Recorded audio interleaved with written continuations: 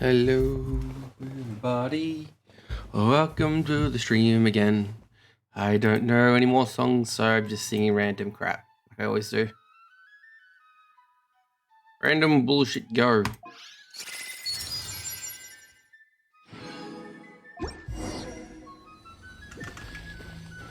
Ah.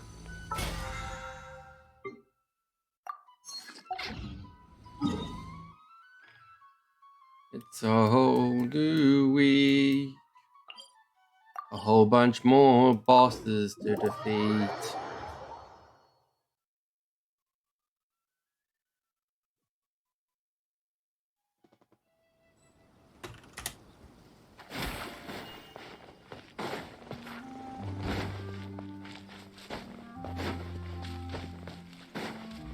Wink.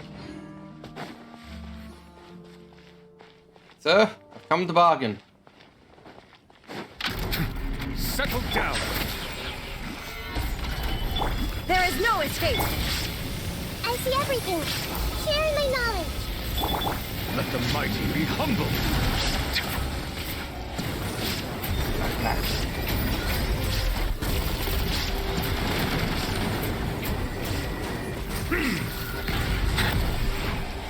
Good year. Get blasted. As are blasted.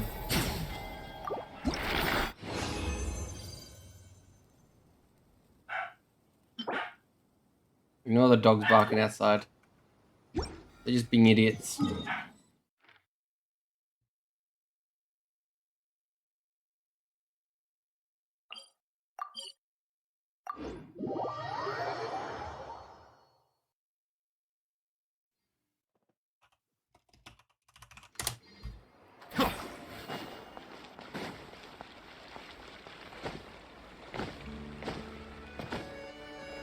Parkour.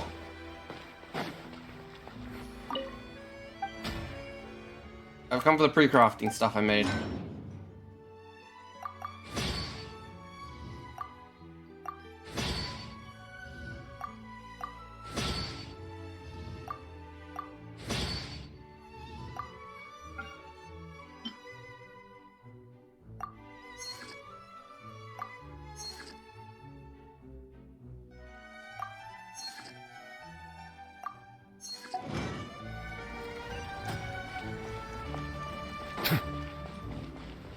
I'm gonna need to find a kitchen.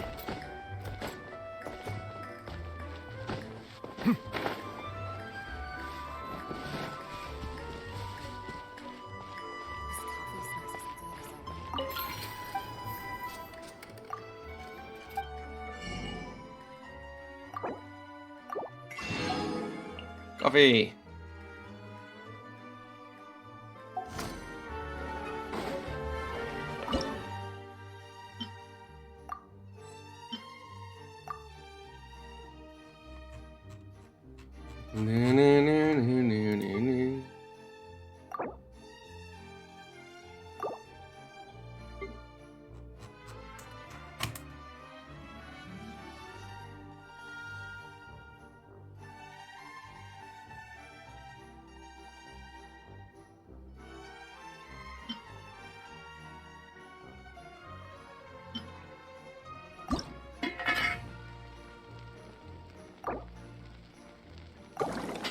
Cooking done.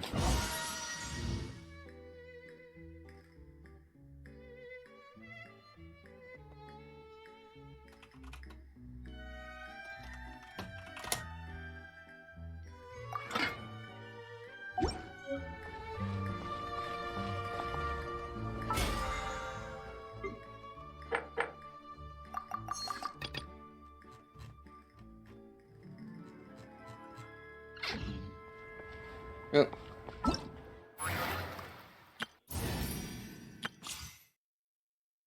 Fancy new event going on right now.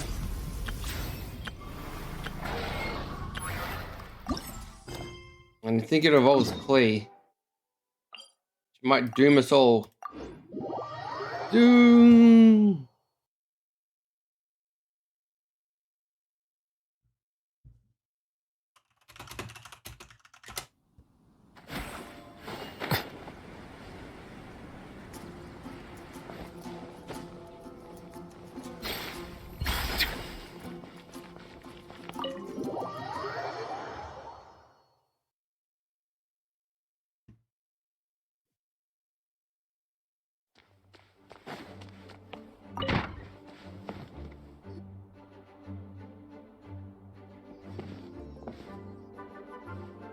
Okay, got it.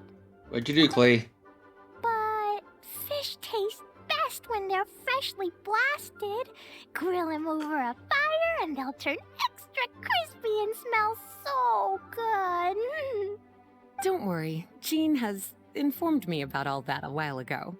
So, I went ahead and placed some orders at Good Hunter. Over the next few days, their chefs will be preparing the best fish fresh from the lake and cooking them right away. Freshly cooked fish served with Clee's favorite spices and my specially prepared desserts. I'm sure it'll be just as delicious as your catches. Okay, then I'll trust your taste, Lisa. I promise I'll stay in the city and play Dodoco's boom-tastic adventure. I won't go fish blasting or make any trouble for Albedo's friend.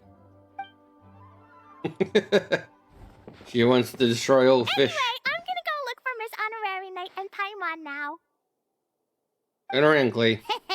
Is someone looking for us?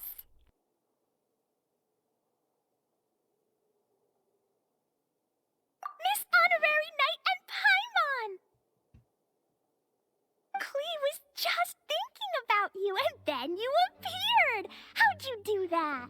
Oh, did you somehow magically hear Clee's thoughts? Oh, little cutie and Paimon, you're here just in time. Looks like I won't have to go to the trouble of writing you a letter now.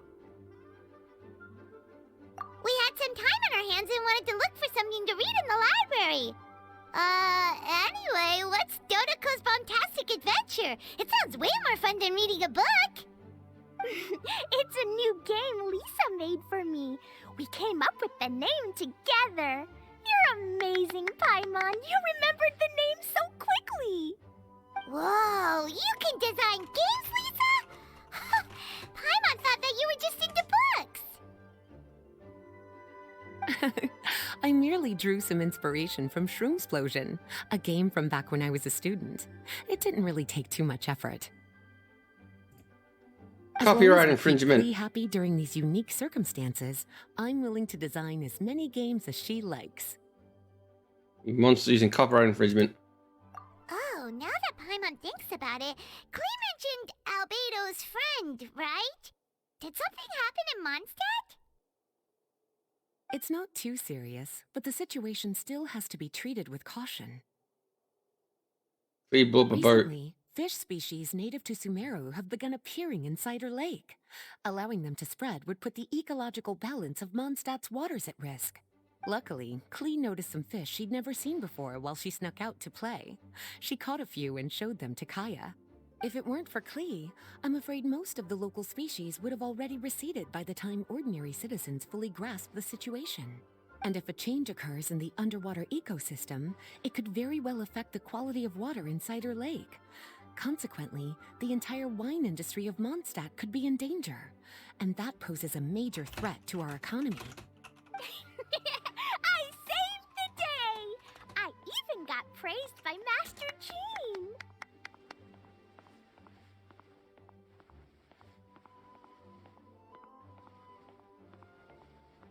So that's what happened. Whew, good thing Klee noticed the fish before things got out of control. The investigation team sent out a few members to inspect Cider Lake and look for the origin of the intruding species. To avoid disturbing these little invaders, Klee has to keep her treasured bombs away for some time. The investigation team's instruments are extremely sensitive, so any explosion within a certain distance of the lake would affect their data. Jean said that Klee would definitely get bored being cooped up inside the city all the time. Albedo's busy making improvements to the reconnaissance company's experimental equipment, while Kaya just left for a business trip. So the task of looking after her fell on my shoulders. But I'm not bored anymore because Lisa invented Dodoco's Bombastic Adventure. Miss Honorary Knight, All right, the game table is right over there in the garden. The orders I've placed at Good Hunter will also be delivered there. Please enjoy yourselves. It's not every day you get to play games with Klee, surrounded by the scent of flowers on the breeze, with delicious food delivered right to you. Wait, Lisa, are you not coming with us? Don't you think it'd be a little unfair if the game's creator joined in? I don't want to spoil the fun. Besides, as the librarian, I still have my basic responsibilities to take care of. That just sounds like another excuse for staying indoors! Run along now. Have fun playing with Klee. Okay then, we'll catch you later, Lisa!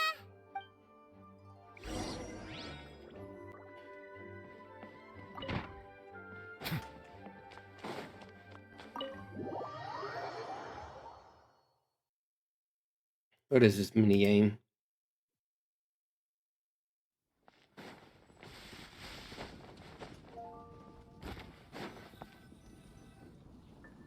We're here, Miss Honorary Knight. This is where we'll play Dodoko's Bombastic Adventure.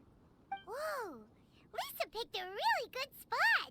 Paimon loves it here already. All right, teach us how to play, Klee. Yeah, let's play.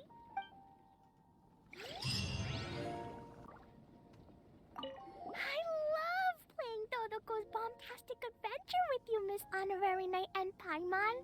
Thanks for playing with me. Oh, right. I can't stay out too late. I'll behave and go home when it's time for bed. But I know my way home. Let's... I love playing Dodoko's Bombastic Adventure. Sure. We still have I love playing Dodo.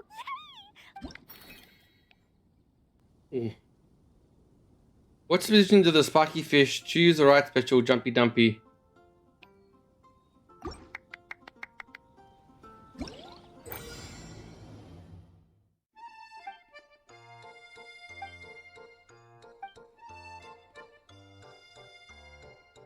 What is this?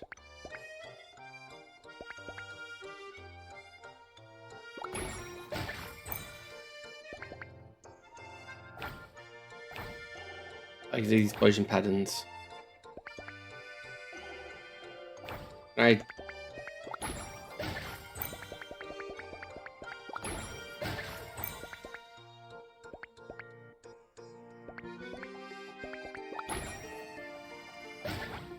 I can donate him early.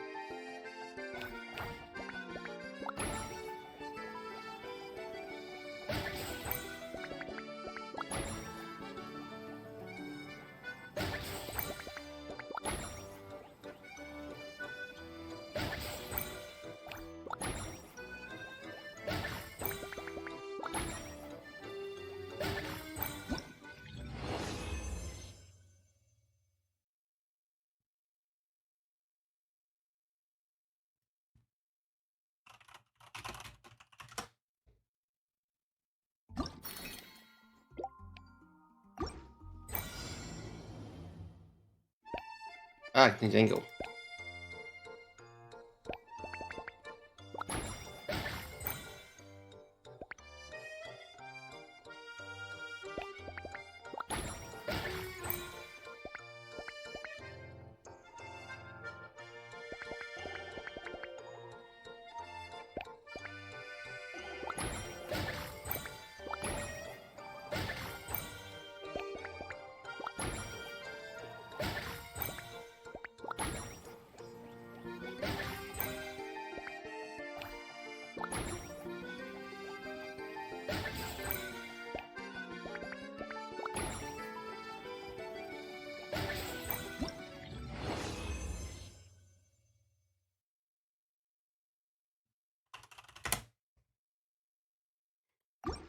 Seems pretty straightforward and easy.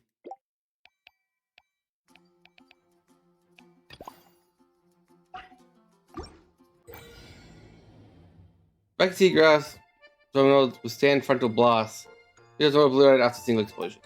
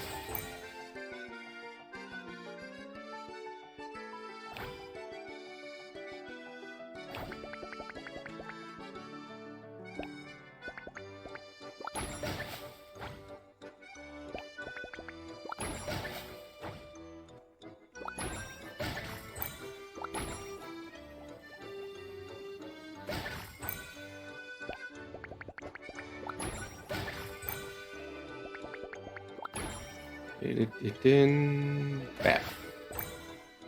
Bam, bam, bam, bam.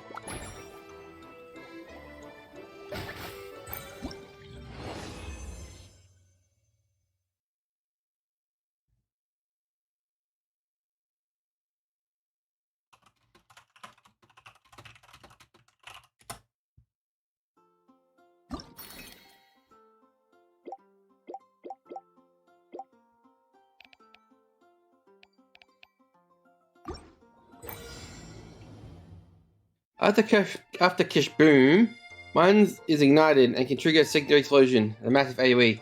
However, these explosions can still be blocked by Sparky Sea Grass.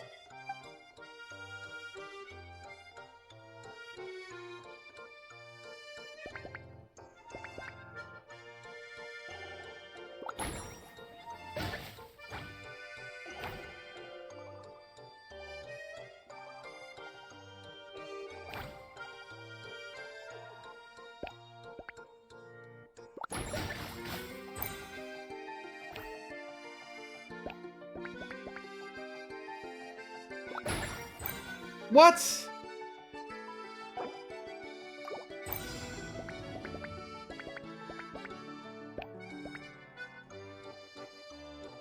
That was stupid.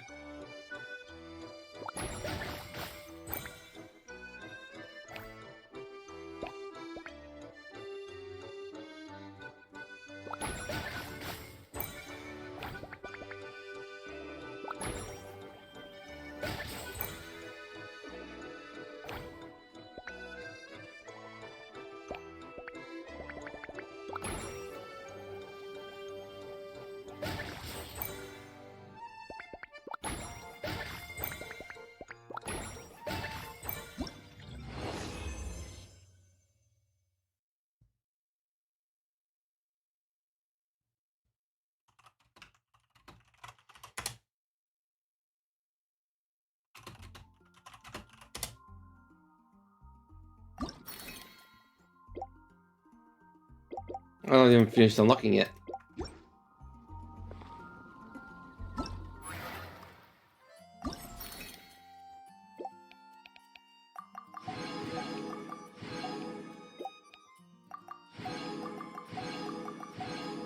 I thought this vendor already finished unlocking.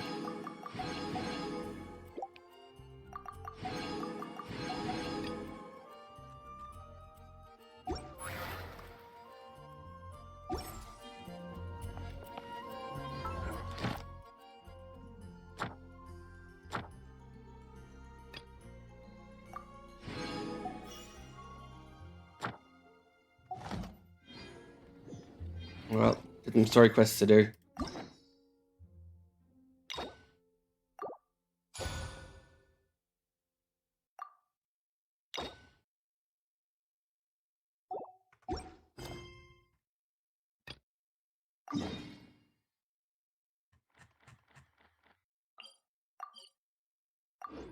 Lenny.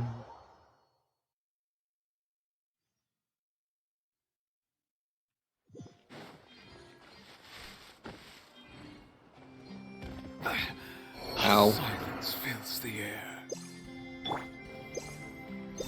Hey, isn't that Charlotte? You're not Lenny. So you believe that this warning letter was sent by the Phantom Weasel? Absolutely. I've said it before and I'll say it again. The Phantom Weasel never acts as you expect. He must have faked his own death 10 years ago using a body double.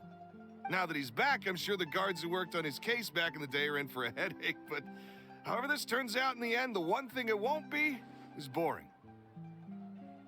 Couldn't agree more. As a journalist, I'm gonna get a lot of mileage out of this one. Thank you, sir, for your time. Now, whom should I interview next? Huh? Hey! What a coincidence! Fancy meeting you here. Perfect timing. So, the Phantom Weasel's latest warning letter. What are your thoughts? Yeah, this is the first time we're hearing of this one. Could you clue us in? Huh? Oh, sorry. Yes, this case is from a decade ago. I guess you wouldn't know about it. Well, not to worry. You're in good hands because I'm a professional. The story goes like this. 10 or so years ago, a phantom thief became active in the court of Fontaine. Known only as the Weasel, nobody knew his true identity, and the authorities never managed to catch him. Wow, cool! He sounds like one of those mysterious night burglars that you read about in novels. Precisely. Well, except the part where they actually have a good reputation. Our Weasel targeted whatever people held dear, and no one was safe from his predations. He would just as soon steal a necklace from a rich merchant's safe as he would a toy doll given to a commoner child for their birthday. I know! The phantom thieves you read about in novels rob the rich to pay the poor, but this guy did not discriminate. Unsurprisingly, this didn't work wonders for his public reputation. Every man and his dog wanted to see him behind bars. Yeesh. So, did they catch him? No. Not exactly. There's a good chance that the Weasel would still be at large to this day if it hadn't been for an accident 10 years ago. A magician named Caesar fell to his death in a botched high-altitude escape performance. When the police went through his personal effects, they found a hoard of stolen loot and gadgets used for criminal activities. And that was how the Phantom Weasel's identity was revealed to all. Sure enough, thefts in Fontaine went down after Caesar's death. But today, 10 years on, the notorious thief has once again issued one of his warning letters and pasted it on the gate of the Opera Epiclese for all to see. I had to squeeze through the crowd this morning to get a photo as soon as I heard. Here, it's this one. I can't read that. I think. So, this is the warning letter, huh? Let's see what he wrote. 3 days from now, when evening falls, I shall take from you that which you hold most dear at the Opera House, just as you did to me 10 years ago. This is, without a doubt, a clear declaration of criminal intent. After years of laying low, the Phantom Weasel is back with a vengeance. What once seemed like an open and shut case has been blown wide open again. But why has he re-emerged now, and what does he want? I sense an epic scoop, and I'm going for it. Uh-oh.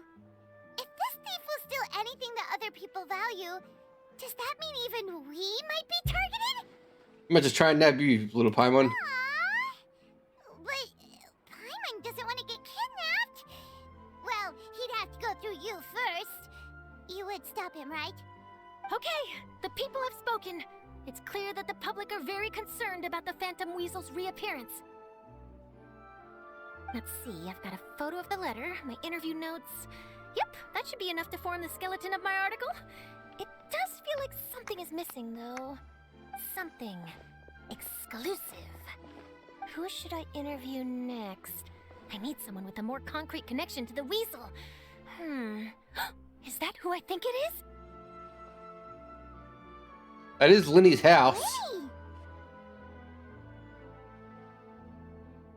Magic, magician, Caesar, the Phantom Weasel! That's it! Let's go interview Linny! You see, the original Phantom Thief Caesar was a magician too! And what do Phantom Thieves and magicians have in common? They both have an air of mystery about them. Perhaps there's a connection there. Are you serious? What sort of a deduction is that? Oh, relax! My journalistic instinct tells me that an exclusive news story is beckoning. Let's go! No time for delay! I love how kids only have running animations. They don't have walking animations.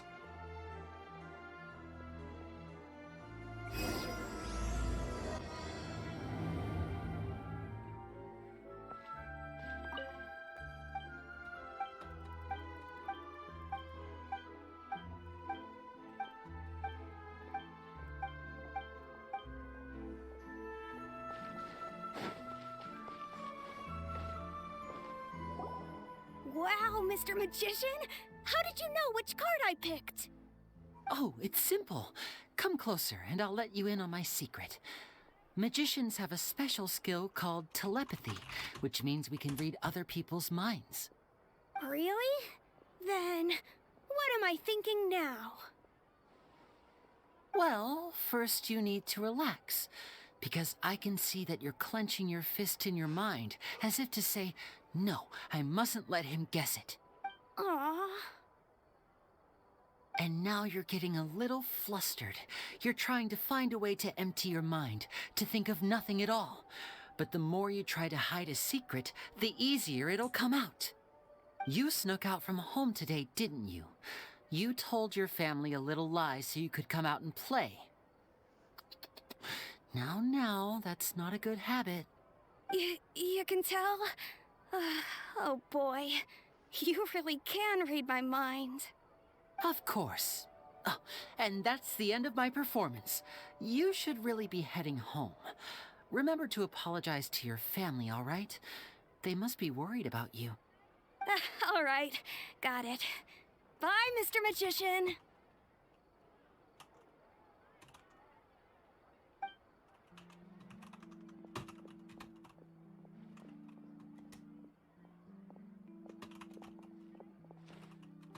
Hey, Lenny? Why, hello. We meet again. Are you looking for me? What's the situation? Well, why don't you guess, Mr. Telepathic? Oh, please. You didn't believe that spiel, did you? The power of telepathy is quite beyond me. I'm sure that child would beg to differ. Seemed like you were right on the money. That was nothing more than a little trickery. I made an educated guess based on his micro-expressions. That, plus the fact that he was the only kid here without his parents, and he looked as guilty as sin. He made it easy for me. You guys, on the other hand... Let me guess. Don't tell me you're here for the Phantom Weasel, are you? Wow, got it in one! Is this more of your trickery at work? Wait, really? No trickery this time. It was pure luck. His warning letter's been the talk of the town, so I figured that maybe you were asking around about that. Bingo! I plan on writing a column reporting on the latest news about the Phantom Weasel. So, Lenny, what are your thoughts on this infamous thief's reappearance? To be honest, it makes me angry. Angry? Why? You read his letter, right? The Phantom Weasel claims he's planning something in 3 nights' time at the Opera House. That's the night I'll be performing there. Huh. What are the chances? Wait a minute, you don't think he's after you, do you? Well, if he is, then his warning is clearly a direct challenge to me personally. And if he's not, then it's still going to be a huge headache for me. The mere mention of the Weasel's name is enough to scare people off. So once the contents of that letter get out, barely anyone will be showing up to watch my show. But I've been preparing for this for a long time. I'm not about to let him ruin my big day. This leaves me with only one choice. I have to expose the Phantom Weasel's identity before the show begins. It's you, isn't it? Really? So what you're saying is, we might get to see a live duel between a famous magician and an infamous thief? Wow, this has exclusive written all over it. To be honest, I'm not sure if I'll emerge the victor. The Phantom Weasel is a notorious crook, infamous for his inscrutable methods. You're being far too modest, Lenny. I think your magic tricks are even more inscrutable than those of a thief. Thanks for the compliment, though I have to say, I don't care much for the comparison. A lot of people liken magicians to thieves because we both have the ability to make things disappear without the person noticing. But there's an important difference that these people overlook. Allow me to demonstrate with a quick magic trick. Here, I have a flower, just an ordinary flower that was picked not long ago. Watch it carefully now. 3, 2, 1. It's gone! Nice. That's the question. Where did it go? Therein lies the difference between us. Thieves make precious things disappear, but only magicians make them reappear. If I could now invite you all to check your clothes, there might be a surprise in there somewhere. A surprise? Let me see!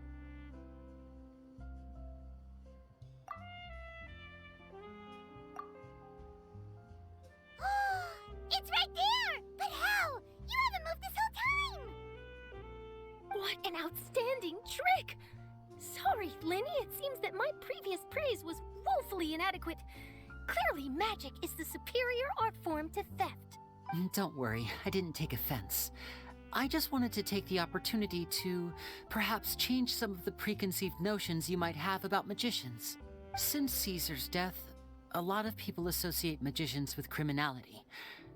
It can be quite frustrating. I can imagine. Coming back to your trick just now, might I presume that you are well versed in floral symbolism? For example, magicians often use rainbow roses in their flower-related performances to represent passion and romantic encounters. But Nerd. you used a Lumidu spell, which, if I'm not mistaken, allude to separations. I'm curious to know if there was any deeper meaning behind this choice? Impressive knowledge. It's no wonder you're such a successful journalist. But I'm afraid I don't know the first thing about floral symbolism. I'm just in the habit of using Lumidu spells in my magic. It sounds like something I should look into, though. I'll buy myself a copy of Fontaine's Floral Language Facts when I have some time. But it'll have to wait until this phantom weasel business is behind us. Well noted. In that case, this brings us to the end of our interview. I, for one, am looking forward to the final showdown between you and the thief. Please feel free to get in touch to update me on any further developments. Otherwise, I will of course see you at your show in 3 days' time, but let's hope the Phantom Weasel is caught by then. If there's nothing else, I'll be off. You've given me lots to work with here, and I've got no time to lose if I want to write that exclusive piece. Bye, nerd. So, Lenny, are you gonna tell us how you did that flower trick now? I'm afraid that's my little secret. Aww. Well, magicians are entitled to their secrets. But Paimon's really itching to know how it's done. You feel it too, right? So itchy. Not so itchy then, huh? Well, since you're so concerned, how would you like to serve as my temporary magician's assistants and help me investigate? Magician's assistants? Oh, that sounds fun! Assistants are technically magicians too! Also, it'll bring us one step closer to figuring out how that darn trick is done! Shall we go for it? The first thing we need to look into is who Caesar really was. If he truly was the Phantom Weasel, that means that the Weasel is dead, and whoever wrote this warning letter is just a copycat criminal. But if he wasn't the Weasel? Well, that'll make things more interesting. It would mean that the Weasel lives, and he's been laying low all this time in some corner of Fontaine. And if we're investigating Caesar, his fiancée Gemma is a good place to start. Word is that she visits the cemetery often, so I asked Lynette to wait for her there. We should make a move. Let's go and rendezvous with Lynette. Leanie and Lynette.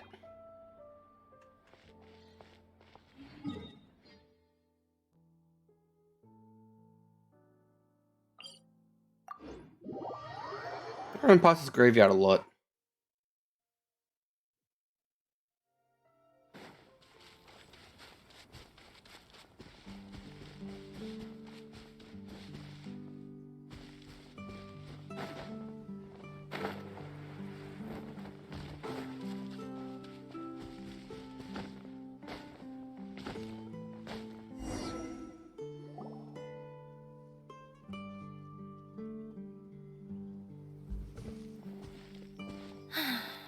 You took your time. Sorry, I bumped into the Traveler and Charlotte en route, and we ended up chatting for a while. It's been a while, Lynette. We're working as Lenny's temporary assistants in the investigation of the Phantom Weasel. Thank you. It's good to have you helping. So, what's the situation? Have you seen Gemma? Nope. I've been here a while, and she still hasn't shown up. How bizarre. Maybe it was bad intel. Well, we won't get anywhere by standing around waiting. Traveler, Paimon, let's go ask around.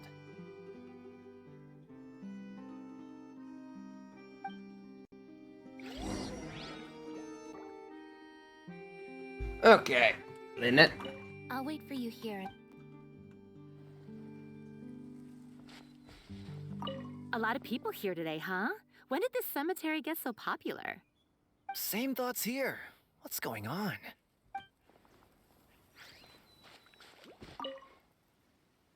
Excuse me, good sir. Do you by any chance know a Gemma?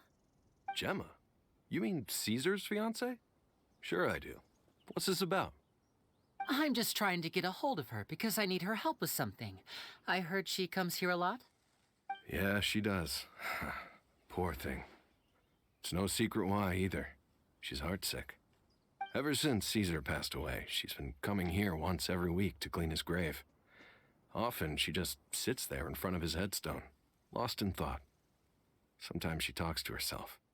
I asked her what she was doing once. She said she wanted to speak to him again. She knows he's gone and can't hear her from the grave, but she just likes to spend time there, telling her fiancé all about how her life is going. And she's been doing this ever since Caesar passed away? Oh, so 10 years. Wow. Their love must have been really strong. I'll bet. Caesar's reputation fell apart after his identity was revealed, so no one else visits his grave. Gemma's the only one who still thinks about him after all these years. I don't know if the mind lives on in the waters after death, but if it does, I'm sure Caesar must be grateful to have someone who remembers him fondly. If I'm honest, I think this is all so unfair to poor Gemma. Her fiancé was a low-life crook. He doesn't deserve someone like her. Anyway, all of that said, she's running later than usual today. Normally, she'd be sitting in front of his grave by now. Well, that's everything I know, I'm afraid. You might have... All right, well, thanks for sharing all of this with us. We'll keep asking around. You're welcome. I just hope she'll be able to move on one day.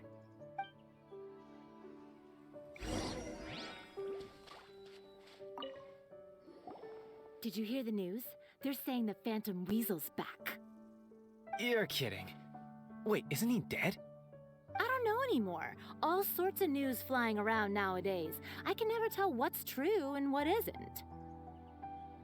But what if, just hypothetically, I mean, what if this weasel's the real deal and Caesar was framed? Called it. Seriously, 10 years ago, on the day it all went down, I said to myself, you know what? This guy's been set up. The Caesar I knew was a good guy. He gave balloons to children on the street, for Pete's sake. What, are we supposed to believe that he was a balloon thief or something? Give me a break. Oh, please. Weren't you the one cursing his name to high heaven when the police announced the news? You were all, that gosh darn lousy son of a, you think you know a guy, or words to that effect. Wait, did I say that? I don't seem to recall. Hello there. Sorry for disturbing you, but I couldn't help but notice you were discussing the Phantom Weasel. We're actually quite interested in this topic as well, but we're struggling to get to the bottom of it. Do you think you could spare a moment to tell us a little bit about Caesar? You've come to the right people. Yep, I was there. Back when Caesar used to perform magic tricks on the street. He was a great magician. The best trick I ever saw him do was pop a transparent balloon, only for a whole bunch of doves to fly out from the inside. I was right up close and didn't blink or look away once. But for the life of me, I still don't have the faintest clue how he pulled it off. Really incredible stuff. I saw him perform too. He always used to bring some gifts along for the kids who came to watch his show, and he'd hand them out after he was done. Sometimes he even got the kids to write their wishes down, and then he'd make the items on the wish list appear in his next show. Huh. He doesn't sound like such a bad guy. But after he died, there were also rumors that he used the wish list to find out what was precious to people, with the intent to steal it later.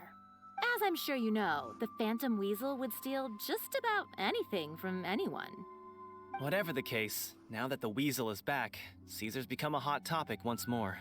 I bet Gemma must be pleased.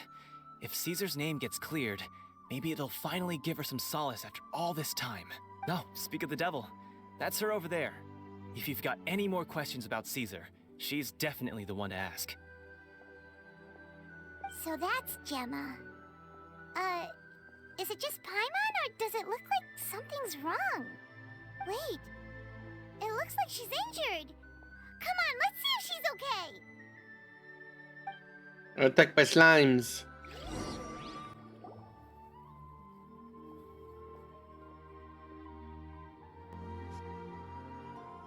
Hi there. You're Gemma, right? Who's asking? Don't be afraid, we mean no harm. It looks like you're injured. How bad is it?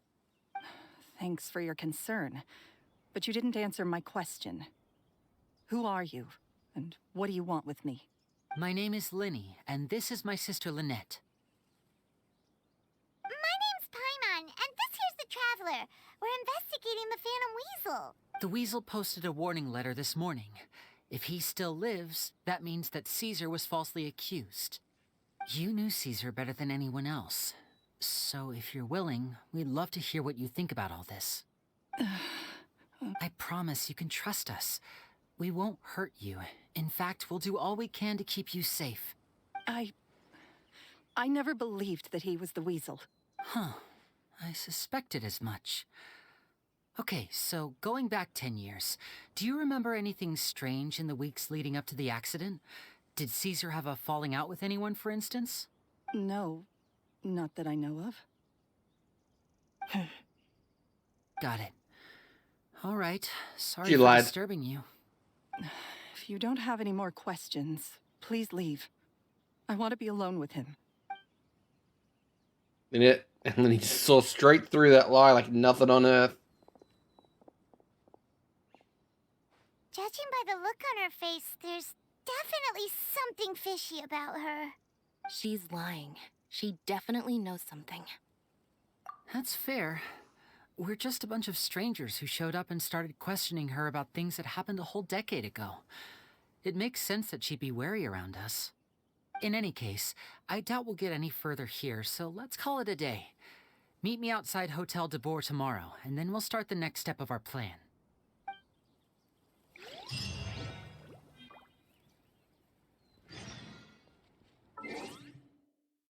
Make till 12. Ooh.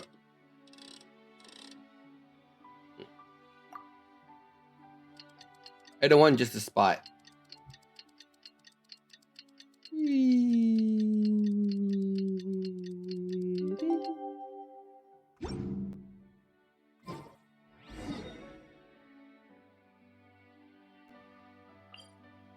Of course, I stand in front of the fancy hotel.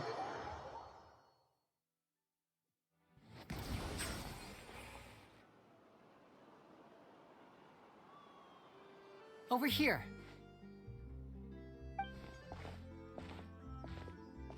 Lynette's not joining us today? I've had her follow Gemma and see if we can make any inroads with her. They should be at a cafe right now. Still, I don't think that Gemma's likely to open up to us. So, we need a contingency plan. Today, we'll be looking into a guy named Lorenzo, Caesar's former pupil and assistant. When Caesar passed away, all the stolen goods discovered in his home were confiscated and returned to their rightful owners. But Lorenzo was the only one privy to all his magic secrets, and he inherited his craft. Before long, Lorenzo was the next big magician in town, his fame surpassing even that of his master, and it made him very wealthy. He's since left the magic scene, though, and these days, he's a wealthy businessman with his fingers in a lot of different pies. I had to pull a lot of strings, but I managed to get him to agree to a couple of drinks with me. Be warned, though, I hear he's got a hair-triggered temper. We'd best be careful.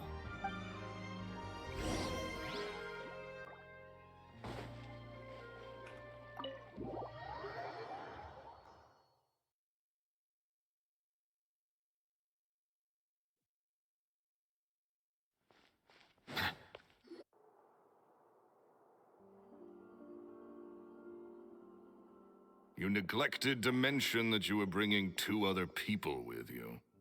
My apologies. These 2 are my assistants. When they heard that I was meeting with the former magic maestro himself, they begged and pleaded with me to bring them along. And if it's no trouble, a couple of autographs would really make their day. Oh, forget the pleasantries, just sit. A very unpleasant person.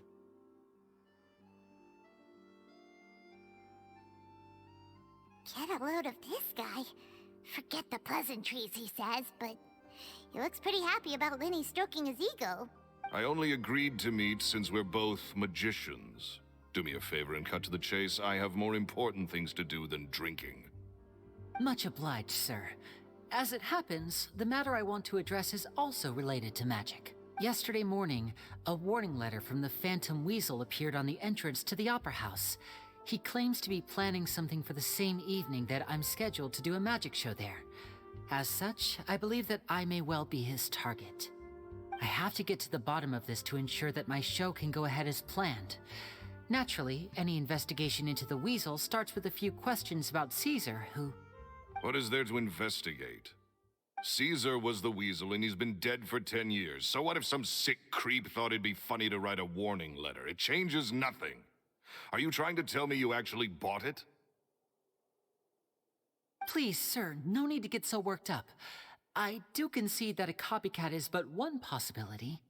Possibility? It's a fact, Lenny. Look, my patience is limited, so listen carefully while I'm still willing to put up with you. The Weasel is dead. Period. Everyone knows that, so do yourself a favor and quit this investigation. It'll lead you nowhere. Look, if this affects your magic show in any way, I will personally compensate you for any losses. Oh, sir, I'm honored, really. But this isn't about finances for me. My pride as a magician is what's at stake here, Lorenzo. Copycat or not, this person has thrown me the gauntlet, and I must meet their challenge head on. Your pride? Don't mince words with me, boy. Just tell me, what exactly are you seeking to do? I want to find out the Phantom Weasel's true identity. I have to know for myself what really happened 10 years ago. What would that accomplish? And what do the events of 10 years ago have to do with you, anyway? Look, you of all people should know that a magician never reveals their secrets. And in any case, dead men don't talk. So if you really care about your magician's pride, then you'll forget about Caesar and move on. Uh-oh. This is getting awkward. Lorenzo? Is that? Oh, it is you! I know that big, booming voice anywhere. What's up, my man? Want to grab a drink with me? Another day, I'm busy. Oh, come on. You can't be all business all the time. You know what they say? Live fast, die young. You gotta learn how to kick back and relax once in a while. If I wanted your life advice, I'd ask for it. Now get out of my face and go be drunk somewhere else. Sorry, my good sir. I don't believe I've had the pleasure. Oh, hey! Edmondo. He and I are business pals. We worked together a bunch of times. This is your first time meeting him? Oh, he's always like this. Foul-mouthed and hard-nosed. Never heard a kind word out of this guy the whole time I've known him. And he wonders why he can't get a girlfriend, despite being, what, pushing 40, 30, something? Anyway, point is, a lot older than when he first got rejected by the girl he was into. And he's still into, from what I hear. Shut up and get out of my face. Another word out of you and you can forget about doing business with me ever again. Do I make myself clear? Sorry, I may have had a little too much to drink. All right, I'm gonna leave. Don't work too hard.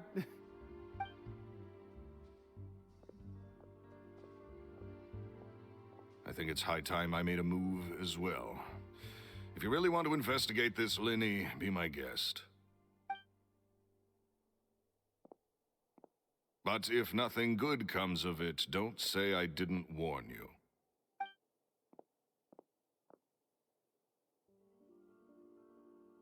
Well, that fell to pieces in a rather spectacular fashion. Any thoughts? Totally. And what was all that about compensating you for your losses? Why would someone you just met make an offer like that? He's gotta be hiding something. And not like Gemma. She was a little suspicious, but this guy's definitely covering something up. I think so too. We need to look into Lorenzo more closely. That guy Edmondo seems to know a thing or two about him. He only just left. Let's see if we can catch up with him.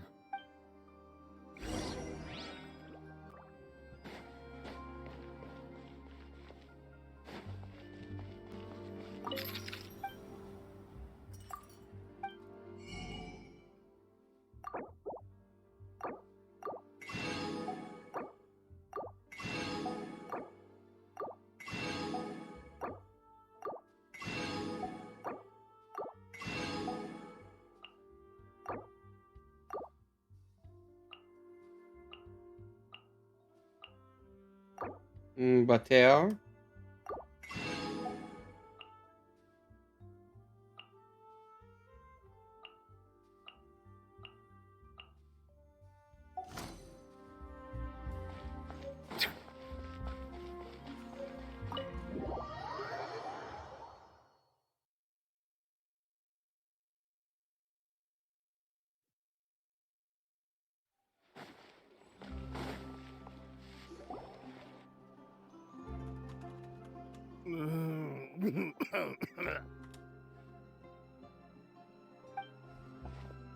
You okay there?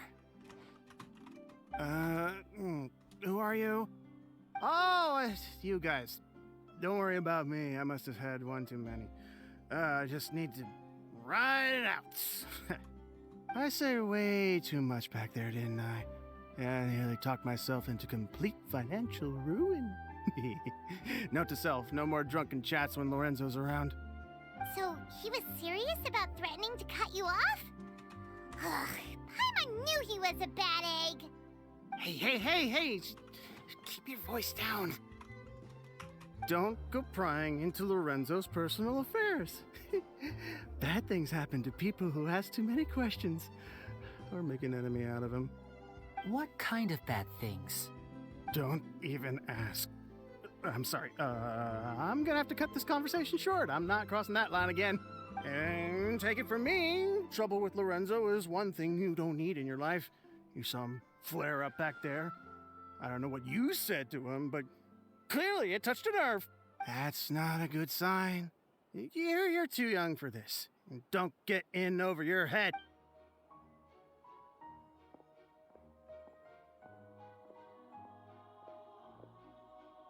And there he goes. What do we do now, Lenny? Shh! I think we're being watched. Someone was listening in to our whole conversation. Don't say anything and don't look back. Any altercation in the city will attract the guards. We'd better take this elsewhere.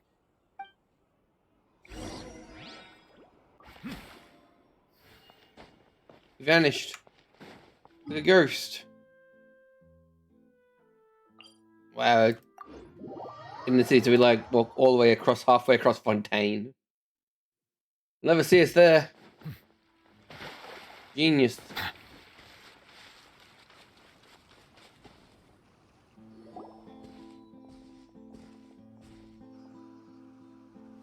You followed us a long way. Why don't you come out and introduce yourselves? So you're Lenny. And where's your sister? Ain't she with you today? Save us the trouble and go fetch her for us. Let's not drag this out. Paimon doesn't like the tone of your voice, mister. Hide behind me. Save your questions, missy. You ain't gonna need answers where you're going. Capiche? Looks like we can't avoid this fight. They're gonna turn the treasure hoarders, aren't they? Now, I'm not the strongest fighter, so I hope you're ready to back me up. Don't worry, we got...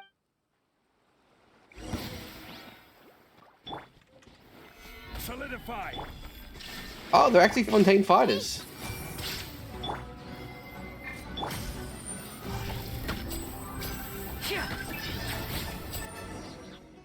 Oh, they died. Curses. tougher than we thought. Vision wielders are always trouble. Intimidation ain't gonna work like it did on the lady. Come on, let's scram! Hey, wise guys! We ain't through with you yet! Oh, they got away! Did you catch what they said just before they left? Something about intimidating someone else. Sounds like they just wanted to rough us up as a scare tactic, and they've already done it to someone else, but who? You're right. She was injured when we saw her yesterday, and she acted like she had something to hide. Maybe she was too scared to tell us the truth because those guys had threatened her. Well, if that's the case, she should be more willing to open up to us once she learns that those thugs won't be bothering her anymore. Let's head back to the cap.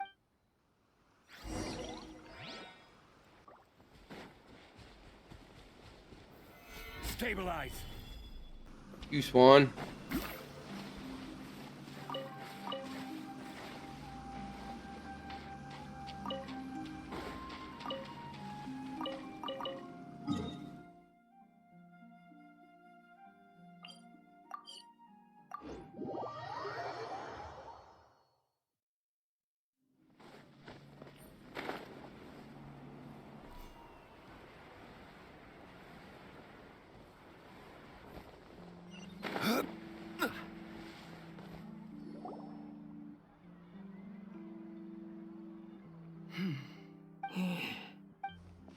Gemma? You again. What is it this time? We just ran into the men who've been threatening you, and we gave them a taste of their own medicine, so you can relax now. We're here to protect you. What? Why? I didn't tell you anything. Why would they come after you? Sounds like they're no strangers to you. That's putting it mildly. I know them all too well, and I hate them with every fiber of my being. It's been 10 long years, and still every time I try to look into Caesar's death, they show up and warn me not to do anything stupid. How do I know I can trust you? Do you really think you can get to the bottom of it all? And why are you doing this? I'm afraid I can't reveal all the details just yet, but I can promise you this. I will expose the Phantom Weasel's true identity. Because you see, this is a personal matter of the utmost importance. I give you my word. Trust me. Okay. How can I help you? I've heard that Caesar used to have a magic workshop where he kept a lot of his personal effects. If possible, I'd like to take a look at them. Do you know where it is? The Fleuve Sonde. But the place was sealed up by the police after his death, and no one's been there since. Feels like a domain to I me. also know that the Fleuve Sonde is dangerous territory. Lots of hostile groups lurking around. If you're serious about going there, please be careful. Understood. Lynette, you stay here and take care of Gemma. Don't let her come to harm. Got it. But if I'm staying here, I'm ordering dessert. I mean, bon appetit. But stay sharp, too. They're likely to come for you while I'm away. Okay. Alright. Power saving mode off. I'll start taking this more seriously now. With me here, nothing will happen. I don't wanna. Okay.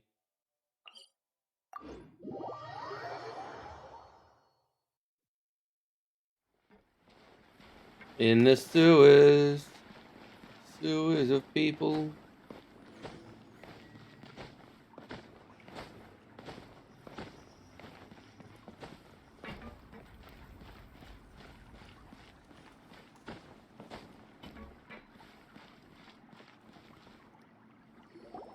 If Gemma gave us the right location, then the workshop should be right nearby.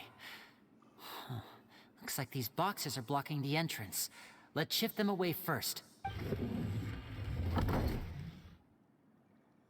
There we go. It should be just down here. Yay, sword diving. It is a domain. I'm into pyro.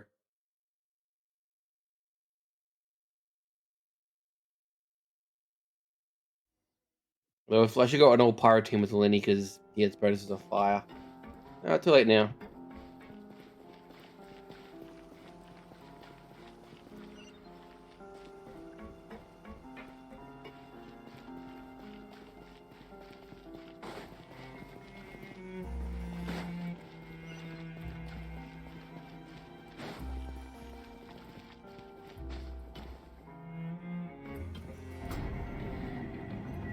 So this was Caesar's workshop. Nothing suspicious here, just Oh, magic. I'm at least C2 then. C3, ooh, they gave me big Lenny. What was that? Oh, is this one of Caesar's gadgets? Guess we must have triggered some sort of device.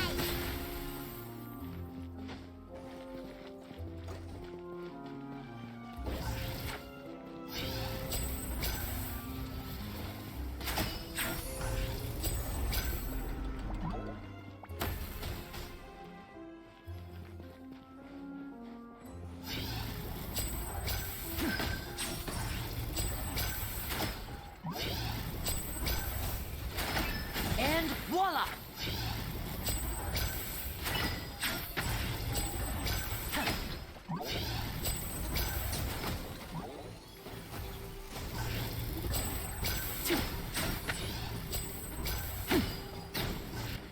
Now disappear!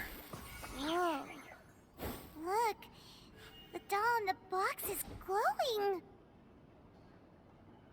And flying.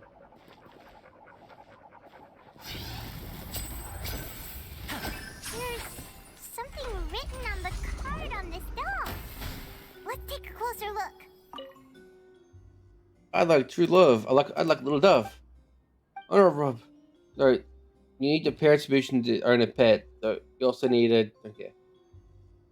I bought a fluffy toy dove for you this time. Ready to own a pet? I'll make the real dove appear for you next time, Caesar. I want a bucket of fried chicken that never runs out. No, there's no such thing as fried chicken that never runs out. Just no more. There's no such thing as a child who never grows up. Also, eating too much fried chicken is bad to you. Make sure to pair something healthy like a salad, alright, Caesar?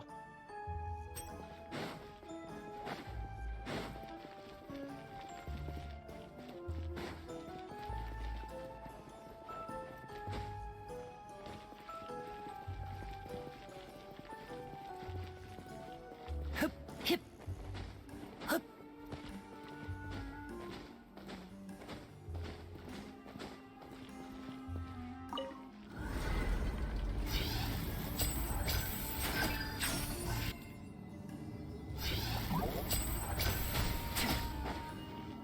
Step right up.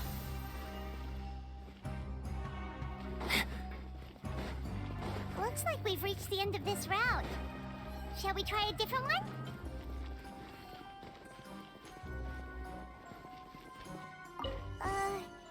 These magic boxes are moving. What do we do? One of them looks different from the rest. Let's investigate.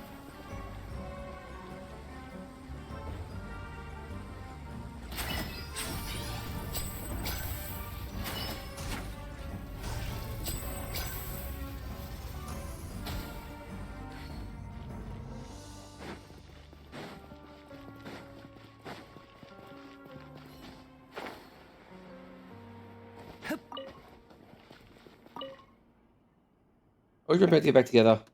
Hopes for good grades in the next exam.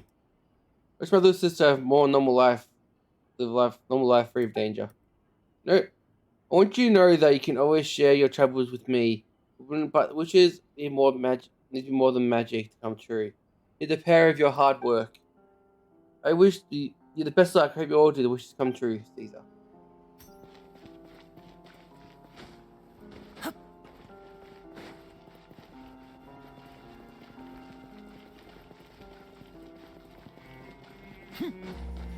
Hip.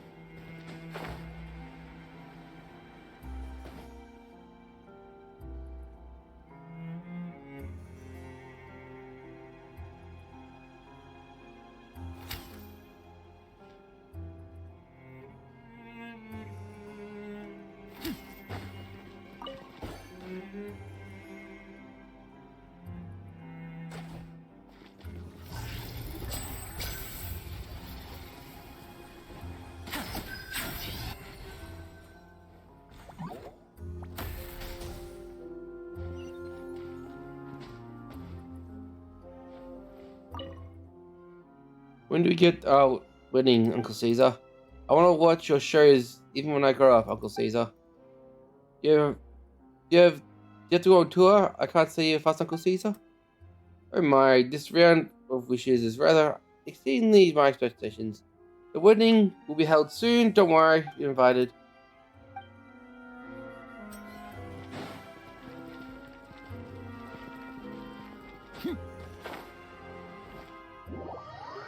I died. And voila!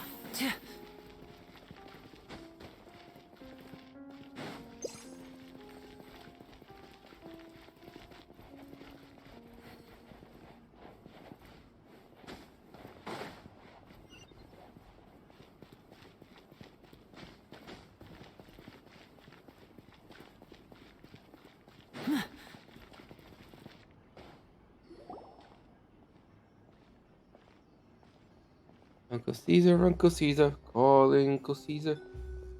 That's weird. Have we reached the end already?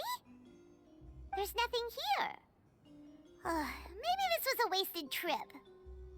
This place seems a little too ordinary for a magician's workshop. There's a distinct lack of mystery.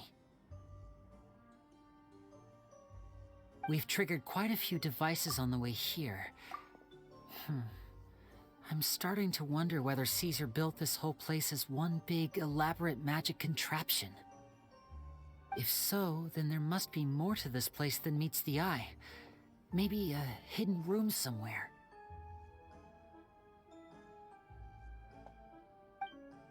Aha! If I just move this book, then hopefully... and... presto! A secret passageway! How did you know? I'm a magician too, and apparently great minds really do think alike. Looks pretty big inside. Let's head in and take a look around.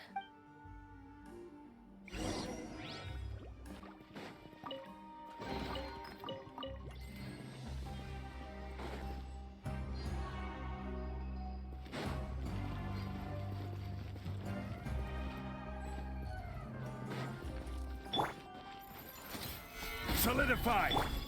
Shine down! Everyone hold hands!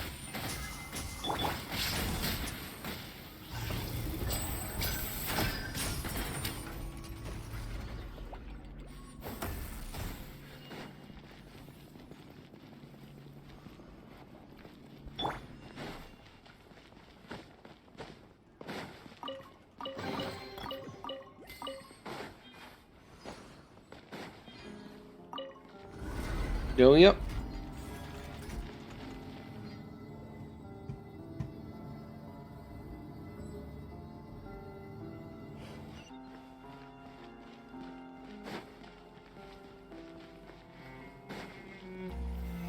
Stabilize! I see everything!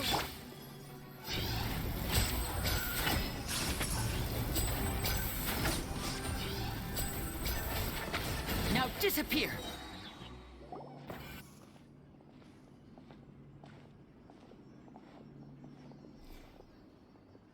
Why have you stopped, Lenny? Is there some device in that box?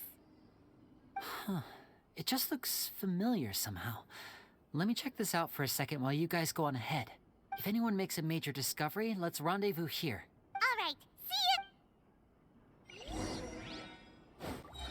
The placement of this device inside.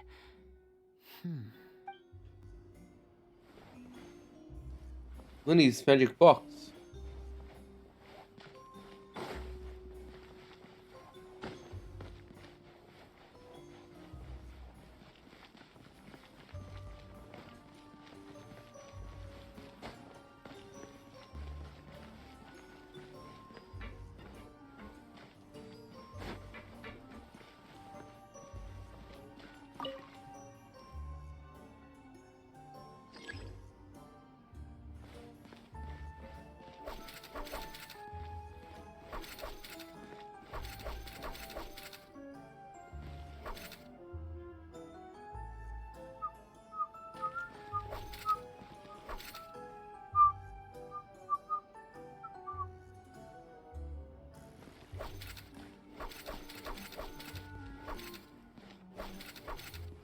Really?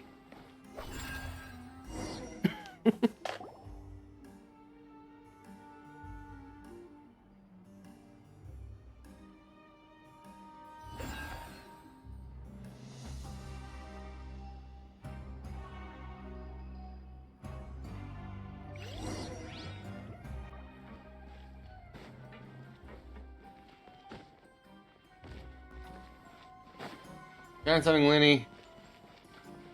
The placement of this Wow!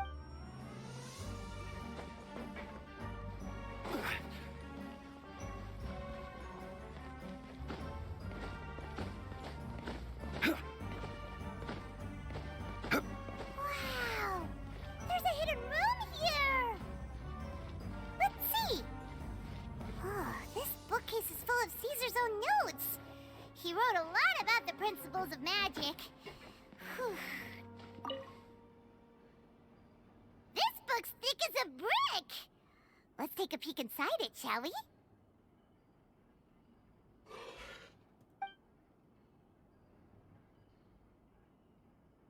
At one of my shows a few days ago, a child asked me how I pulled candy out of my hat.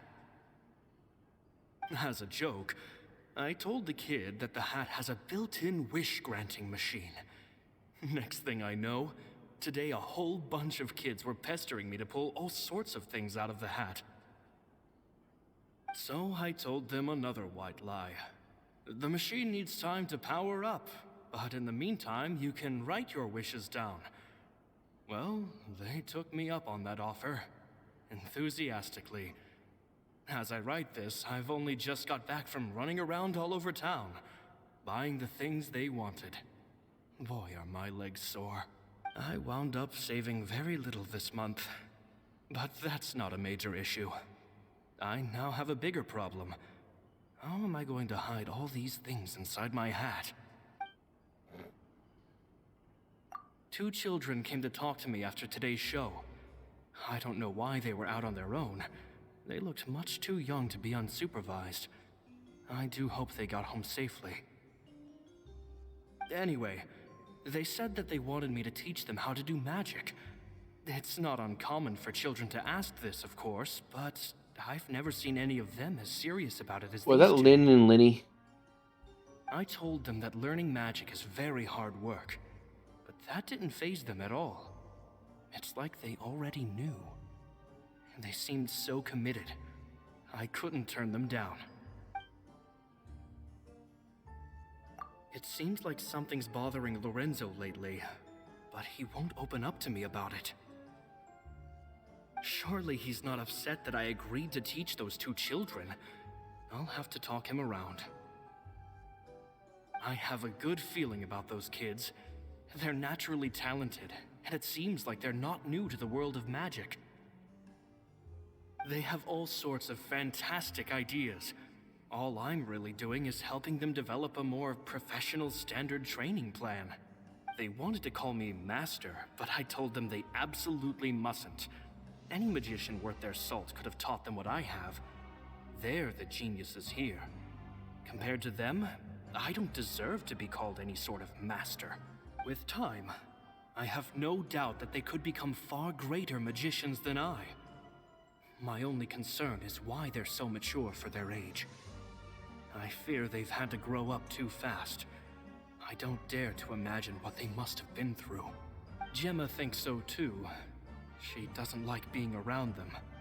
Says that their eyes are too piercing. They don't bother me, but then again, I've never been the sharpest tool in the shed. It's nearly time for me to go on tour. I asked the 2 kids if they'd like to come with me, but they shook their heads. I once overheard them talking about their father and their mission. Sounds like their parents have other plans for them. I guess we'll be parting ways soon. It's only been 10 days since I first met them, but I think that I've gotten a feel for their personalities now. They're very tough, but also very cautious, and they trust no one but each other. This, I fear, is not a good habit to have. they hide things from me too. For example, when I asked them where they live and why they wanted to learn magic, they lied. That's the thing about children. Whenever they're trying to cover something up, it always shows somehow. I can sense that their lives have been hard, possibly even dangerous too. They're not like other children. After thinking things over, I decided to tell them a bit about how I see the world. It's full of lies and falsehoods, and that is why we must find our own truth. P.S. I hope they won't find my nagging annoying. Children are so opinionated nowadays. Will it do them more harm than good for someone they've only known 10 days to lecture them like that? P.P.S. Maybe I'm overthinking this. Children aren't interested in grand philosophies. It probably just went in one ear and out the other. I bet they've already forgotten every word I said. Oh, Caesar, Caesar. Just mind your own business next time.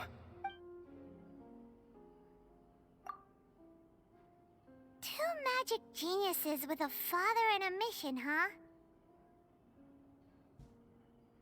Sounds a lot like he was writing about Linny and Lynette, don't you think? So did they meet Caesar when they were kids? Let's go ask Linny!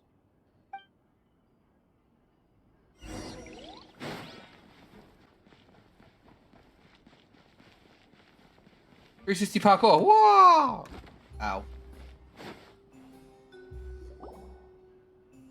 Linny? Shh, hold that thought. As I expected, there's a lot of fishy things going on in this place. Fishy? Uh-oh, what have you found? All in good time. Before we go over our new leads, I want to tell you how a high-altitude escape is performed.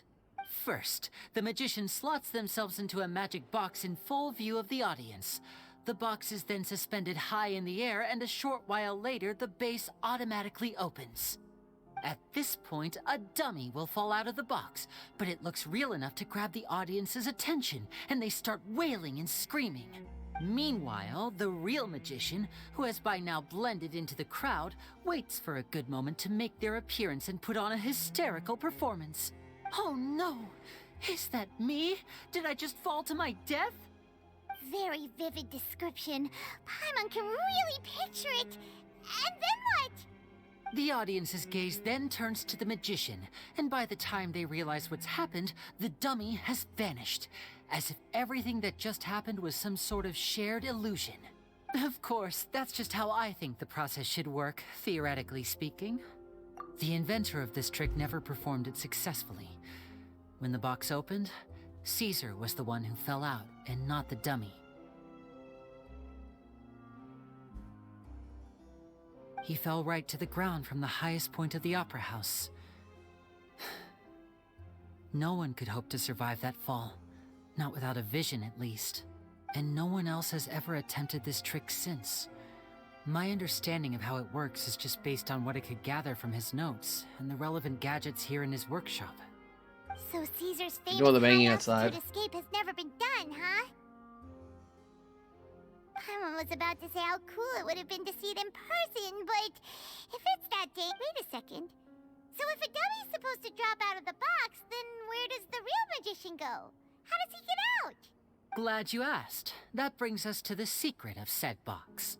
This box right here is the one that Caesar constructed himself to use in the performance, and it's not as simple as it looks. Inside, there's a device that only the magician himself would know about. Once the magician's inside and the box is lifted up into the air, the audience's view of the box is fixed at a certain angle. From where they're standing, they have a clear view of the front, sides, and bottom, but the back and the top are now no longer visible. At this point, the magician presses a button inside the box, opening a secret door out of view. He then escapes through this trapdoor onto the opera house roof, waits for the dummy to fall and distract the audience, and quietly returns to ground level. That's way simpler than Paimon imagined. Even Paimon could probably do it. Well, there's a little more to it than that, of course. The hardest part of this trick is controlling the audience's mood and reactions. That takes an exceptional degree of showmanship. There's the falling dummy, the miraculous reappearance, the pompous performing. Maybe the magician would even have themselves tied up before it begins to strengthen the impression that there's no escape. Many days and nights of careful research and painstaking practice would have gone into this, all culminating in a performance just a few minutes long, but one that still manages to transform the shock and grief of a tragic accident to the joy and laughter of a mesmerizing magic trick. Caesar was a highly accomplished magician. But unfortunately, even he didn't manage to pull it off. So, how did it go so wrong? You said you found some fishy stuff here. Have you figured out what really happened? I can make a pretty good guess. I looked into the case files. The magic box Caesar was using at the time of his death had the secret button I mentioned positioned on the right-hand side. And, sure enough, he always used his right hand as his dominant hand in public. Okay. Nothing suspicious there. But here's the strange thing. Most of the devices in this workshop have the mechanism on the left-hand side, including this box right here, which leads me to believe that Caesar was in fact left-handed. Because a magician can't afford to have their most basic habits stand out too much. People naturally focus their attention on the most important details of the task or situation at hand. But a magician needs to be able to redirect an audience's attention at will, so as to avoid arousing their suspicion. The essence of magic is getting people to believe a lie. If even the truth raises eyebrows, the falsehoods become all the more difficult to mask. And so, Caesar trained himself to use his right hand to align with his audience's expectations. Great magic always requires sacrifices. But in his most stressful and nerve-wracking moments, and when no one was watching, reflex would kick in and he'd use his left hand. That's why he set his gadgets with the mechanism on his left. Exactly. I think that's likely what happened. Caesar would have been under a lot of time pressure during the escape. He'd have had mere seconds to open the hidden compartment, retrieve the dummy, then open the secret door and make a swift escape. But I'm sure he was confident. He would have rehearsed countless times to the point where it was second nature. He'd barely need to think about what he was doing because muscle memory would guide him through. So he opened the compartment, took out the dummy, checked everything was in order, and then went to leave. With his left hand, he reached for the button, and suddenly, his heart skipped a beat. It wasn't there. Much like when you reach for your keys but find your pocket empty, his mind needed a moment to process what was going on. Instinctively, his left hand would keep feeling around for the missing button, maybe for another second or two, until the bottom of the box gave way. With the stakes being as high as they were, just a 2-second delay cost him everything. The authorities would find nothing suspicious and conclude that his death was due to his own error. When in reality, someone switched the boxes, and they did it to murder him. But how would they be able to make the switch without being noticed? That would be difficult to pull off, no? It would have to have been someone who knew that he was left-handed, and who could move his props around without arousing suspicion. Someone who was always by his side. Isn't that right, Lorenzo? You just couldn't let sleeping dogs lie, could you? There's not a lot of people who'd go to all this trouble for some magician who died 10 years ago. I didn't want to have to do this, you know. Silencing you the hard way just creates more problems for me to deal with. But I gave you your chance. I hoped you'd do what's good for you and back off like the lady, but you disappoint me. You mean Gemma? So you are the one who's been threatening her? Yes, No shit, although Paimon. however stubborn she might be, she was never much of a liability. But you people, you never even knew him, but for some reason you just wouldn't drop it. Which is why you can't leave this place alive. Take them out, and make it quick. Do your worst!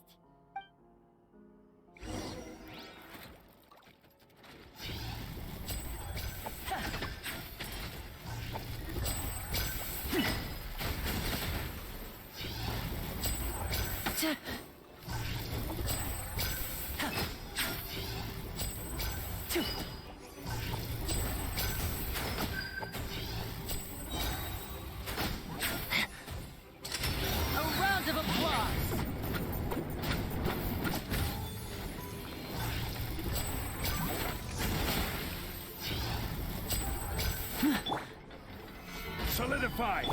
There is no escape! Take yourself a home.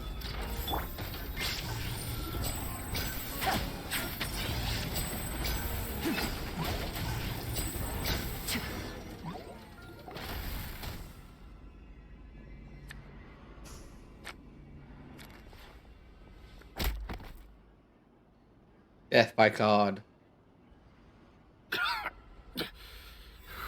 You kids are tougher than you look. Had enough yet, Lorenzo? Your cronies can't help you now. I think it's high time you started talking. And what I'd really like to know is, why did you murder Caesar? If I had a Mora for every time you said that man's name. Of course you idolized Caesar, everyone else did. But I was the real genius magician. Me! He was just an amateur who did cheap tricks for gullible children. I was the one who made magic into the fine art it is today. The aristocrats doffed their hats to me! So it was jealousy. Jealousy. Hatred, more like. I hated Caesar. All he cared about was his magic. He lived and breathed it. He poured everything into his street performances and his stupid tours like it was just a hobby to him, never bothering to think about Mora. What sort of fool devotes their life to the art of deception and never has a Mora to show for it? But the people loved him, didn't they? Oh, how they looked up to him. No one gave me a second look. All I ever heard was, "Oh, your master's amazing, isn't he?" Amazing. Yeah, so amazing that he was completely broke. Every other apprentice was living it up at their master's expense, but no, not me. I put in all the work, mastered all the skills, and it brought me nothing more than the life I already had. He forbade me from using magic to trick people out of their Mora. There was nothing he hated more than that. And with his reputation in Fontaine, it was too risky for me to go it alone. As long as he was alive, if I dabbled in my own brand of money-making magic, he would expose me, and it would destroy me. I had to kill him. There was no other way. He had to go. And this was your only motive? It was reason enough. What other motive would I need? Well, I was under the impression that there might have been other factors at play. For instance, maybe you were in love with Gemma, but she was engaged to Caesar. In love with Gemma? Don't be ridiculous. Guess I was wrong about that then. Next question. Are you the Phantom Weasel? I am. Caesar was so strict with me. He insisted that his way was the right way, that the sole purpose of magic was to bring joy to the world. I never bought into any of that. I was more interested in the practical value of magic. Sure enough, it helped me fill my pockets with all kinds of valuable Oh, yeah! Charlotte told us that the weasel would steal whatever people valued, no matter how much it was worth. That's just how it looked from the outside. What would any thief want with second-rate loot? I've only ever targeted high-value items. I stole cheap things as a way of practicing my craft. It was other people's overactive imaginations that conjured up the preposterous image they then dubbed the Phantom Weasel. So that's the story, huh? Well, I hope you're ready to tell it all over again during your trial. What choice do I have? You're a pack of wolves, and you've got me between your jaws. You've seen what's here, and my last-ditch effort to stop it getting out has failed. What else can I do? So be it. I've enjoyed power and wealth for the last 10 years, the likes of which Caesar could never give me. I wouldn't choose for things to end this way, but I regret nothing. Very well. In that case, I'll contact the guards. Traveler, Paimon, keep an eye on Lorenzo for me. I'll meet you just outside the workshop when I'm back.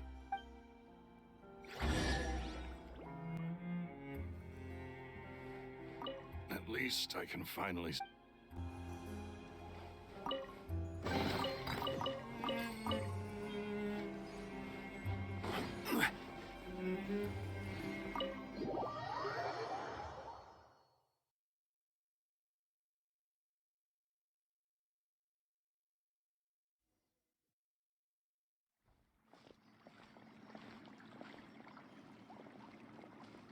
Lily has told me the whole story. Lorenzo, do you confess to the murder of Caesar and to framing him for the Phantom Weasel's crimes? Look who's finally developed a conscience. What kind of disciple murders their own master? I hope it was worth it, because there'll be hell to pay.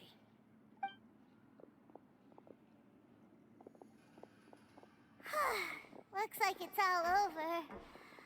What should we do next, Lenny? Should we start preparing for your show? Let me think. Let's rendezvous with Lynette and Gemma first. With Lorenzo in custody, Gemma will know— Good point! We should go tell Gemma the good news right away! It'll give her some peace of mind for sure!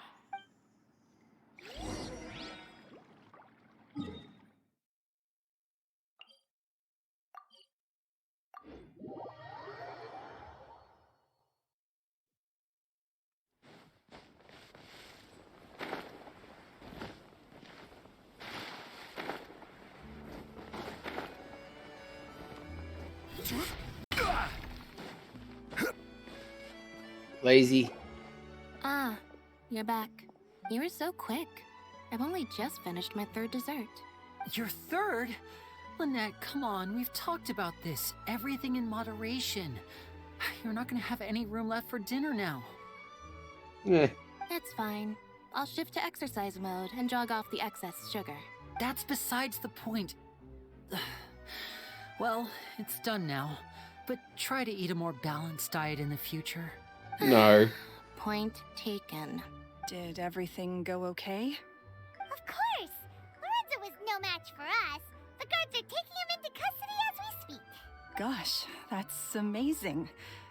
I'm sorry, I still didn't know if I could trust you, but now it seems I can. I had my suspicions about Lorenzo, but I... It's okay, we understand. He did threaten you. Paimon would find it hard to trust strangers in your position too. But you don't need to be scared anymore. Everything's gonna be okay. Sorry. Sorry. My emotions are all over the place right now. I've been waiting for this day to come for so long. I always wanted to report Lorenzo. He took all of Caesar's property, which I found suspicious, but I had people watching me all the time, so I couldn't risk looking into it. I was so afraid. I was scared he'd do something terrible to me, and then no one would be left to visit Caesar's grave. So I never had the courage to speak out. Thank you all. Truly.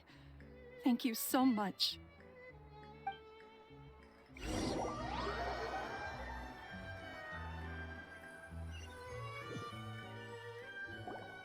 Thank you all for clearing Caesar's name. I never would have guessed that Lorenzo was the real Phantom Weasel. He never showed any signs that there were problems between him and Caesar in public. From the outside, it looked like they got along great. To think that lowlife's been living life to the fullest all this time, while Caesar's name was getting dragged through the mud. It's a travesty. At least his soul can finally rest in peace now, thanks to your efforts. If only I'd realized before it was too late. Don't blame yourself, Gemma. This isn't your fault. Yeah, you still have the rest of your life to live.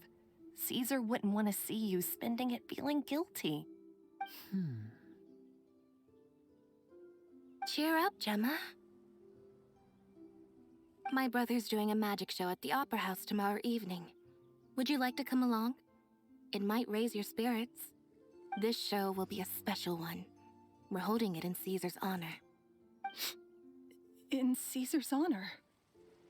Really? Oh, thank you. I'll be there. And I'll be where the budget We'll is. see you tomorrow evening. Traveler, Paimon, don't be late. Don't worry, we'll be there. No way are we gonna miss out on a free magic show. Wait, Paimon feels like we're forgetting something. I've spoken many choice words about Caesar over the years. I'm so ashamed of myself now. He was such a good man. I can't believe Lorenzo was intimidating Gemma all this time. He comes around here sometimes. Not to clean Caesar's grave, though. He just stands off to the side and watches Gemma from a distance. She must have known, but she never asked him to leave. I wonder why that is.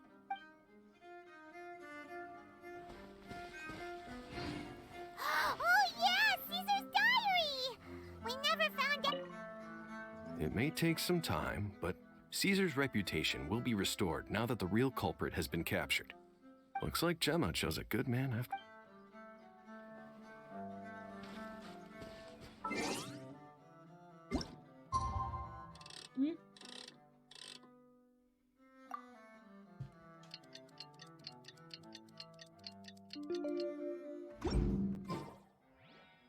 I wait till the next day. Eh.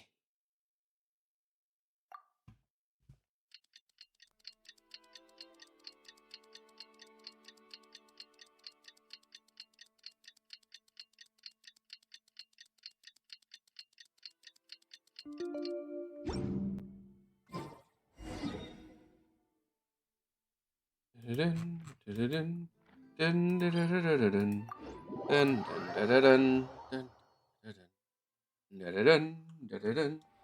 dun, dun, dun, dun, dun.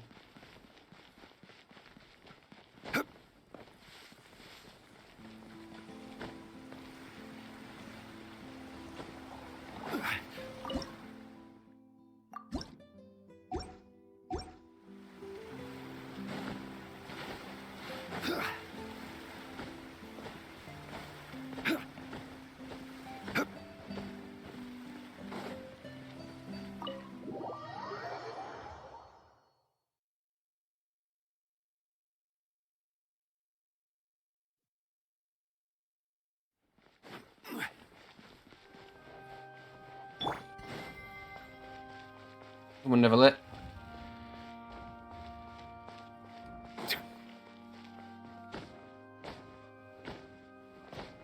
Wasn't it in the crowd? Dusty as well. Here I am. I wonder what kind of show Linny... Oh, and how could I forget? Thank you both for capturing Lorenzo. Now that this decade-long case of the Phantom Weasel has finally been put to rest, I'm going to go through my notes and put it all together into the most spectacular special column piece to...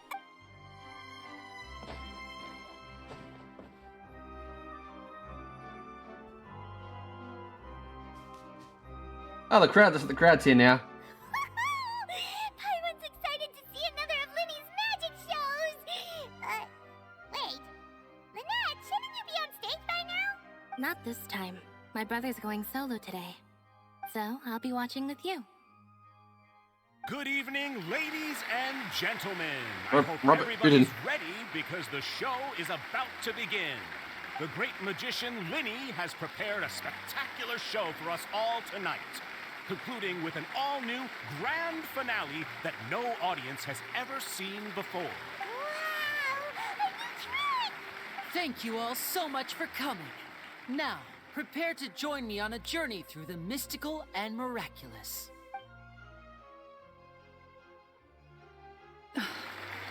Exciting stuff, isn't it? Yes, it's just... It reminds me of him. No wonder. Caesar was a famous magician too. So, how did you two first meet, Gemma? Well, I was out on the street once, and I saw him performing for little children. Children love magic, because they're willing to believe in things that can't be rationally explained. Caesar had this amazing way of bringing them into a dreamlike world. And somehow, I felt drawn to him too. So I went up and asked him to do a trick for me. Aw, that sounds so You romantic. put the flower on her chest, didn't you? It was the flower, wasn't it? It was with a flower. He took it in his hand, snapped his fingers, and it magically appeared on my head. I was so happy that day. No one had ever given me a flower before that. Oh, that's so cute.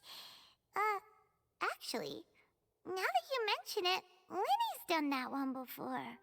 Is that right? Then I suppose he's a romantic at heart, just like Caesar. So let's treasure the time we have with him. After all, you never know when the people dearest to you might be gone. That's right. It's all over now.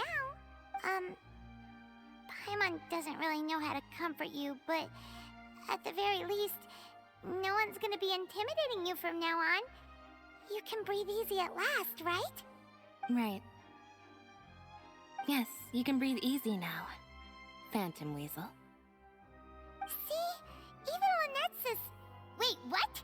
The Phantom Weasel? Lorenzo escaped? Where is he? What do you mean, Phantom Weasel? As Lenny once said, a performer's job is to commit fully to their role and put on a flawless performance for their audience. But once the bag of tricks is empty and the curtain falls, it's time to end the show. The spotlight is no place for someone with no more cards up their sleeve. It's been 10 years, Gemma. Aren't you tired of the grieving widow act? I think it's time to put an end to it. What are you talking about? Paimon doesn't like this riddle. Traveler, Paimon doesn't like where this is going. Come on, say something! Ladies and gentlemen, I hope you're all enjoying the performance so far. There will now be a brief intermission, after which Linny will perform the most electrifying act of tonight's show, the one we've all been waiting for. The final performance will take place outside of the Opera House, so please make your way outside in a calm and orderly fashion.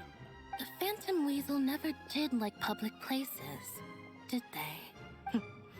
Don't worry, this place will be quiet soon. Let's talk somewhere else for now.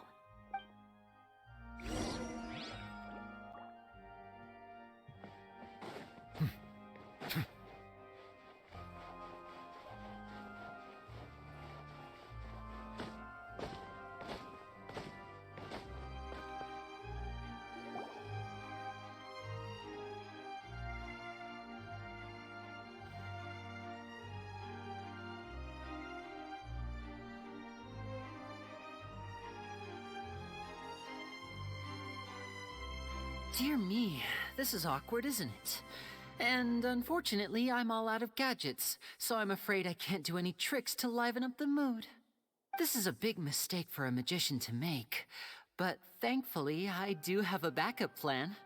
Now, who wants to hear a story? Lenny? Don't we have more important things to address right now? Lynette accused Gemma of being the real Phantom Weasel a moment ago. Oh, what the heck's going on? All in good time. Magicians are good at guessing what people are thinking. I know the questions you want to ask. And as it happens, the story I'm about to tell might answer a few of them. Really? Well then, let's hear it! Paimon's dying of curiosity here! Let's go back to the very beginning. A decade ago, when the Phantom Weasel was terrorizing the court of Fontaine, she never missed a target, never left a trace, and no treasure was safe from her thieving hands. But as her infamy grew, so did the readiness of the police, and her opportunities to act became ever fewer. Every day, she ran the risk of being exposed for who she was. Of course, she could not simply take this lying down, and before long, she found her ticket to freedom. She would create a scapegoat, a false weasel to close the chapter on her behalf. After weighing her options, she set her sights on a renowned magician, Caesar. After all, magic and theft shared enough similarities for people to buy the story when the truth came out. So then what? Being the master deceiver she was, the weasel easily earned Caesar's trust. Now, all that remained was to frame him for her countless crimes. But as she was considering how to make her move, she noticed Caesar's aggrieved pupil, and a new thought entered her mind. Maybe I don't need to get my hands dirty after all. At her encouragement, Lorenzo tampered with Caesar's magic box, causing him to fall to his death. Afterwards, Lorenzo seized his master's property, and the weasel set about tarnishing Caesar's reputation. Two co-conspirators committed the perfect crime.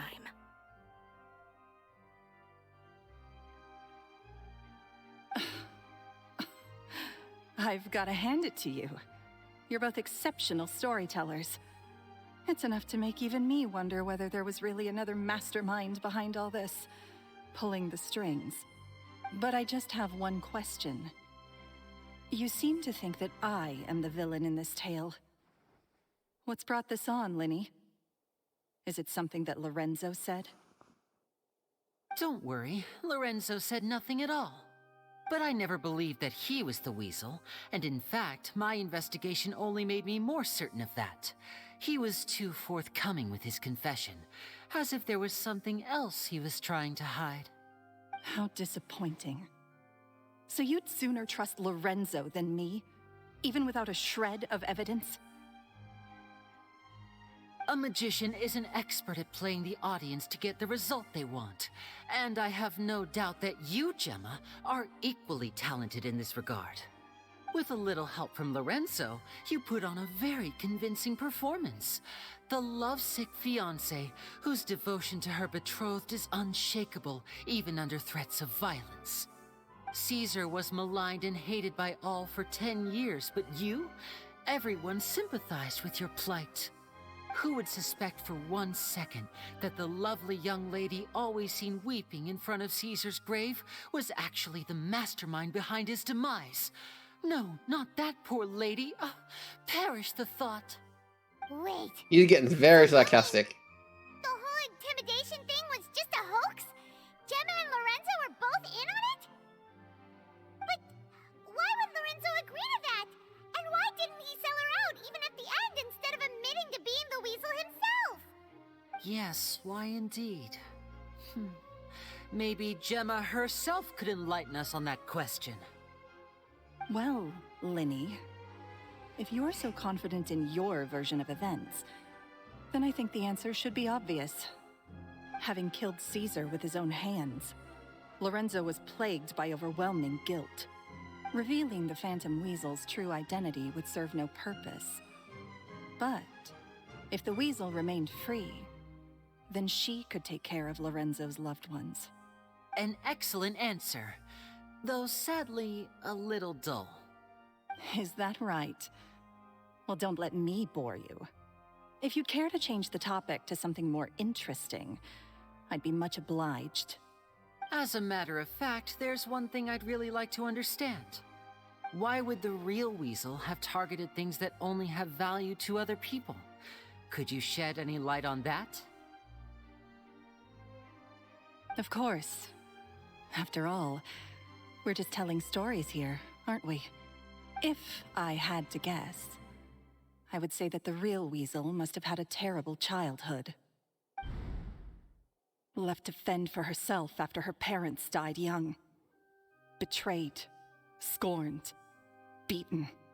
She'd scrounge waste paper from garbage bins to draw on, using twigs and dirt for lack of ink and pen. She'd sew ugly ragdolls from whatever scrap material she could get her hands on. This was her only source of happiness in life. But it was all she needed, and she was content.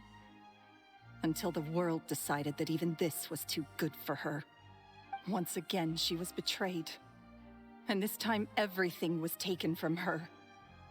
She felt like life was a miry pit that dragged her further down the more she struggled to escape. At that tender age, she should have been happy. Instead, she stood in the shadows and watched with envy as all good things in the world passed her by. This was a fate too cruel for anyone to bear. Her pain became a breeding ground for dark thoughts. Thoughts which festered and grew into a twisted solution to her troubles. I detest the happiness of others, in all its forms alike. I will rob them of everything they hold to be good and true, and it will fill the void in my soul. That's some pretty heavy stuff. Now it all makes sense. Does this story satisfy you, Linny? Yes, it is quite to my tastes. Thank you for helping to clear up my confusion. Huh.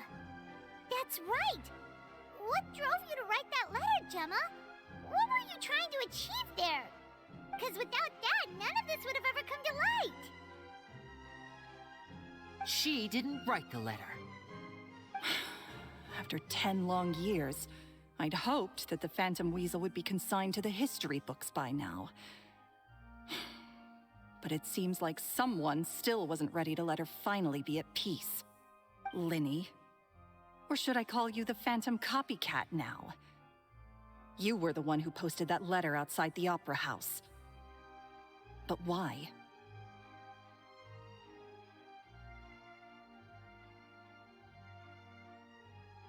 Very sharp, Phantom Weasel. Still as shrewd as ever. Well, no need for me to be coy about it. Our goal was to clear Caesar's name. The most straightforward way to change the public's impression of Caesar was to force the Weasel to show themselves. That's it? You had no other agenda? Of course we did. We made it quite clear in the letter, I believe. I shall take from you that which you hold most dear, just as you did to me 10 years ago. 10 years ago? You mean Caesar's death? You met him? Wait. Oh, I get it. You were those two obnoxious kids. It's been so long, and you're all grown up now. I didn't recognize you. He taught you magic back then, didn't he? For what, 10 days or something? And you went to all this trouble. Why? Because you feel like you still owe him something? We remember all our debts, however great or small. 10 years ago, Caesar's reputation was torn to shreds, and his legacy was thrown out. 10 years on, and no one cares what the truth is anymore. But we did not forget, and so we came to find you. And? What exactly did you take from me? I'm still standing, as you can see. Lorenzo has admitted to everything. I'm free. Free? Do you really think so? Caesar once told me that even though the world is filled with lies and falsehoods, we must find our own truth. I think that applies to you too. Truth can take many forms. Prized possessions with nostalgic value, fervent hopes and dreams, and irreplaceable people. Life took many things from you, and those wounds never healed. When they ached unbearably in the dead of night, stealing became your way of numbing the pain. What are you trying to say? I'm saying that for the last 10 years, you've been living a rather uneventful life. Perhaps that's because you found something other than a life of crime to fill the hole? Back to Lorenzo for a second. He murdered his own master, played along with your act, and took pains to make sure any suspicion would be directed towards him. But what did he have to gain from all that? He knew who you were and the things you'd done, and despite that, he was willing to give everything up for your sake. He's the reason that you haven't felt the compulsion to steal in all these years. You're more than just accomplices in murder. You're the only real friends each other has.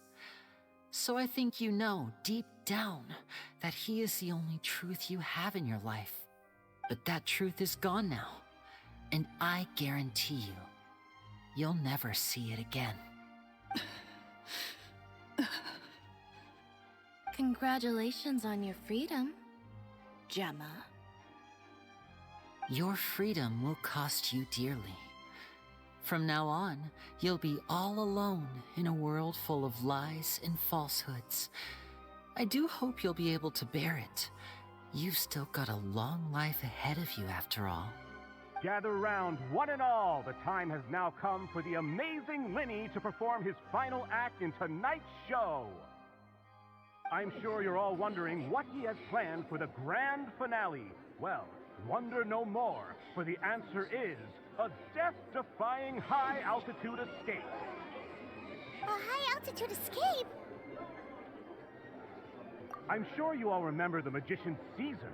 This was the very trick that led to his fatal fall, after which he was dubbed the Phantom Weasel. So we have now learned that Caesar was wrongly accused, and that the real Weasel has now confessed to their crimes. Guess that's my cue to leave. Whew. I've been practicing this one for ages now, but I'm still a little nervous. Traveler, Paimon, I hope you enjoy the rest of the show. There may be a lot of people watching tonight, but you alone are my true witnesses.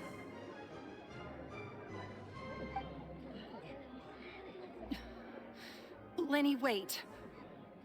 You two hid a lot from Caesar. He went to his grave without ever knowing your secrets. So what about now? Are you an open book? Or are you still the same as ever? You don't have to tell lies to end up isolated and alone. One day, you'll end up exactly where I am today. Maybe then you'll finally understand. You're wrong. I'm nothing like you.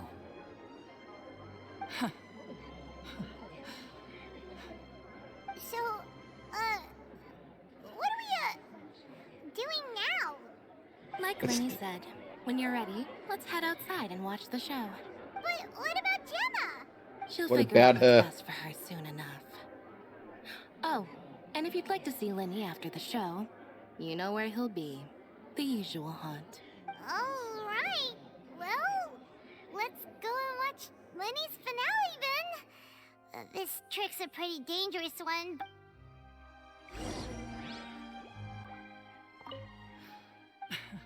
Sometimes I think I'm like a gambling addict. All I care about is winning. And it doesn't matter what's at stake. By the time I come to my senses, I'm left with nothing. Oh, if I had my time again. That was pretty Magicians brutal. are not like thieves. Thieves only tear things apart. But good-hearted magicians, they put things back together.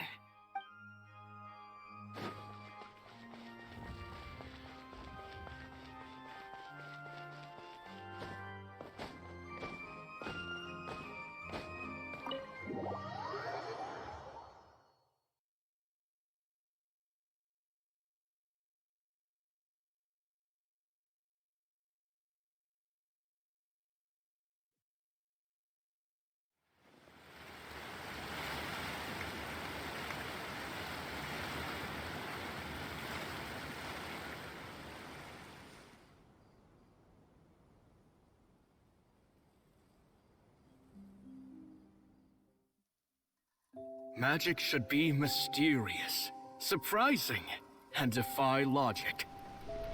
Magic is hard work. Every single movement has to be practiced thousands of times. It's alright. We're used to that.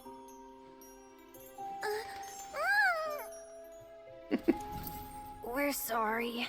You've taught us so much, but we can't tell you the whole truth. It's okay. Do you still remember what I told you? This world is full of lies and falsehoods. I only hope that one day, you can find your own truth. What about you? Have you found your truth? Magic is my truth. I want to perform a magic trick so great that people will always think of me when they talk about it. For a magician, what greater honor could there be? Look! Behold! Lenny is sealed inside the box. Will he manage to escape? 10 years ago, Caesar attempted this very trick, and it was at this precise moment that...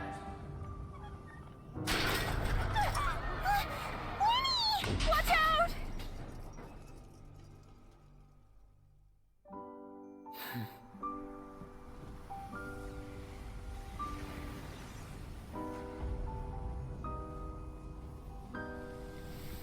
Mysterious.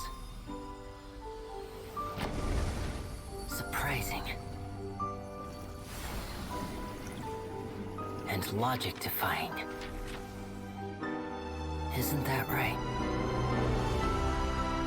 This honor belongs to you, Caesar.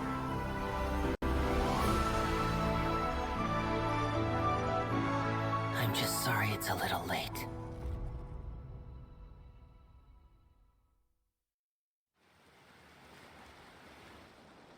Did you see that? 1 minute he was falling, and the next, he turned into flowers. How could he possibly have done that? How mysterious. I didn't blink once. He just vanished, right in front of my eyes. What a heart-stopping magic show! This was really worth the trip. Caesar's name has finally been cleared, and Fontaine's new star magician Linny has fulfilled a wish on his behalf. Oh, I couldn't ask for a better grand finale. It will make a great headline for the Steambird tomorrow, even if I do say so myself. Whew.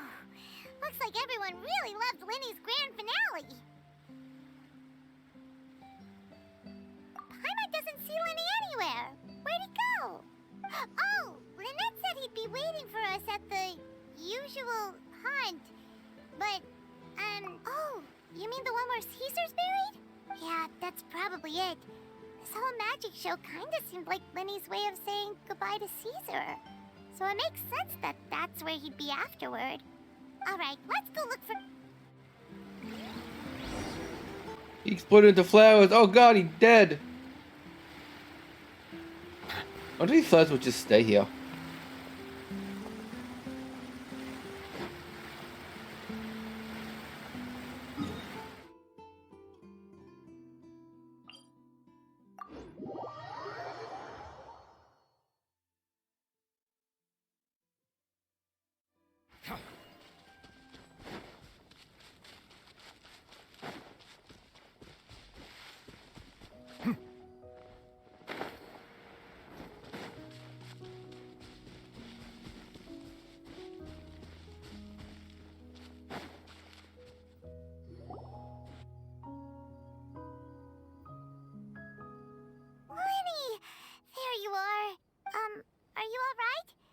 Paimon was scared to death when the chain broke. Paimon was sure something had gone horribly wrong. Magic is a performance art. A magician has to get creative to keep the audience on tenterhooks. That's our job. So I tweaked Caesar's original setup a little to keep it fresh. I was honestly a little nervous during the live performance. The thought of falling, suddenly feeling weightless, seeing the sky and the ground spinning and spinning. Sometimes, I can't help but wonder what Caesar thought in those final moments. Did he regret taking Gemma and Lorenzo on? Or did he believe that it was his own slip-up right until the end? You know, Paimon's been wanting to ask you about something ever since we were in Caesar's workshop. You learned magic from Caesar once, didn't you? After I joined the House of the Hearth. To be honest, Lynette and I had an agenda when we approached him. I told you about my past before, remember?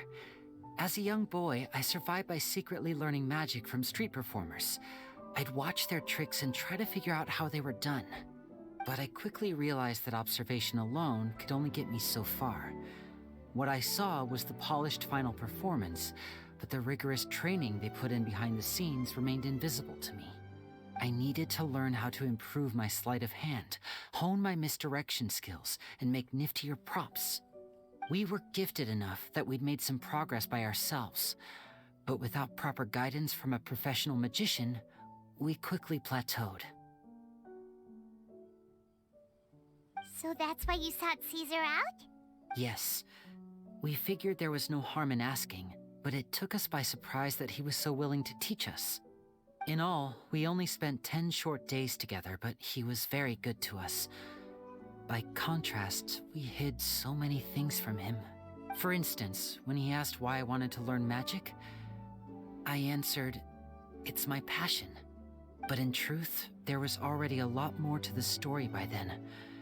After being taken in by an aristocrat for our magic talent, then betrayed soon after, this was no longer about me doing what I loved. What amazed me was how the lie escaped my lips even as I was hesitating over whether to tell him the truth. Trust is a beautiful thing. Sadly, I'd forgotten how to trust by then. Linny... Still worried about the way I feel? You really are a gentle soul, aren't you? But don't worry, I'm used to it now.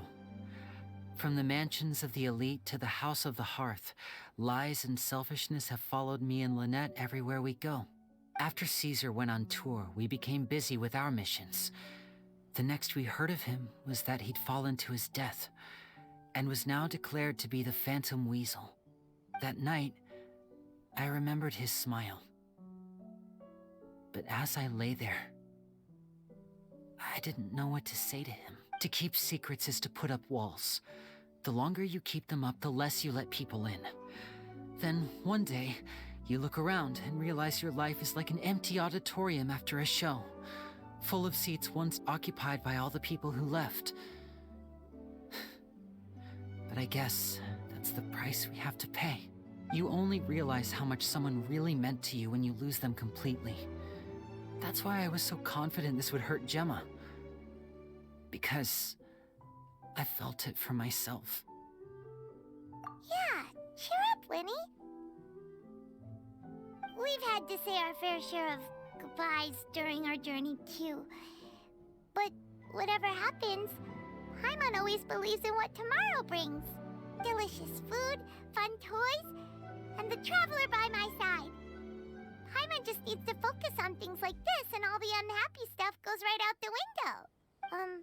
You know, Traveler, doesn't that kinda make you Paimon's truth? Exactly. It's the same for me and Lynette. We are the truest thing each other has in the world, and nothing can replace that. Life has taken plenty from us, like it did from Gemma. But at least it left us with each other. That's what gave us the strength to get through the darkest days. That's why the darkness never consumed me, and why it never will. Maybe we live in the shadows too, but we remember every precious ray of light that shines through. All right, time to lighten this conversation up a little. What did you think of the show tonight? Were you happy with it? It was amazing! Paimon just wishes we hadn't been so distracted with the Gemma situation. We spent most of our time in the Opera House just talking and pretty much missed the entire first half of the show. Winnie, could you do just one more trick for us? Whoa, that's a bit of a tall order, I'm afraid. The show's just finished, so my sleeves are decidedly card-free right now. Aw, come on! Surely you can think of something. The Lenny Paimon knows can do anything if he puts his mind to it. Oh, all right then. I'll give it a go, but only because it's you. Watch closely. I have a flower in my hand. You liar! There's nothing in your hand! We ain't going along with this! Huh? My goodness, you're right. But I could have sworn I brought one here with me. Okay, try this. Count down with me. 3, 2, 1. 3, 2, 1. Now, have another look around. Maybe the flowers appeared somewhere else. Really? Let's see. God damn it, old man. Wow, there it is! Oh, this is a different flower from the last time, right? This one's called, oh yeah, a rainbow rose. But more importantly, Paimon has to know how the trick is done. Please, Linny, pretty please! Well, if you want to learn magic, you'll have to start by addressing me as teacher. Ugh. Fine. Please, teacher, please! Since you asked so nicely, I'll share one little tip with you. Namely, the student of magic cannot solely rely on others being prepared to reveal their secrets. You have to observe, think, and find the answers for yourself. Is that it? Look at the time. We shouldn't linger here too long. Thanks again for coming to see my show. I bid you both good night. I look forward to... Shall we head back now too? Oh, Paimon can't wait to read the Steambird tomorrow. Paimon bets Linny and Caesar will be plastered all over it. Let's head to the Steambird's offices tomorrow. Really? You just can't enter these things, can you? I'll quickly go to the toilet. I'll be right back.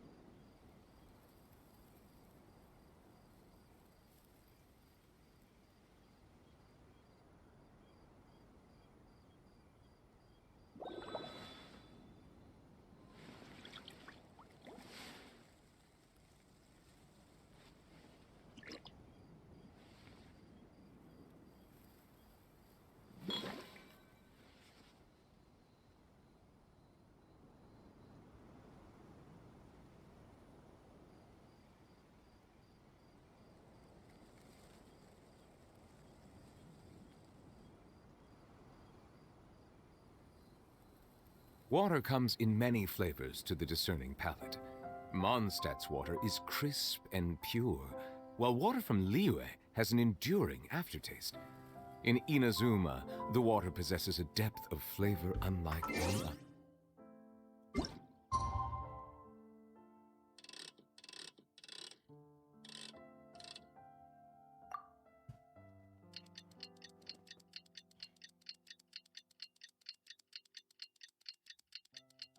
Suddenly, life has new meaning to me. The word from up above, and things you never take note of, until suddenly you're in love.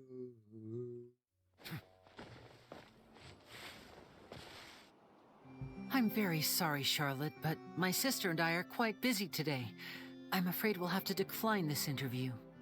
Oh, please, Linny, I'll only take a moment of your time, if you would be so kind. Huh? What's happening here? I spent all night writing my piece about the Phantom Weasel, and it was going to go to print this morning. But just as dawn broke, I suddenly received news that Caesar's fiancée, Gemma, had contacted the guards and confessed to having been the real Phantom Weasel all along. That was quick. Hmm? Too late, bro. That was quick, you say? It sounds like I've got some catching up to do. Please, fill me in. Whoops. Aha! My instincts did not lead me astray. You do have something to hide. Gemma turning herself in must have something to do with Linny's performance last night. Maybe watching my high-altitude escape trick reminded her of a better time with Caesar, and she could no longer ignore the voice of her conscience. Huh. Okay, then. Wait, no, there must be more to it. If that's all it took for her to have a change of heart, how did it take her 10 whole years? Well... Oh, I remember now! You and Gemma were nowhere to be found after the show. What happened between you? Quickfire question, where did you all go after the show? Oh, we went to the cemetery and Linny did a private magic trick just for us. Actually, glad you mentioned it, because that reminds Paimon, guess what? Linny started using rainbow roses in his tricks. What? I don't recall ever having received a rainbow rose from you myself. Is this supposed to mean that they're more important to you than your own sister? No, I just... What now? Oh, did Paimon say something wrong again? This is getting pretty awkward. What do we do, Traveler? Seems like this interview wasn't meant to be. Well, never mind. There's always next time. Forgive my persistence, but when there's explosive news waiting to be found, I can't turn away. The news about Gemma has already made waves, and I'll stop at nothing to get to the bottom of it all. Apparently, one of the things she said to the guards was that her final wish is to see Lorenzo one last time. There's clearly a web of complicated relationships there. Can't blame me for being curious. All right, I guess I'll leave you to continue the rest of your conversation in peace. Bye for now.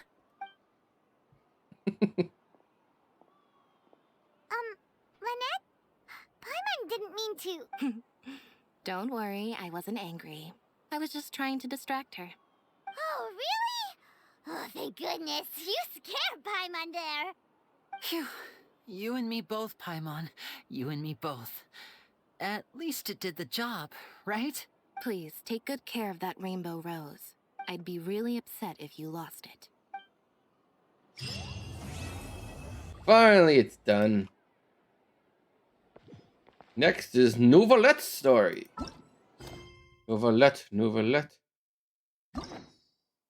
You do the Vanata.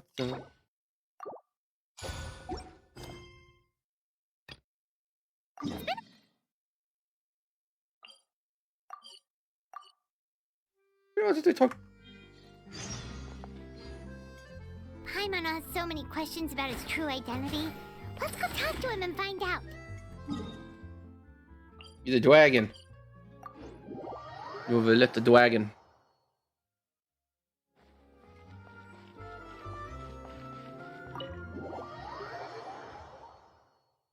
New roulette ballsy.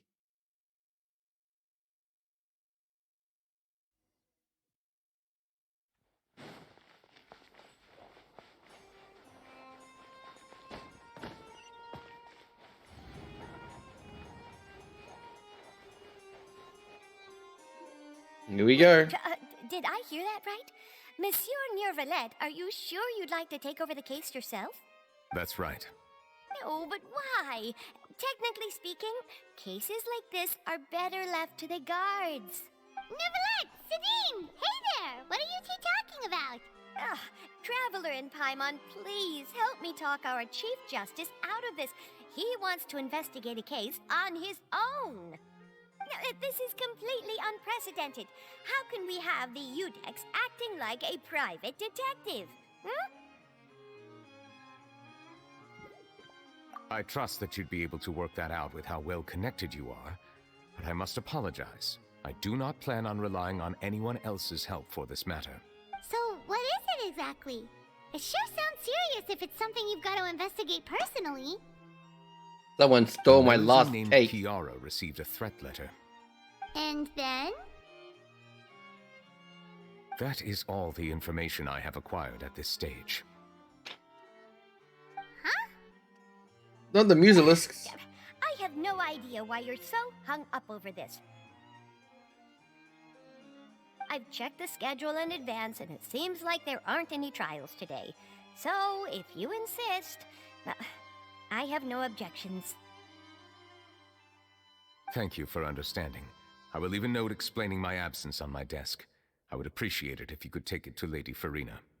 She may have no interest in official affairs, but standard procedure dictates that I'm still responsible for reporting to her. Yes, understood. I'll come back later and deliver the note to her.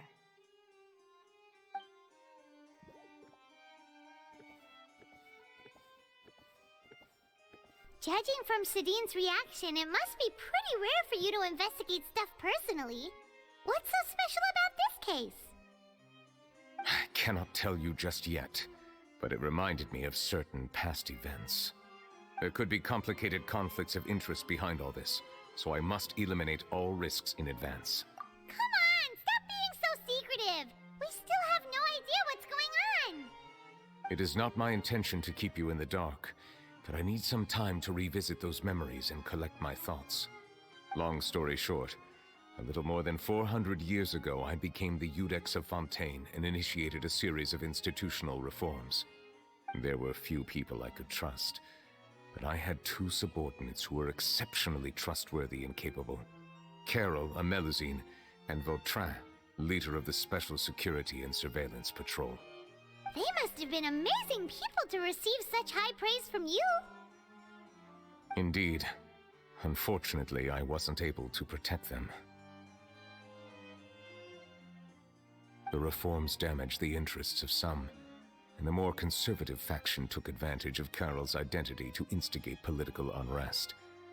Ultimately, they wanted me to yield more of my power.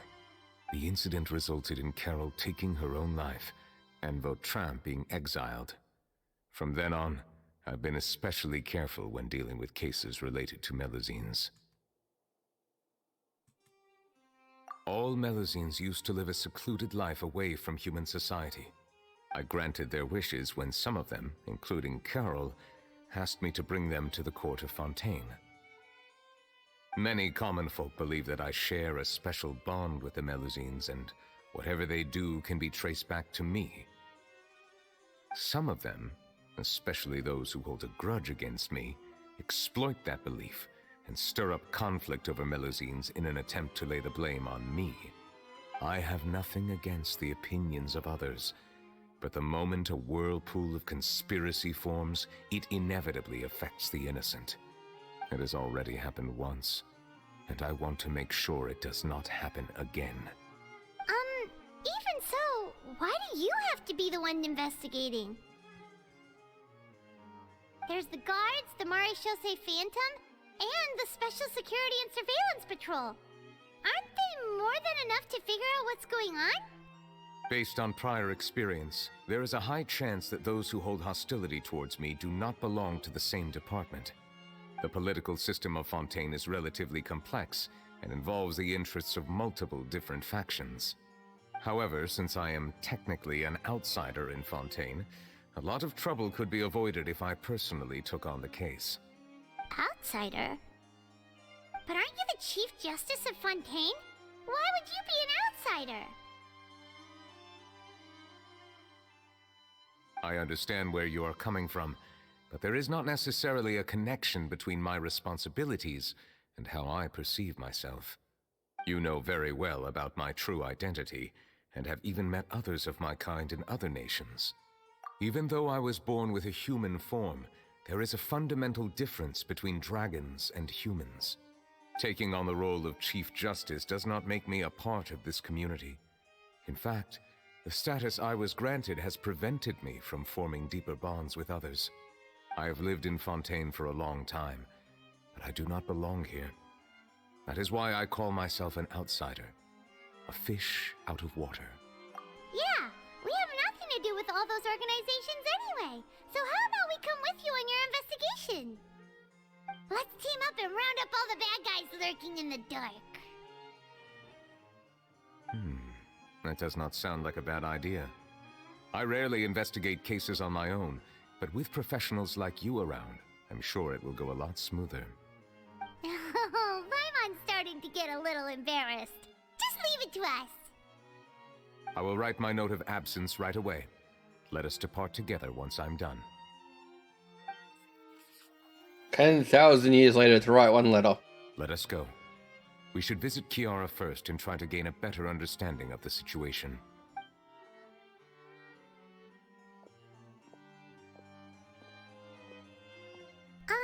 So Neuvillette feels like he doesn't truly belong here in Fontaine, but is that really true? Paimon feels like he has a kinda skewed perspective on a lot of things. Anyway, let's catch up with him first.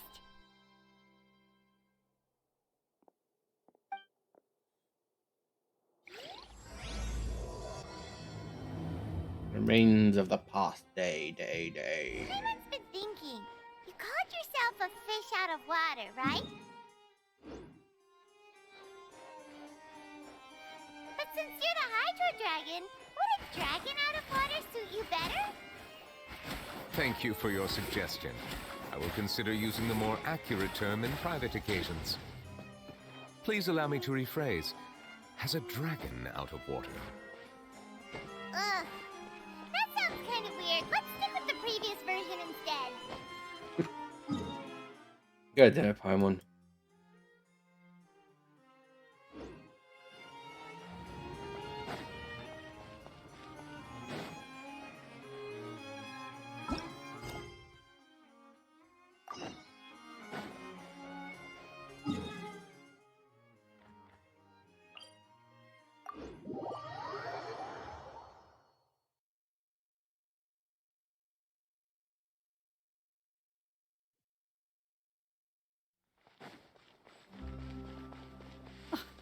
I never thought I'd see him here.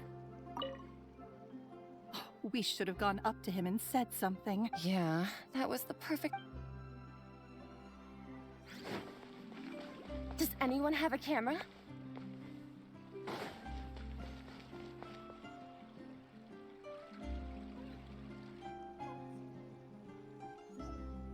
They're gonna hit on him. The weather's amazing today. Kiara. Huh? Monsieur Neuvillette! And you are? Oh, I remember. You're the Traveler and Paimon. I've heard about you. Aw, she's adorable! Hey there, it's nice to meet you. Thanks for the compliment. Is there anything I can do for you? I heard from Sidine that you received a threatening letter. A threatening letter? Oh, right! I remember now. The letter fell through the crack in my door as I was heading out this morning. It said something about catching me, so I thought someone wanted to play hide and seek. But Sidine told me it was a threatening letter, and that I could be in danger. But that's not gonna happen with everyone looking after me, right? Have you run into any suspicious-looking people recently? Suspicious-looking people? What counts as suspicious?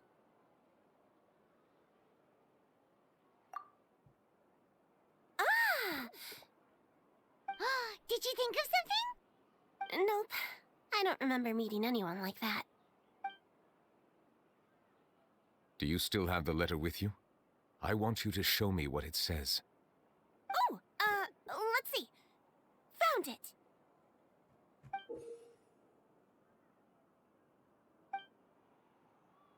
Now then, get lost. If you don't leave the Maréchaussée Phantom, I will come and catch you in person. Don't say I didn't warn you. A simple threat. Neither the handwriting nor the content itself reveals anything about the writer's intentions. We can't rule out that possibility. Since you can't think of anyone suspicious, I will be heading back to the Palais Mermonia to review some official documents. Kiara, you should come with us. It's safer if you stay close by. Sure! Wait, no. I still have a case to work on. I promised Alof that I'd check on her place later. But you are being watched right now. Going off on your own could be dangerous. And that's where we come in to help. We'll stay with Kiara and make sure she's safe. With us around, anyone scheming to hurt Kiara can forget about it! Thank you, Traveler. Big Sis Paimon.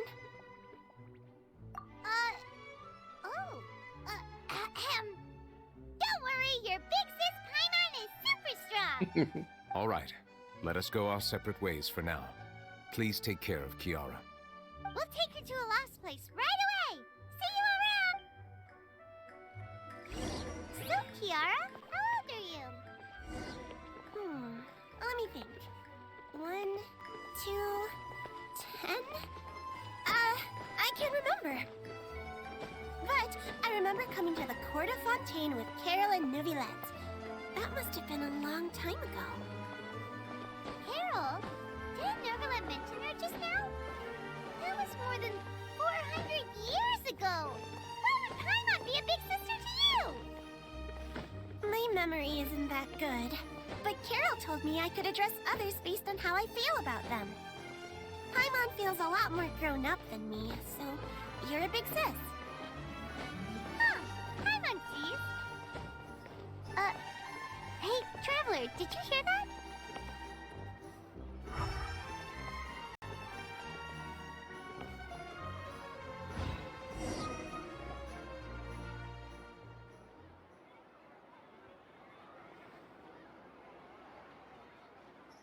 Strange. Paimon felt like someone was following us. Olaf! Kiara, you're here. Huh? Wait, aren't these two...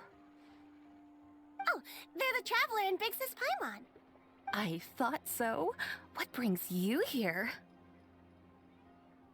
Did you run into any trouble? It's not really trouble anymore with us around. May I begin inspecting the store as planned? Of course. Go ahead.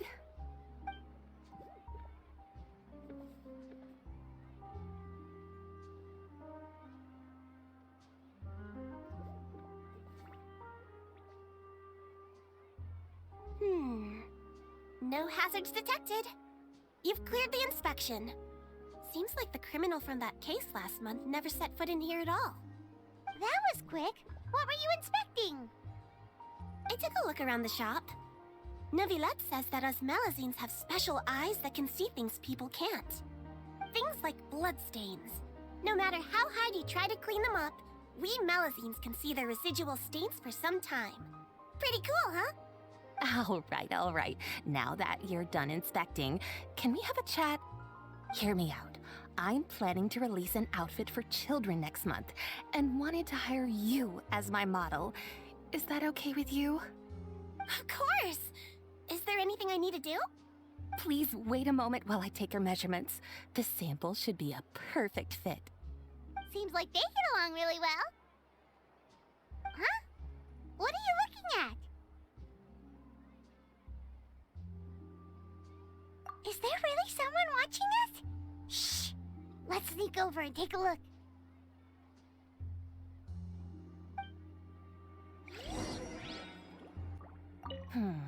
I think light and frilly clothes look best on you. You definitely look cute wearing them. I love them too! Especially the soft and fluffy kind.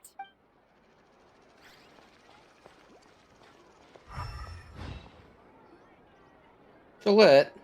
Strange. Why isn't he back yet? Hi, Gillette. Really? Charlotte, what are you doing here? Oh, wait, don't tell Paimon you're the one who sent Kiara that threatening letter. But you don't seem like the type to... Threat letter? What threat letter? This is starting to feel like an interrogation. Okay, I'll be straight with you. I don't know the slightest thing about that threat letter you mentioned. I only wanted to follow Monsieur Nouvelet and request an interview with him. You want to interview him? That's right. I'm not the only one, you know. Interviewing him is every journalist's dream. But it's not an easy task to accomplish. The Palais Mermonia rarely accepts appointment requests from us, and we never have the chance to interrupt when the court's in session. So imagine how surprised I was seeing him out on the streets today. It seemed like you were investigating something too. The perfect opportunity to whip up an exclusive, don't you think? Of course, I'll make sure to turn in my manuscript to him for review. I have my principles, and I'd never publish an article without the consent of all parties involved.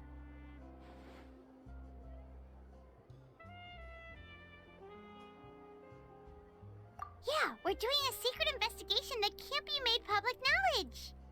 I see. Well, if you say so, I guess I'll put this matter aside for now. What a shame. Chances like this don't come by very often, you know. In exchange, could you tell me what the threat letter is about? I swear I won't tell. All right, then.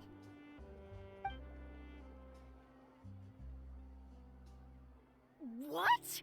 Someone's targeting a cute little Melazine? Shh, not so loud. It just so happens that I did an interview with Kiara. Last month, in fact. It was well received by our readers, so I was planning to continue the series. And now someone's coming after her. I'll ask my colleagues about it. Who knows? We might find something. And don't worry, I know what I'm doing. This secret's safe with me. But I gotta warn you, even if I keep my lips sealed, others will know eventually. Why? People care a great deal about Monsieur Nouvelet's each and every move. Some may have already realized that something was up. Besides, the case involves Melazines, so... Anyway, I'll get going now. Watch yourselves, all right? Well, that was a nice chat. Let's head back and check on Kiara.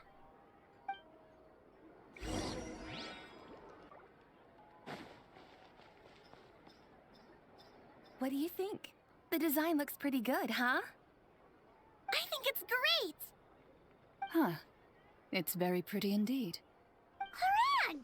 What are you doing here? It seems that you just showed up out of nowhere. As I passed by the Palais Mermonia, I heard that Nouvelet was investigating a case with you.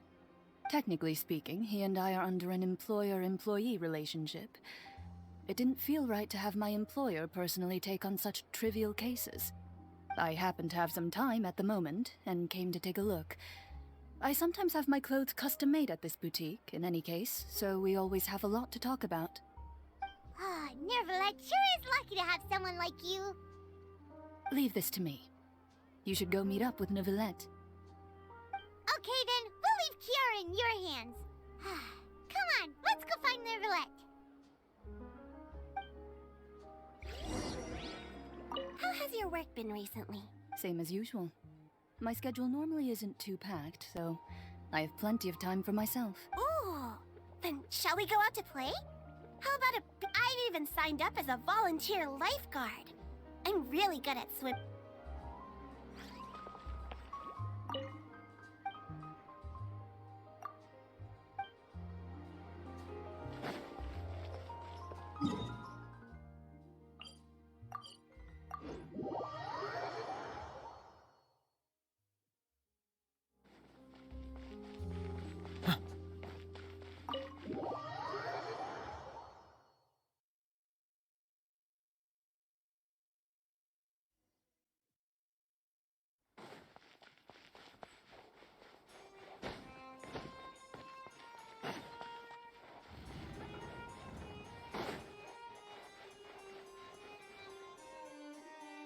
Oh, you're back.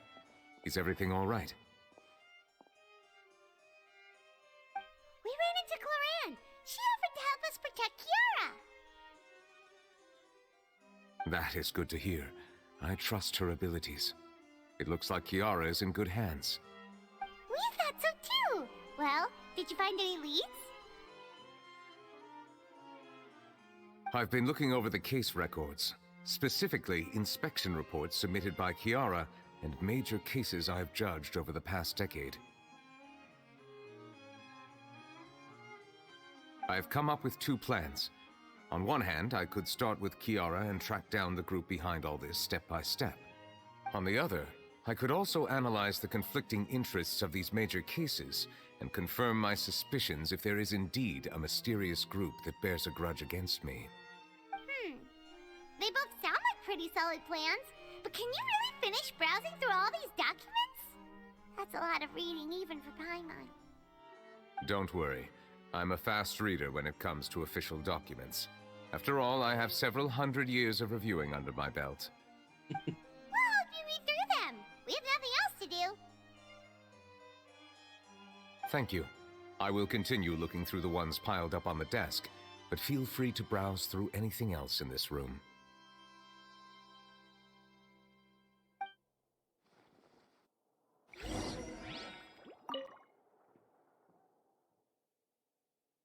Oh, it's Wesley's book. The defendant Wisely has confessed to his crimes and was declared guilty by Index Neverlex. Wisely will be exiled to the forests of the Maripede, where he will be serving his sentence. During the trial, Neverlet remained silent for a long time.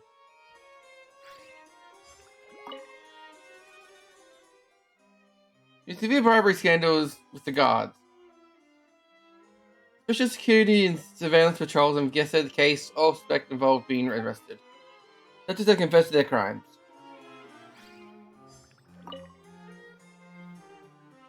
Representative councils filed requests to collaborate with Refugees Phantom at public events. Recent research believes that the Middle East enhances the popularity of these events. The missing Phantom is yet to be responded. However, it is not prohibited by the Middle East from participating in such a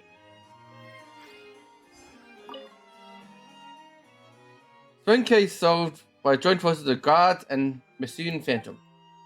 Principal offenders received judgment based on the severity of their crime. Please refer to appendix of the list of names.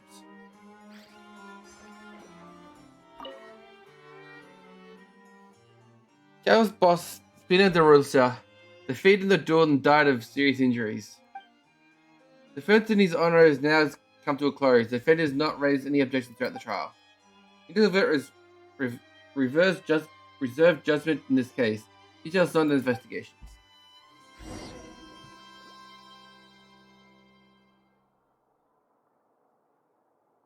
Have you made any progress?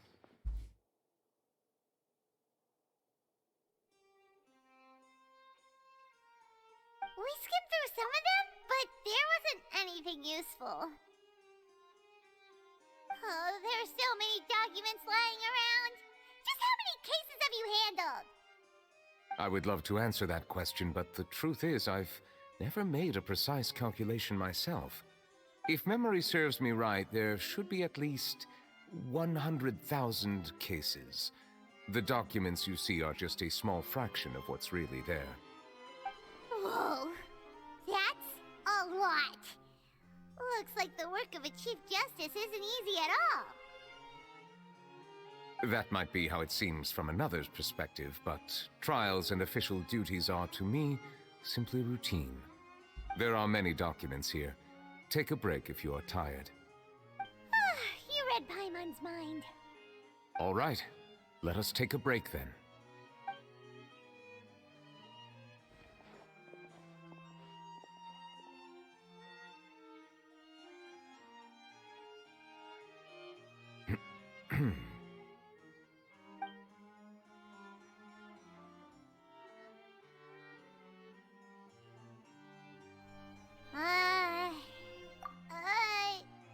Even though resting is a part of taking a break, shouldn't we at least talk about something? All this silence is making Paimon feel really awkward. Please pardon my lack of consideration. People rarely come to the Palais Memornia for matters outside of work. To be quite honest, I am not sure what we should do. Would you like to have some drinks, perhaps? You must be thirsty after all that work. Ooh, drinks!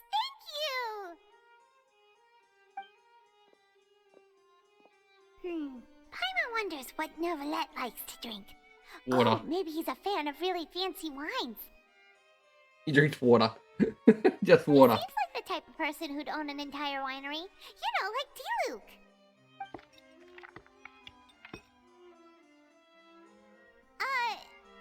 What's inside these glasses? It looks just like water.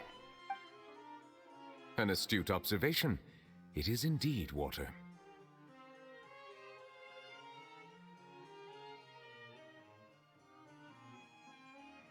So it's just plain old water?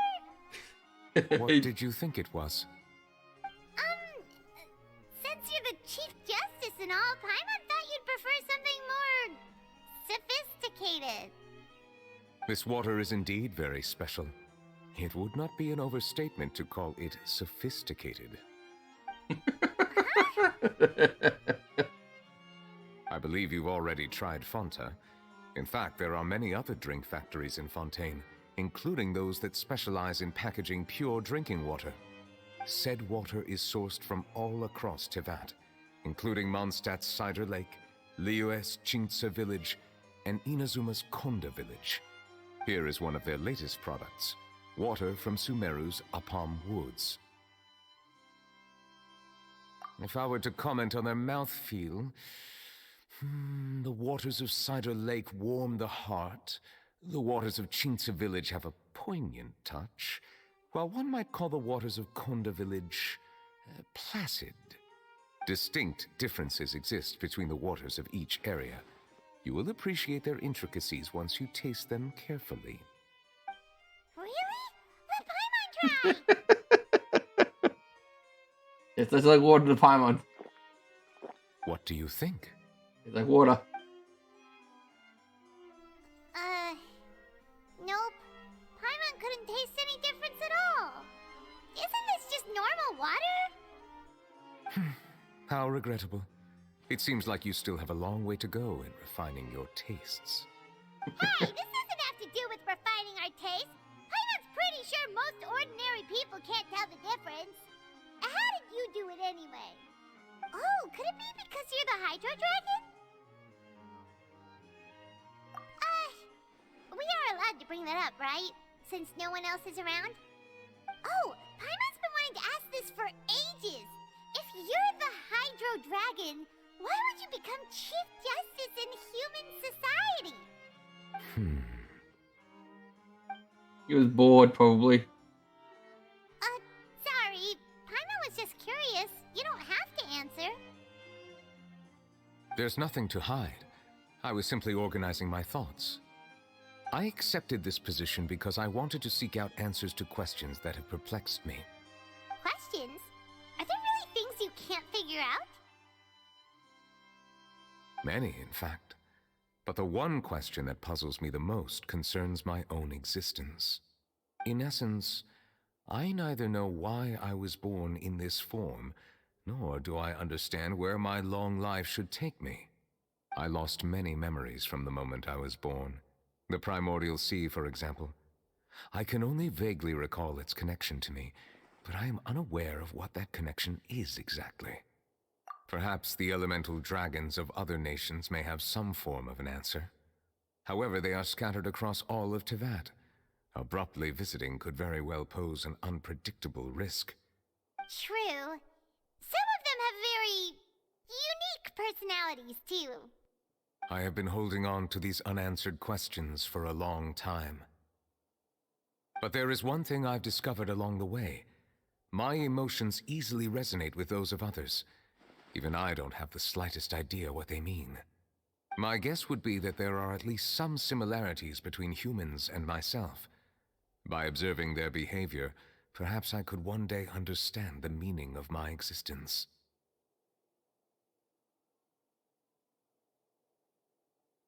Have you made any progress then? Perhaps, but I find such progress difficult to describe. As an outsider, chances to engage in meaningful interactions with others are few and far between. That's why I'm quite thankful for this chat. Such opportunities are rare. Alas, time is limited. We should move on with our investigation. Are we gonna continue reading these documents? Paimon's getting dizzy already. I wasn't able to find any leads even after browsing through most of the documents. But while we were on the topic of water a moment ago, another idea came to me. Water? Do you mean... That's right. The Fountain of Lucine is where all of Fontaine's waters converge. It is the vessel of countless memories and emotions. If there really were an organization attempting to use Melusines against me, they should also hold an intense resentment towards me. Perhaps we'll be able to find some new leads by sensing the hydro element within the fountain. Huh. Why didn't Paimon think of that? Come on, let's go take a look! Perhaps we should go. There shouldn't be too many people near the Fountain of Lucine during the evening.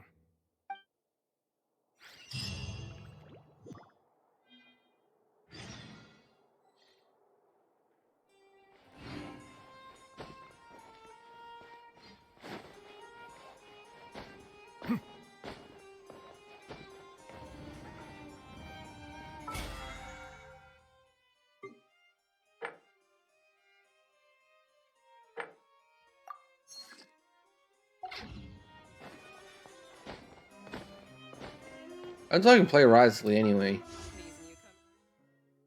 Just over a week actually.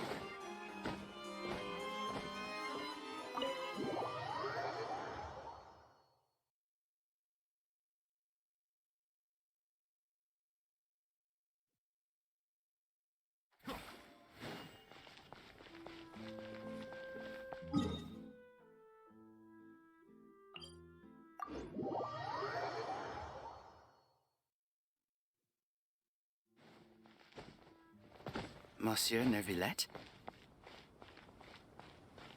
Are they headed towards the Fountain of Lucine?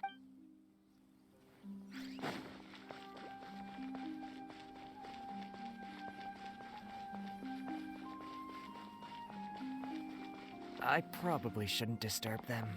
I wonder what's going on.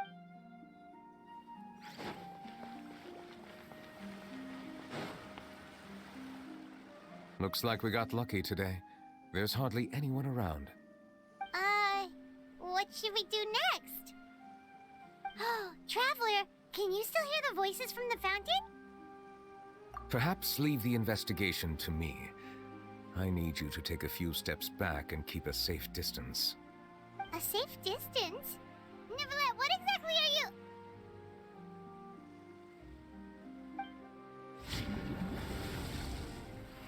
Whoa, it's glowing!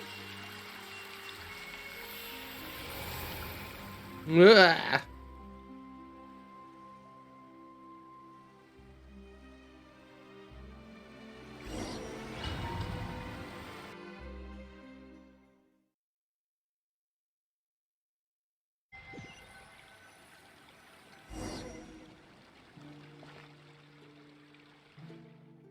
What's happened? It looks a little different now that normally. Continue looking forward and look around. Did we go back in time?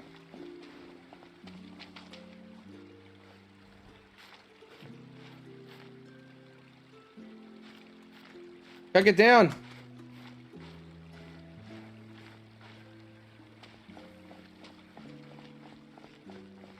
I'm sprinting, I can't jump, I can't do anything.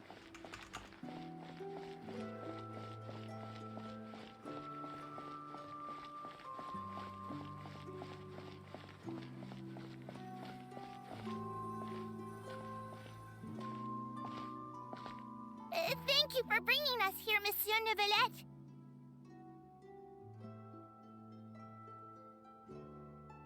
The Court of Fontaine is truly incredible.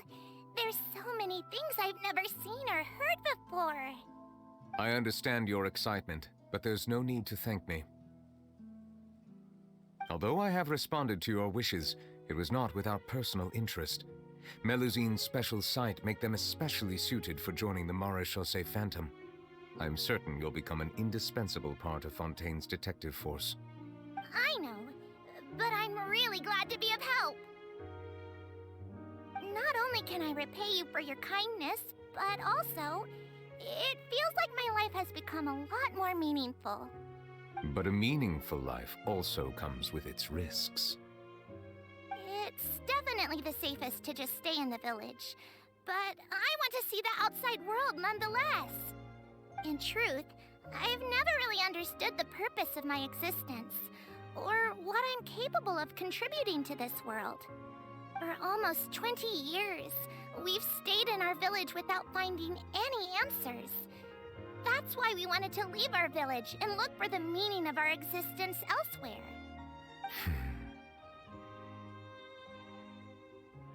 I understand your confusion. In fact, I feel the same way. I too came here for an answer to my questions about my own existence. Really? Could you tell us what we should do to fit in as you did?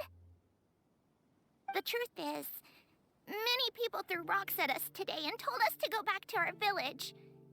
It hurt a lot when they hit me in the head, and I tried really hard not to cry. Logically speaking, both time and effort are essential when different species attempt to peacefully coexist. It will be a difficult road ahead, with countless obstacles to overcome. Different identities and ways of thinking all contribute to strengthening the barrier between one another. Removing it will be no easy feat. There aren't many suggestions I can share, because just like you, I haven't fully integrated into this society. Despite my social status, I am still an outsider. Oh, I see. Let's all do our best then. I'm confident that we'll find the meaning of our existence one day. I believe in you, but you shouldn't lose sight of the difficulties ahead. If you run into any trouble, I suggest that you inform Vautrin, the captain of the Special Security and Surveillance Patrol. Huh? Is he the person I met in the Palais Marmonia earlier? Yes? Do you have any concerns? That stone-faced human. He didn't even bother to look at me when I tried talking to him. It felt like he wasn't interested in anything but work. He is an earnest man. There will be plenty of opportunities to work together in the future, so please try to get along.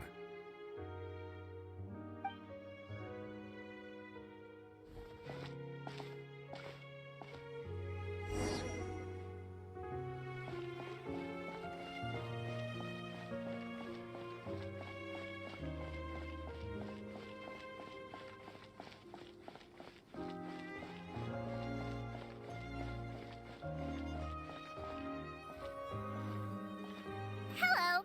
Can I help with anything? Thanks, but no need. Oh.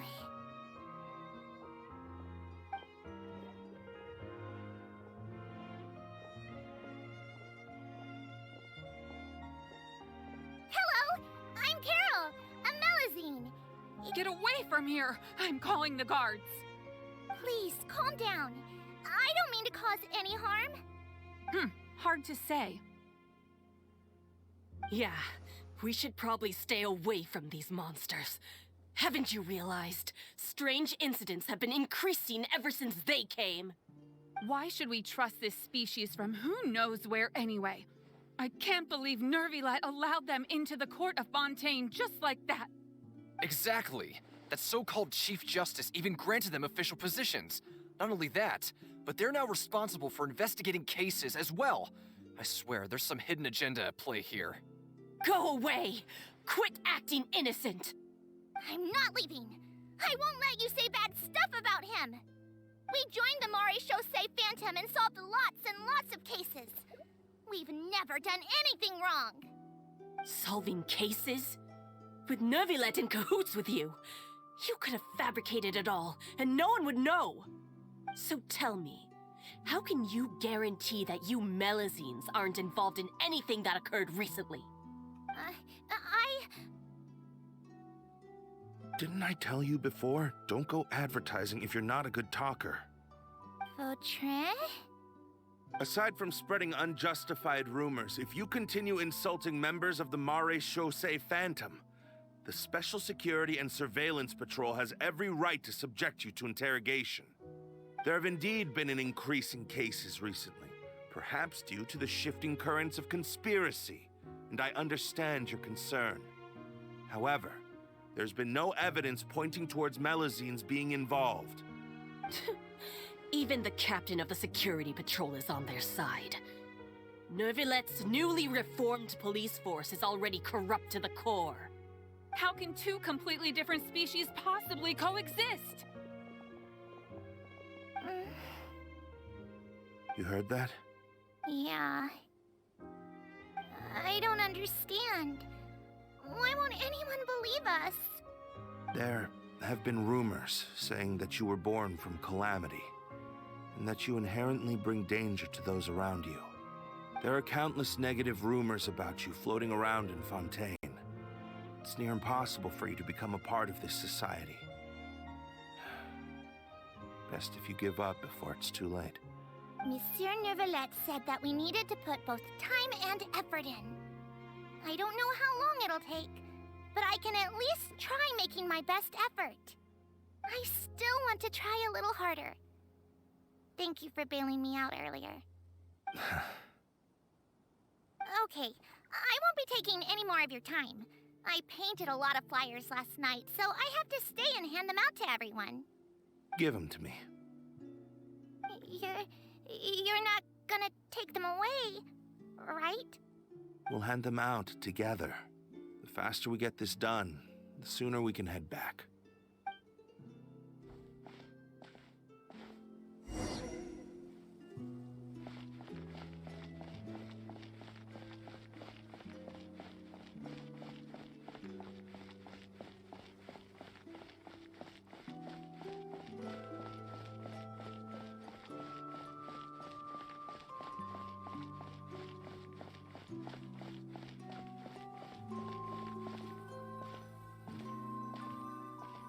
Monsieur Nervilette, what's this?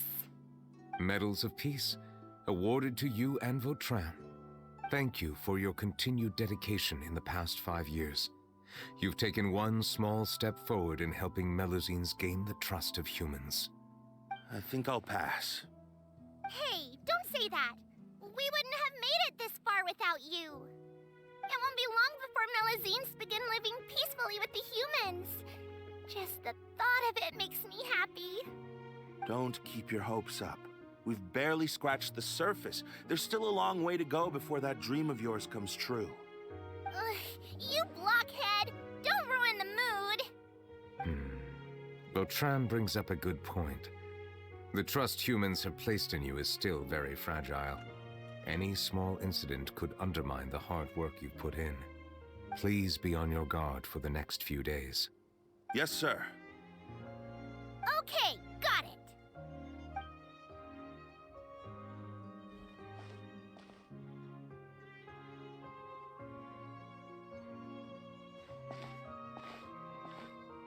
Medal of Peace?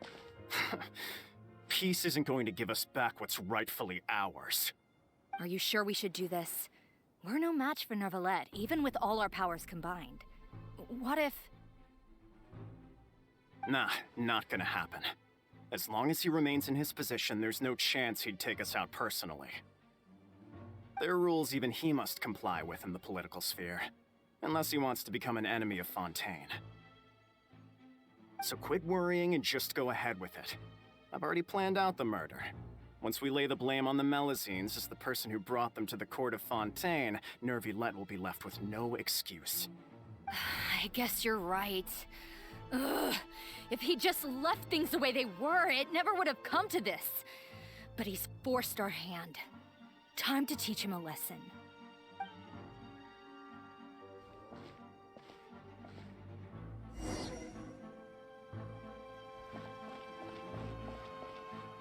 Turn the murderer in!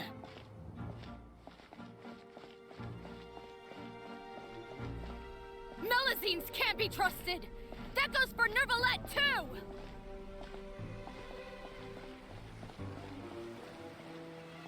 Peaceful coexistence? What a joke. Get out of the court of Fontaine and don't ever come back!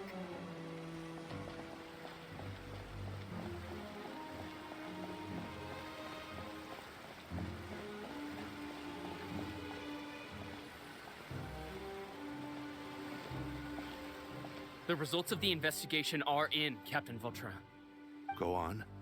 There is no direct evidence, but reasonable inference indicates that the ones controlling the situation are supporters of the old regime, whose interests have been undermined by the reform. They tricked Miss Carroll into going to the crime scene and pressed charges against her. After that, they incited panic among the people in order to make Monsieur Neuvillette confess to his mistakes and yield up power. The guards were stopped by the enraged mob and couldn't intervene in time. Miss Carroll chose to sacrifice herself to pacify the situation.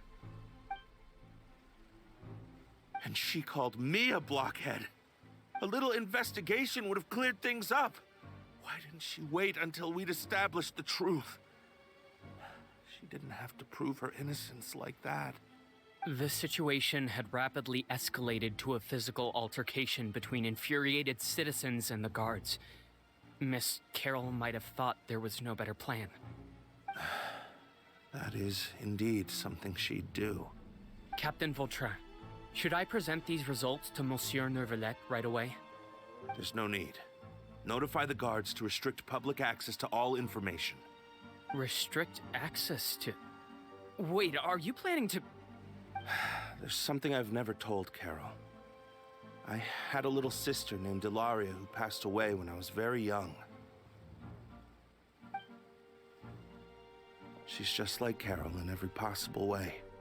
Innocent, kind, always believing the best of people. People like her are the most vulnerable to deception and betrayal. From the moment I met Carol, I knew that she'd be easily manipulated by others. I kept a cold demeanor and tried lecturing her into giving up. Looks like she was unfazed by that. Yes. In fact, some of her spirit must have rubbed off on me instead.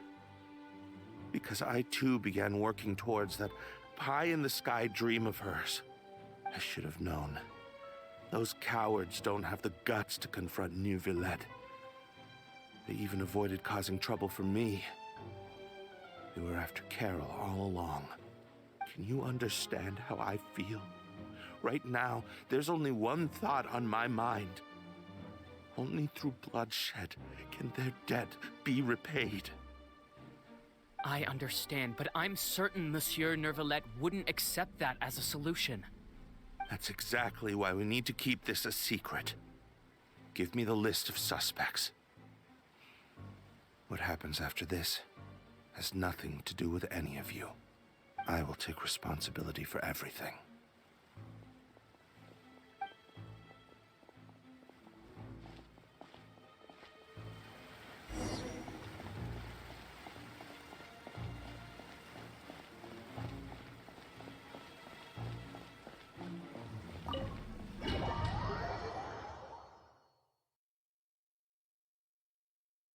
Something terrible is going down to the entire... Did you know? They're hearing a major case today, and the criminal is Captain Vautrin of the Special Security and Surveillance Patrol. Apparently, he resorted to personal measures to seek revenge for Carol and settled the score with the group that framed his friend. Hey, why aren't you saying anything? I'm thinking... we should try our best to bail him out when the trial commences. Bail him out? Why? Shh, keep it down! Haven't you realized? Both Vautrin and Carol are Nervillette's most trusted subordinates. After everything that happened to Carol, Nervillette's guaranteed to do everything he can to keep Vautrin around. Besides, now that the old regime has been uprooted, Nervillette's status is secure as can be. As long as we redirect public opinion, Neuvillette will be able to give Vautrin a reprieve. The benefits are endless. Vautrin sought vengeance for his friend for a valid cause. This represents the justice he upholds. Please think about it. If the same thing had happened to you, wouldn't you feel the same way he did? Yeah, that's right! This whole thing started because of those despicable cowards who levied false accusations against Carol. How could Vautrin be declared guilty for seeking revenge? Monsieur Neuvillette. Mr. Vautrin is innocent! He's innocent! Order! I acknowledge your arguments. Vautrin, your revenge could be seen as a form of justice. I understand your decision, which is why I cannot help but feel regret and even grief about the judgment I must now impose. Personal justice does not equate to justice as defined by the law.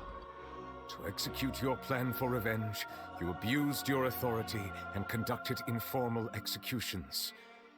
Your actions have thus violated the law. Therefore, you will be declared guilty. What? That can't be! Monsieur Neuvillette, please give this a little more thought. He has done so much for Fontaine. Vautrin, my friend, is there anything else you want to say? Neuvillette, what have I done to deserve this?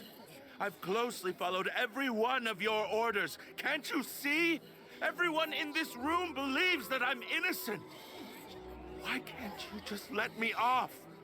Is this what justice means to you? Answer me, Neuvillette! Order. Since there have been no further objections, the Oratrice will now deliver the final verdict regarding the charges against Mr. Vautrin. According to the judgment of the Oratrice Mécanique d'Analyse Cardinal, Mr. Vautrin will be declared guilty.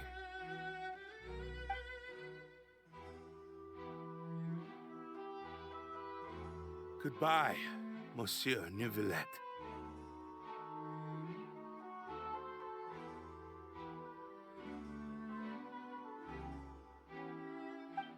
This all happened because of Carol's naive ideas. How can different species peacefully coexist anyway?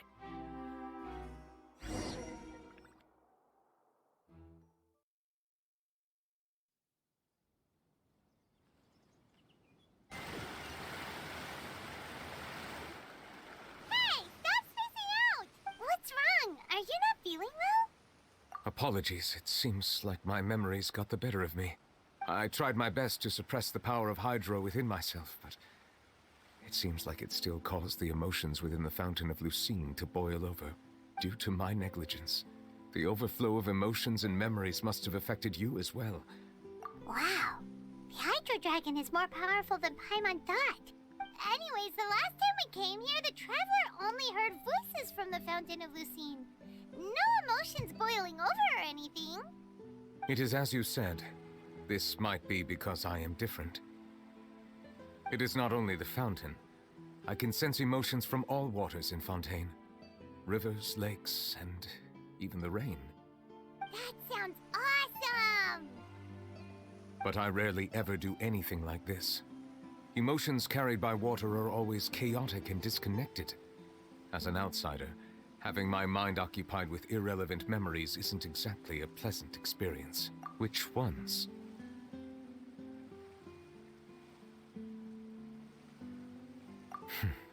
It's fine. I prefer not to speak of those memories. That does not mean I am deliberately hiding them. It was a coincidence, but perhaps it is a good thing that you saw everything in that form. You should now understand why I believe there to be a conspiracy behind all this. These two cases are much too similar. I felt like I needed to do something. Paimon's starting to lose track of what you're saying. Don't leave Paimon out of the conversation. Paimon wants to help too. Then let us get back to the point.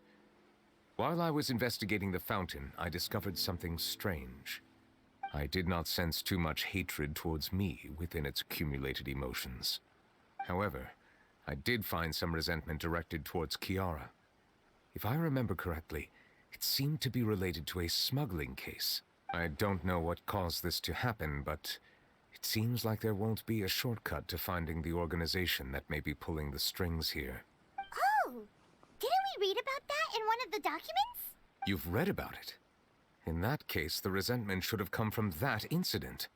Huh? What are you doing here? I was just about to look for you at the Palais Mermonia. Navia! Nice to see you again! Is there something we can help with? I've heard some things, but I'm not purposely asking around or anything. Don't worry. Rumors are abroad that someone's scheming against Melusines, and that you're investigating the case. So I told the Spina di Rosula to keep an eye out for leads.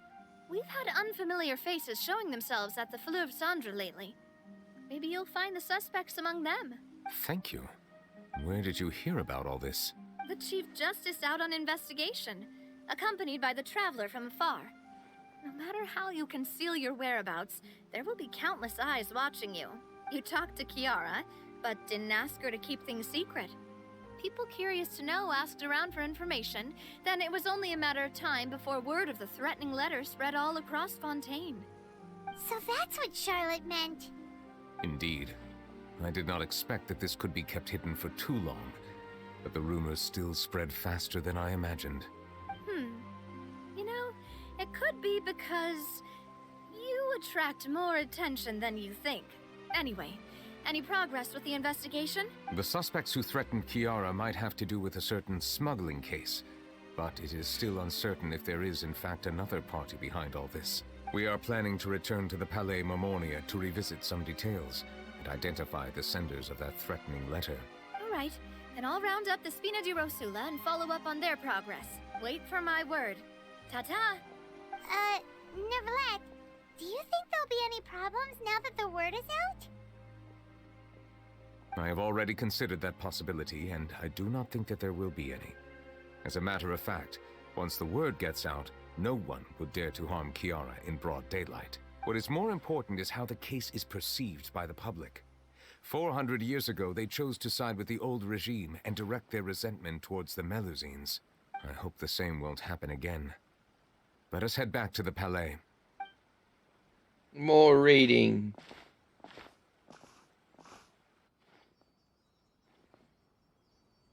Strange. What are these people doing out on the streets so late at night? Did something happen? Let's take a look around. Have you heard? Someone's plotting against a Melusine. This is 100% the truth. Even the Chief Justice is investigating in person. What? That's it! Who's been threatening Melusines? Show yourself! Our enemies are lurking in the shadows and won't easily reveal themselves. But no amount of hiding will keep us from finding them. That's exactly what I wanted to say. The guards have already begun to take action. We can't just stand by and watch. Think about how much we owe them. Now that they're in danger, how can we just sit back and do nothing? Everyone, please stay alert to your surroundings from now on. If you see any suspicious persons...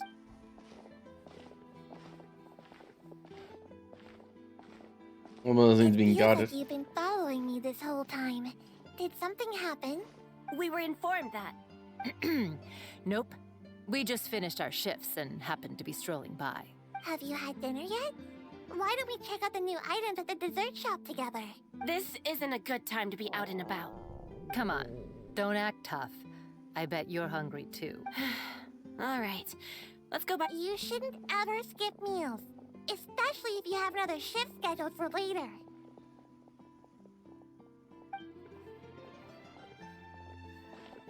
I heard even Nervilette's keeping an eye on the situation. This is the perfect chance to get promoted. We gotta make sure we give it all we've got. Seriously? Were you planning to shirk your duties if Nervilette wasn't involved? Relax, I was just playing. We've worked together for years now. If something happened to them, I'd be haunted by regret for the rest of my life. Everyone cares about the Melusines. We should stand guard until the criminal has been caught. Come and fight me instead, you cowards! Have you heard? Even the Special Patrol came to help. Shh, look. Is it that Nervilette? Looks like there's nothing to worry about. This is truly wonderful. So, wanna go over and say hi? No, I should stay where I am. My appearance could give rise to unnecessary commotion. Let us stick to our plan and return to the Palais.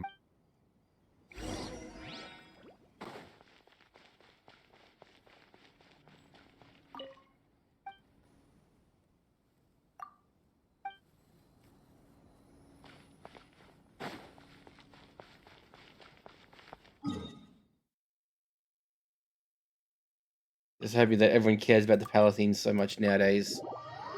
That's 400 years ago.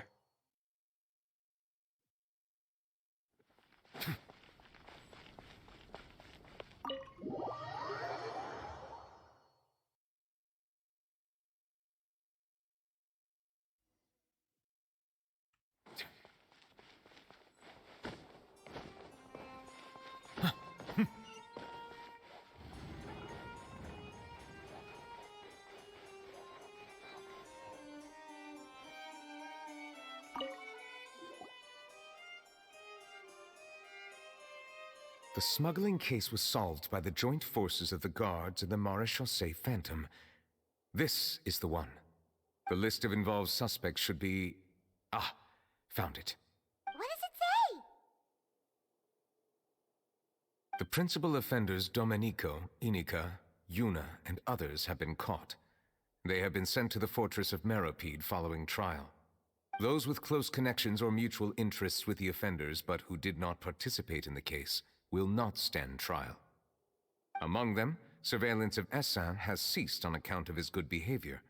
All other personnel remain on our watch list. So many names. Is the one who sent that threatening letter to Kiara on the list? Yes, there is something suspicious about Essin, to be precise. It seems like he's closely related to the core members of the smuggling case, and he moves around without much restriction. Monsieur Neverlet, someone claiming to be from the Spina Durasula just checked in with us. He said, and I quote, "We have located the suspect. They're chatting at the cafe." Huh? How did Navia find them so quickly? We've only just figured out the suspect's name. I too am perplexed. The cafe isn't too far from here. We should head over and take a look.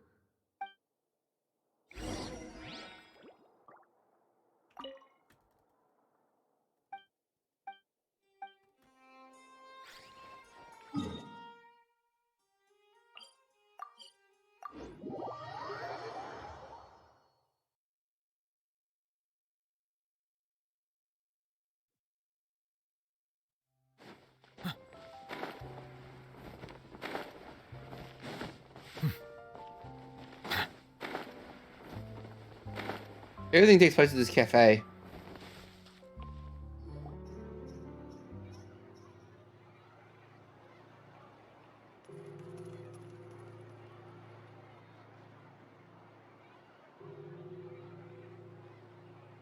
Hey, Navia, we're here!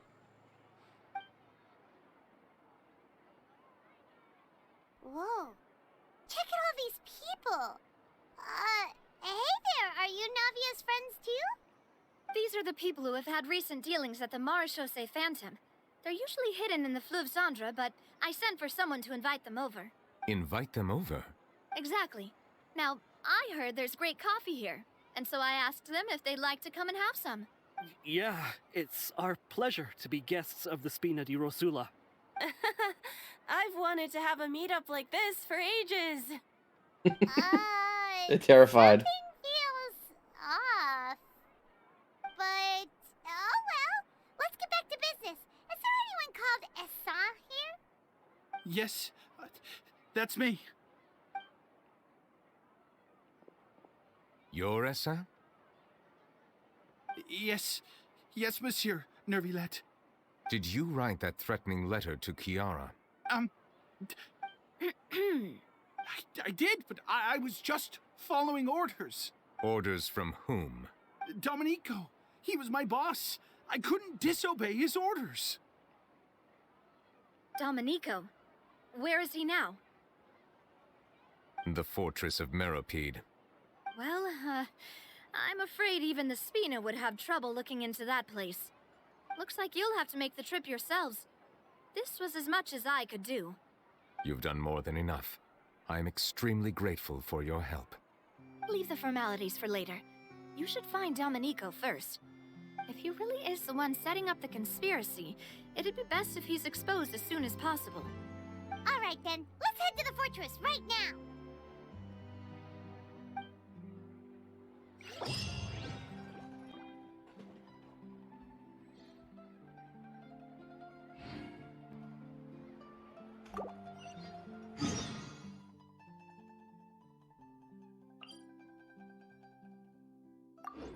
Dr. Woofsley, aren't we?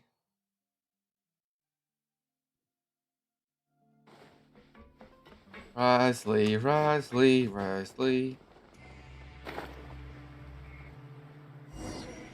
There we are. Risley! Welcome to the Fortress of Meripede, dear esteemed guests. We're back! Oh, and a greeting from none other than the Duke himself! Guess we made a name for ourselves at this place.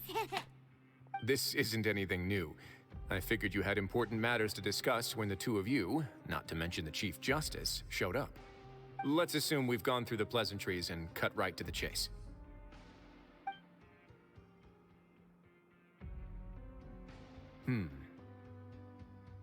I do remember a thing or two about Domenico. He once attempted to round up the other inmates and instigate a protest. Who does this guy think he is? Paimon hopes nothing came of it. He once attempted to, I said, meaning that it was over before it even started. And now he's threatening Melazines, is he? To be honest, Domenico doesn't seem like much of a conspirator. The fact that the three of you bothered to personally investigate raises a flag. Is there something else going on behind the scenes here? He's got the same concerns we do. I'm concerned about this incident because something similar has occurred in the past. I wish to meet Domenico in person and have my questions answered. That's an easy one. Let me think. I think he's at... Oh, did I hear someone say Melazine? What happened? Siegeween! Yeah, and we're investigating. The person who threatened her seems to be imprisoned here. Really? Is Kiara gonna be okay? There's no need to worry. Clarande is protecting her as we speak. Well, that's great. But if the criminal's still... Is there anything you can do about this? Ah, head nurse. Do you require me to personally deal with the criminal? Risley. Okay, I get it. I'll bring Domenico to you. That's your only demand, correct? Think of it as more of a humble request. I'm here on my own accord, not to formally transfer a criminal for trial. I urge you to set aside any concerns. Thanks for the trouble. Consider me in your debt. Whoa! If Paimon were you here, Grace, Paimon would take this chance to ask for something really important. Well, were I still a criminal, I'd probably ask for a lighter sentence. But I'm sure Monsieur Neuvillette would reject that. But enough jokes. I'll look for Domenico and bring him to you. Make yourselves at home. Our dear head nurse has mentioned you quite a few times, so I'm sure she has a lot to say. Please come with me to the infirmary. And watch your step. There's some pretty dark areas, so make sure you don't trip over anything.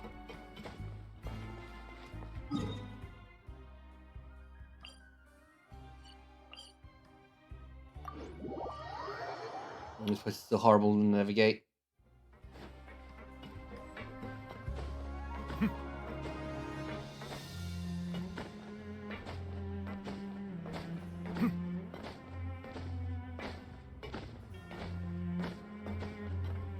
Now that I think about it, I can leave this place soon. Huh? I'm Oriole.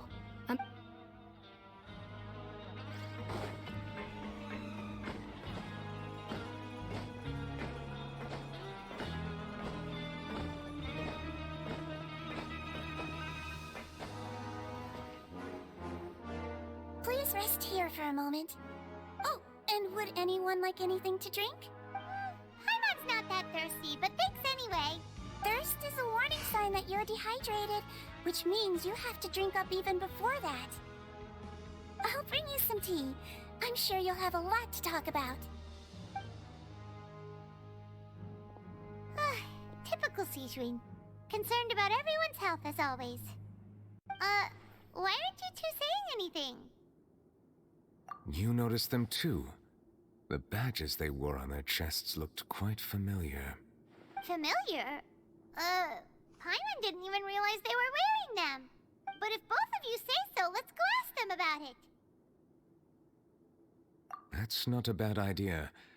I will stay here and wait for news from you.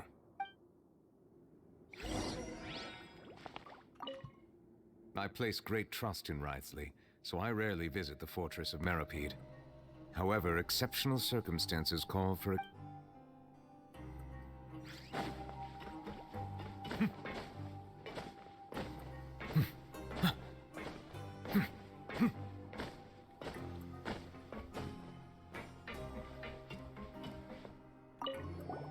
Anything you need?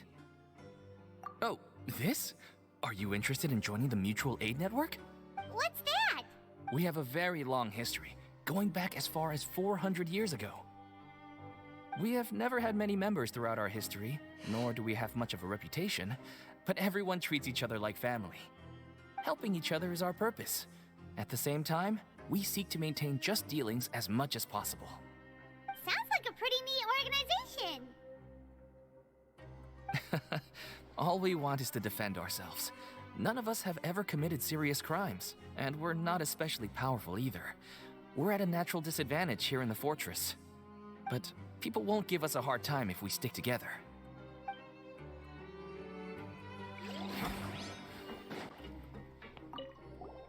Interested in joining the Mutual Aid Network? If you'd like to learn more, here's our flyer.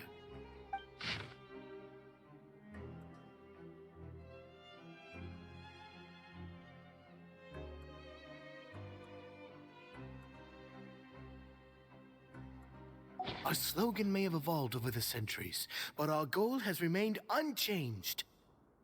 Here, this book is for you. You're welcome to come and sign up anytime.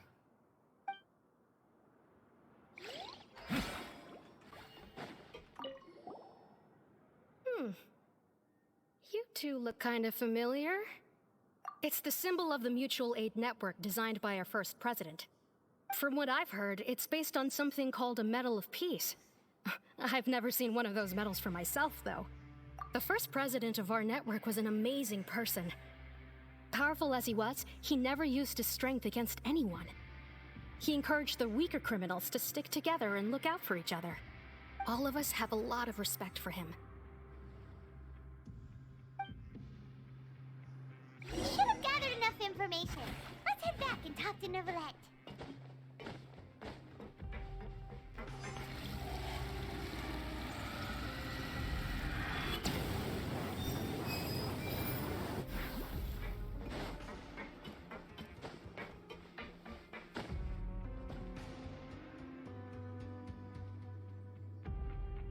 Did you manage to gather any intel? The people who wore the badges belong to an organization called the Mutual Aid Network. According to them, the badge's design was inspired by the Medal of Peace. Have you seen any of those before? I personally crafted 2 of them myself. They were awarded to Carol and Vautrin. Carol's medal was destroyed in a fire. The only one that remained should belong to Vautrin. Oh, so the network was inspired by... Monsieur Neuvillette, His Grace has requested your presence in his office. He's found Domenico. All right. Let us talk to him first and get to the bottom of this situation.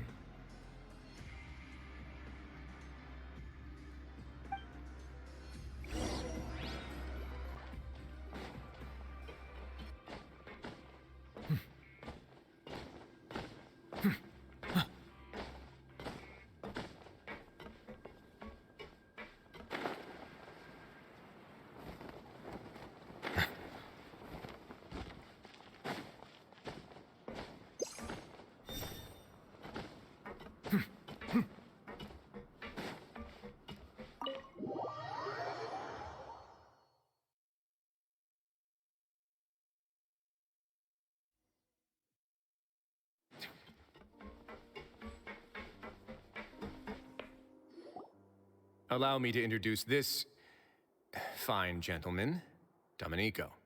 Why don't you explain everything to him? Neuvillette? What do you want? What are you gonna do? Kill me? Calm down. I merely want to ask you a few questions. Was it your idea to send that letter to a Melusine? Essin has already confessed, so there really isn't any need to keep hiding. That idiot! I can't believe I trusted him. Let me ask this another way. It was your idea to send that letter, correct? Yes. Who is pulling your strings? What? You're not trying to frame me for something I haven't done, are you? It's best if you realize the gravity of your situation. The Chief Justice of Fontaine has been personally investigating your case. I assume your previous attempt to incite unrest at the Fortress of Meripede has something to do with this as well. I admit I acted on impulse. I'll tell you the truth. But before that, you must ensure my safety. I can do that. You see, we're all reasonable people here. I only intended to do some small business at first. Someone contacted me about delivering some goods and promised me a generous sum of more in return. After making a few trips, I was suddenly approached by the Marechaussee Phantom. They accused me of smuggling prohibited items, and I was put on trial. But I refused to accept any of that. The ignorant can be rightfully absolved from guilt, right? Well, I suspect that someone got me locked up here so they could get their hands on my goods.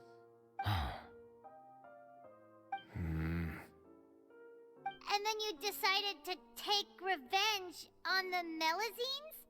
Over that? My initial target was Nervilette. Everyone in the Fortress of Meripede was declared guilty by him after all. So they must more or less hold a grudge against them, right? If I could get them to strike back. But for some reason, no one wanted to team up with me. That mutual aid network in particular. What did those nobodies even gain from trying to challenge me? Seriously. In the end, I had to redirect my focus onto Melazines to salvage things. I recall that Kiara was the one who confiscated my goods for inspection. So I asked one of the more approachable guards to send a letter, claiming that I meant to contact my family. But the letter was in fact addressed to Essa. I requested that he write a threat letter to Kiara and force it to resign from the Marechaussee Phantom. Am I to assume that the claims you've made are your own thoughts? Have you been in contact with any suspicious people recently? No. Is it true that all members involved in the smuggling scandal have been caught? Yes. And that's all I know. Sigewinne, please take him back to the detention center. I'll deal with him later.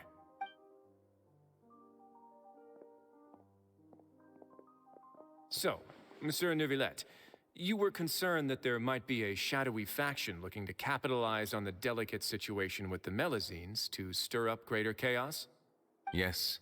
I experienced a similar incident in the past, so I had to be prepared for any possibility. And how long ago was this incident? More than 400 years. You might be overthinking this. Time can change a lot of things. Everything's different now. What do you mean? 400 years ago, you and the Melazines you brought to Fontaine were the outliers in society. But in the present day, if someone were to threaten the safety of the Melazines, people wouldn't just sit back and do nothing. I trust that they would make different choices from before. That's right! We saw lots of people standing up for Melazines on our way back to the Palais Mermonia. Monsieur Nervilette, the Melazines are a species you introduced to Fontaine. How the public treats them is also reflective of their attitude towards you.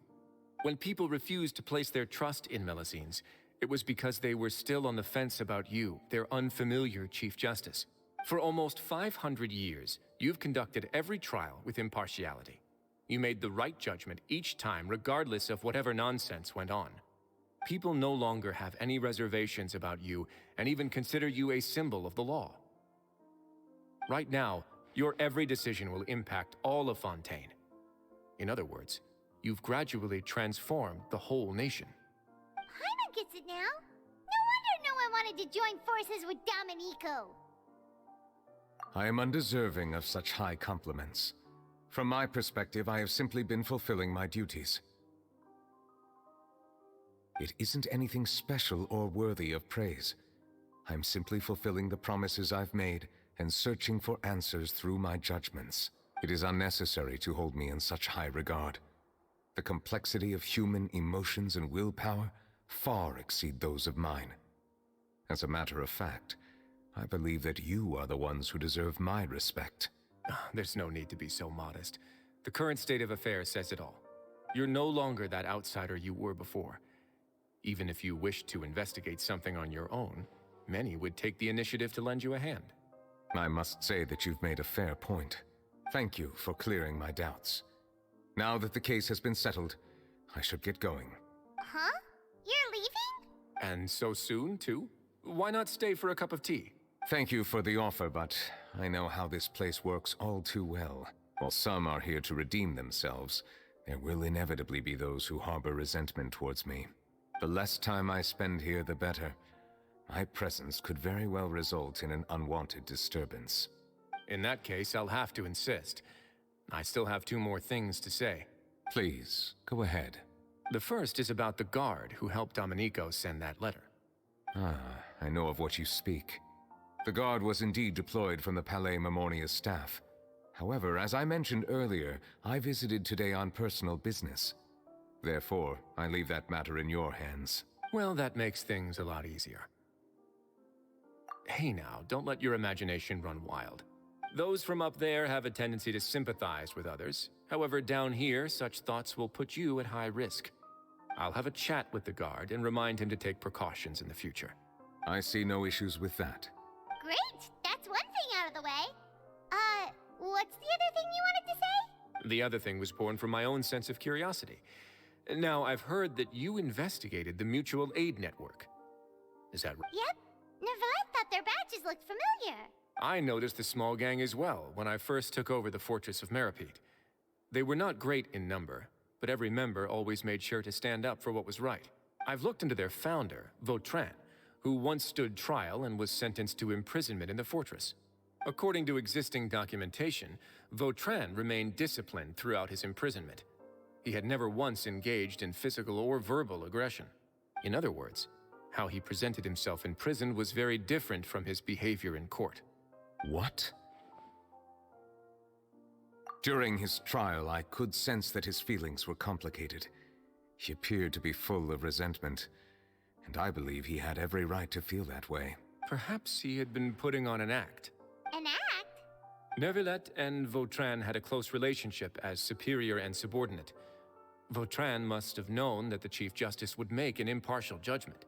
Thus, the more resentment he displayed, the clearer it would be to those present that you were upholding justice. And to those who had been sitting on the fence, Vautrin's act was a very meaningful one. That's all from me. Does anyone else have anything to say? Now's your chance. I don't have anything to say. Apart from expressing my gratitude, that is. Well then, let us head back. No need to see us off.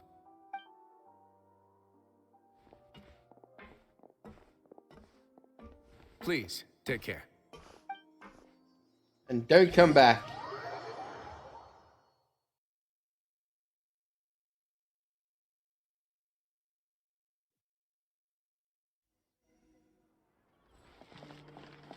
That trial is something I rarely bring up in conversation, but I have always felt deep regret for what happened to both Carol and Vautrin.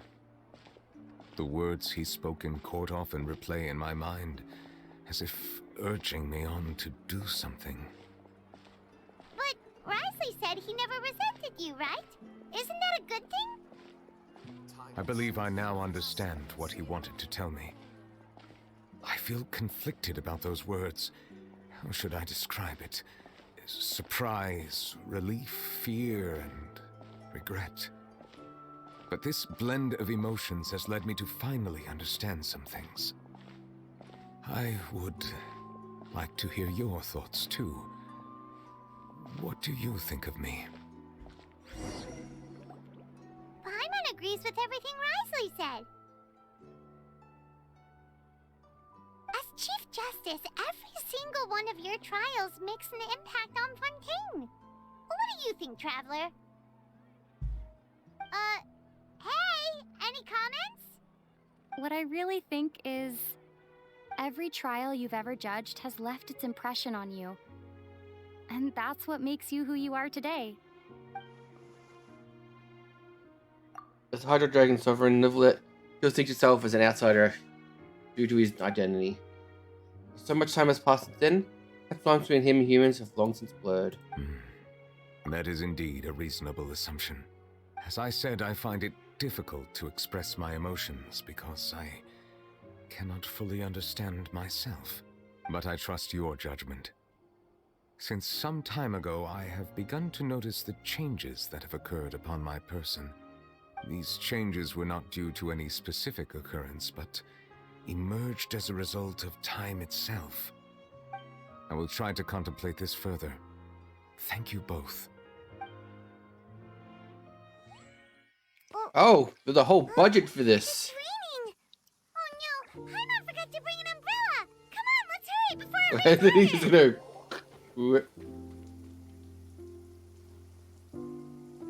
It rains when he feels upset or unsure.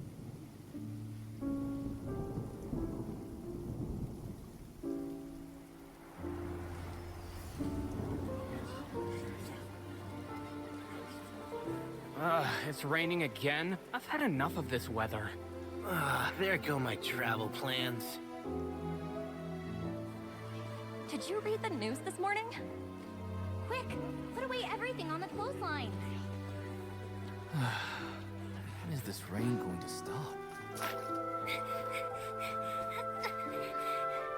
Hydro Dragon, don't cry!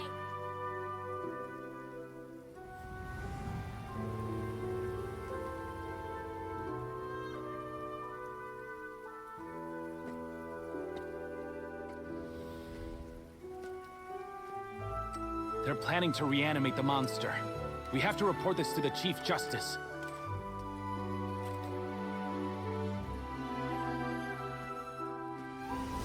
The Fortress of Meripede. It's a good place for me.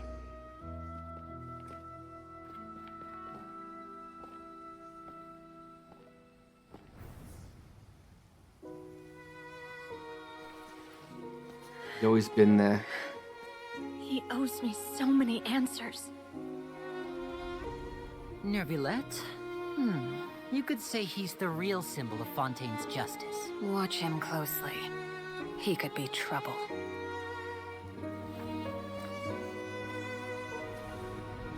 How can two completely different species possibly coexist?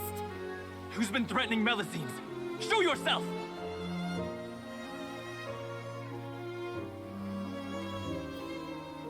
You will see much in the human world, from the delightful to the depressing. And one day, when you have dwelt among humanity long enough, you will be placed to bring judgment over all as a spokesperson for Fontaine's past. Good morning, Monsieur Neuvillette! The rainy season's almost over! The skies are supposed to clear in a few days! I hope you find time to enjoy the sunny days ahead.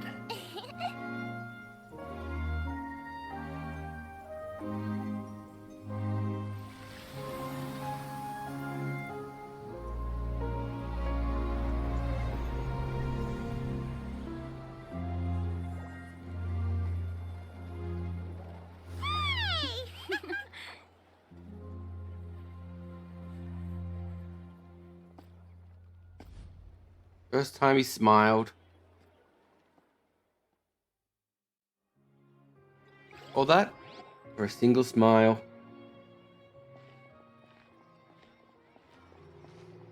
Is the matter resolved?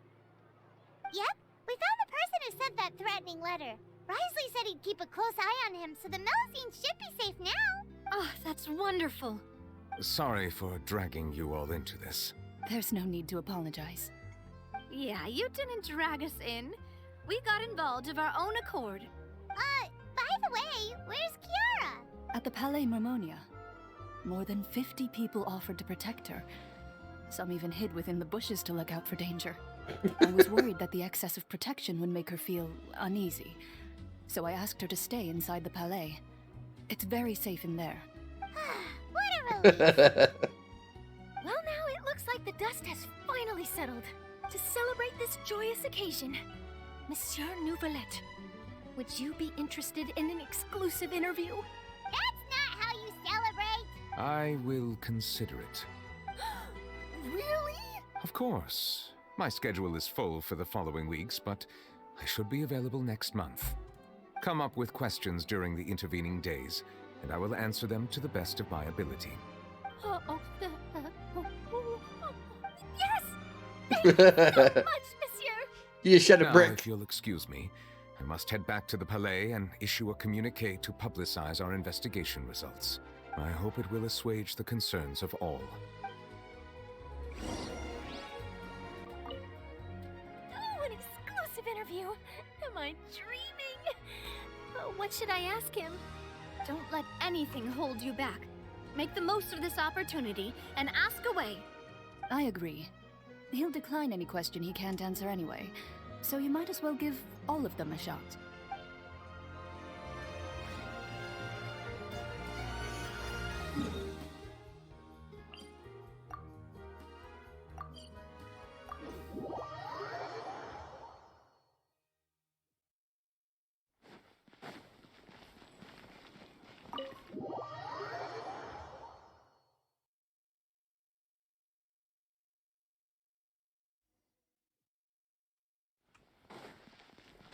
I don't think Raz is going to get that much budget for his.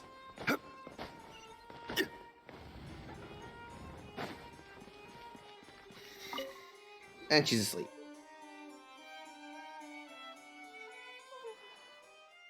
Kiara?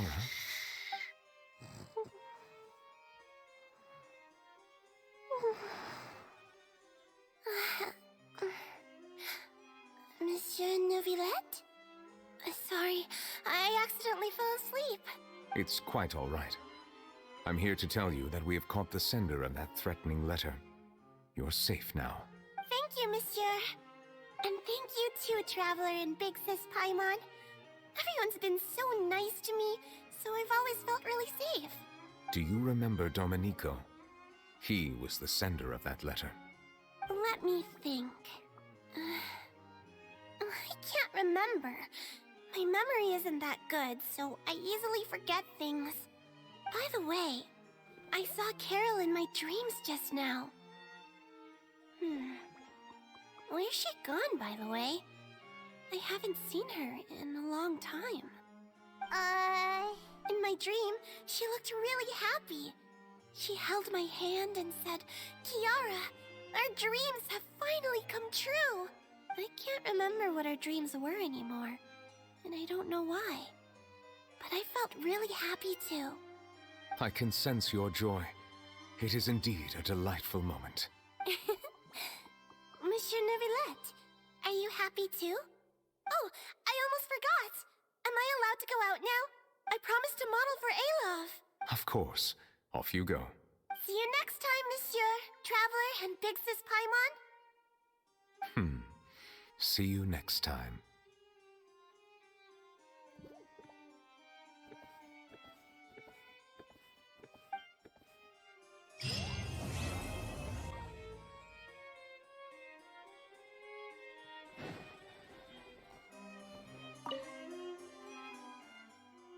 If for personal reasons, I'll be back in a day.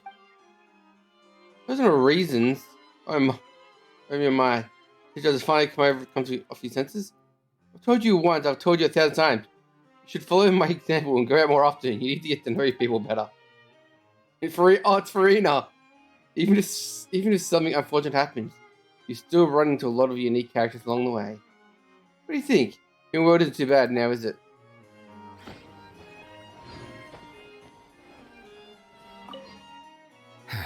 I really can't fathom what goes on in her head sometimes.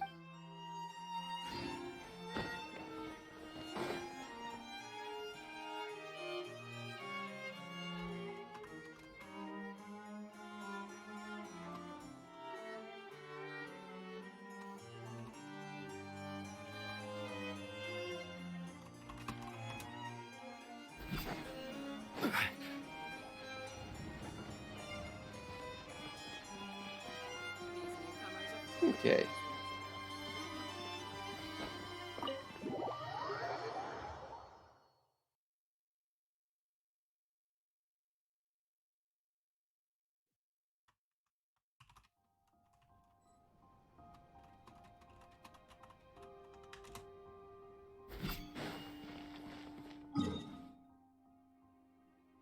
Frida's Nakumich said, "Go touch grass."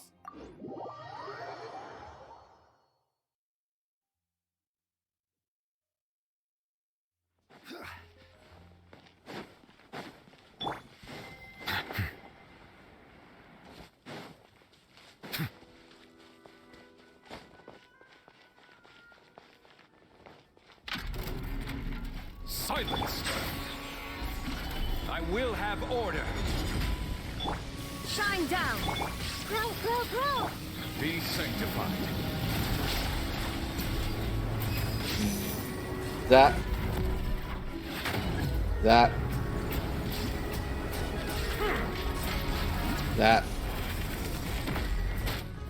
Bow your head. That.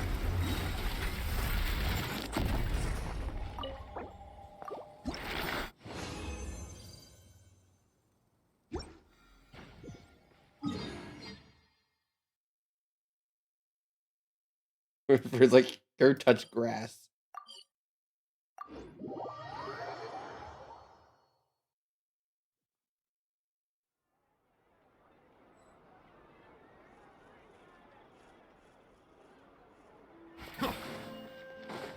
Ad Astra.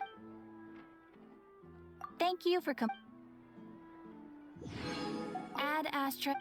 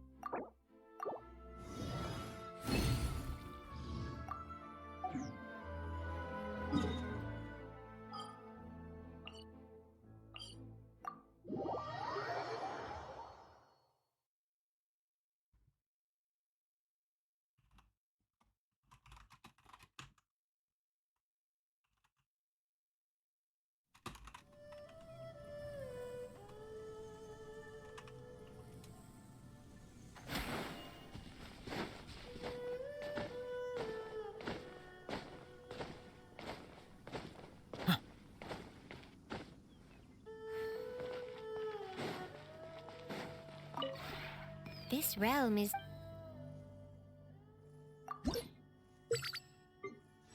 I should probably do all these guys' chats before I finish for tonight.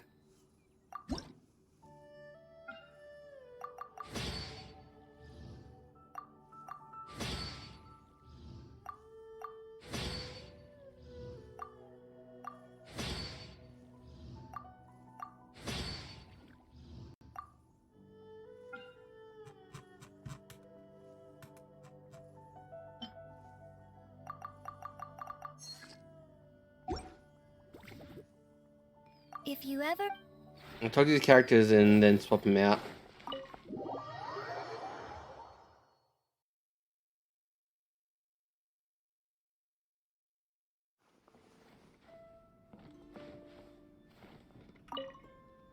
Hey there! Looks like my luck is pretty good today. It's awesome. It sure beats sleeping out in the open when adventuring. Way better. You don't need to find a hole in a tree to rest in, and you don't have to worry about sneak attacks from monsters. Rocks crashing from the sky, whopper flowers popping out of nowhere.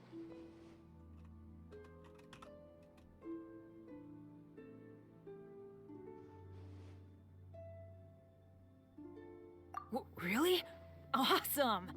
I'm so lucky to have someone as nice as you as a partner. Looks like I'll be bothering you a bunch from now on.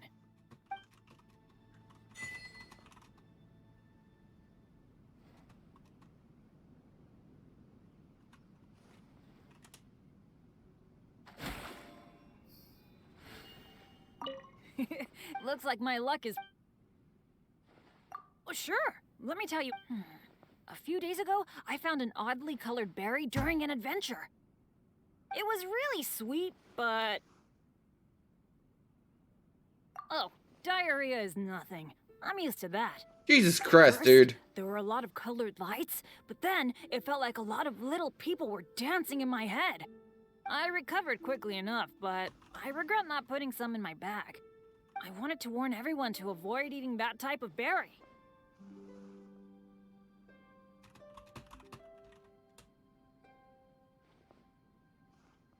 Thanks. But there are times when it doesn't matter how careful I am. It would be better to warn others instead. Oh, right! Remember to call me next time you go adventuring. With me around, you won't have to worry about those kinds of dangers at all.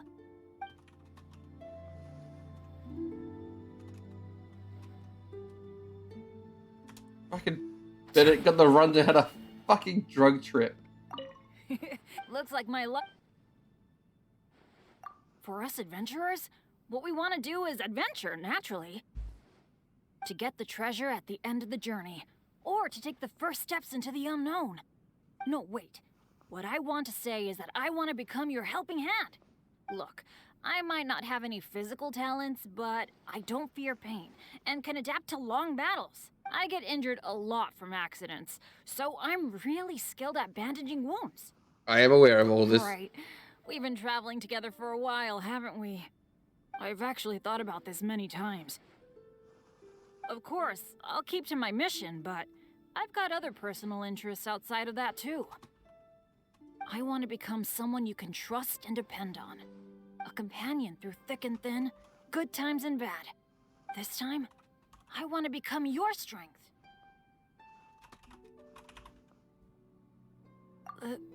Thank you.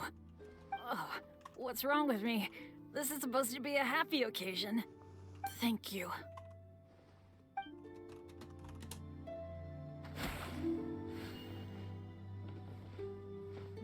I should have all everyone I gotta talk to. You know, most of them maxed out. This realm is...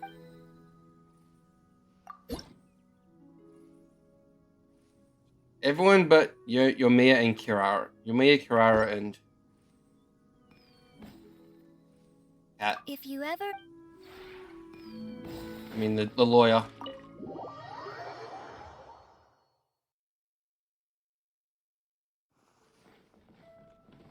Hey, look who it is. Your bones are still holding you up then? Yeah, pretty good. Feels nice to sit and relax in such a scenic place. But... you get me. Days spent sailing through a storm, conquering the surging waters. Yeah, those are happy days. Oh, don't get me wrong. I'm thrilled that you invited me here. I'll have to return the favor sometime by hosting you on board the ship. Hey, look who... Your bones are still... Sure, I'm down to chat about anything. But you must be a little weary of hearing about my sea travels from all the stories people tell. Let's change it up. Tell me about your adventures. Whoa, nice! How big was it?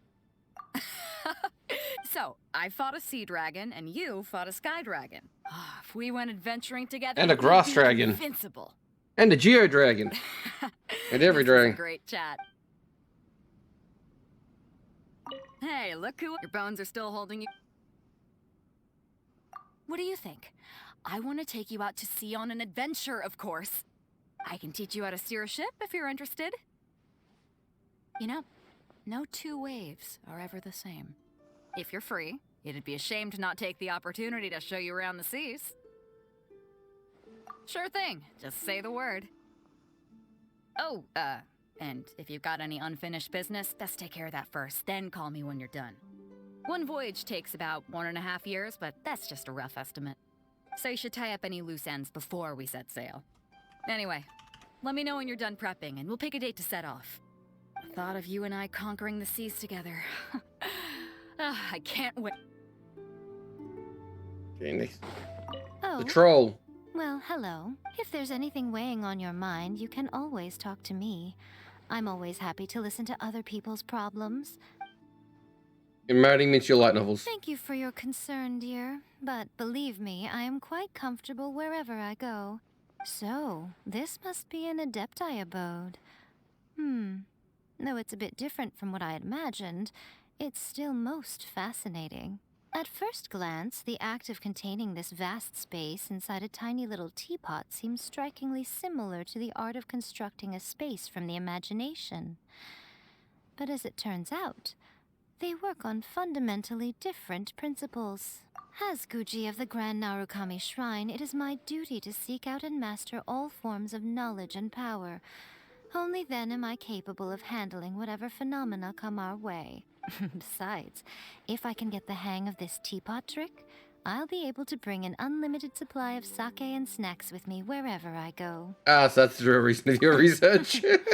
Regardless, please do look after me while I'm visiting this lovely little teapot of yours.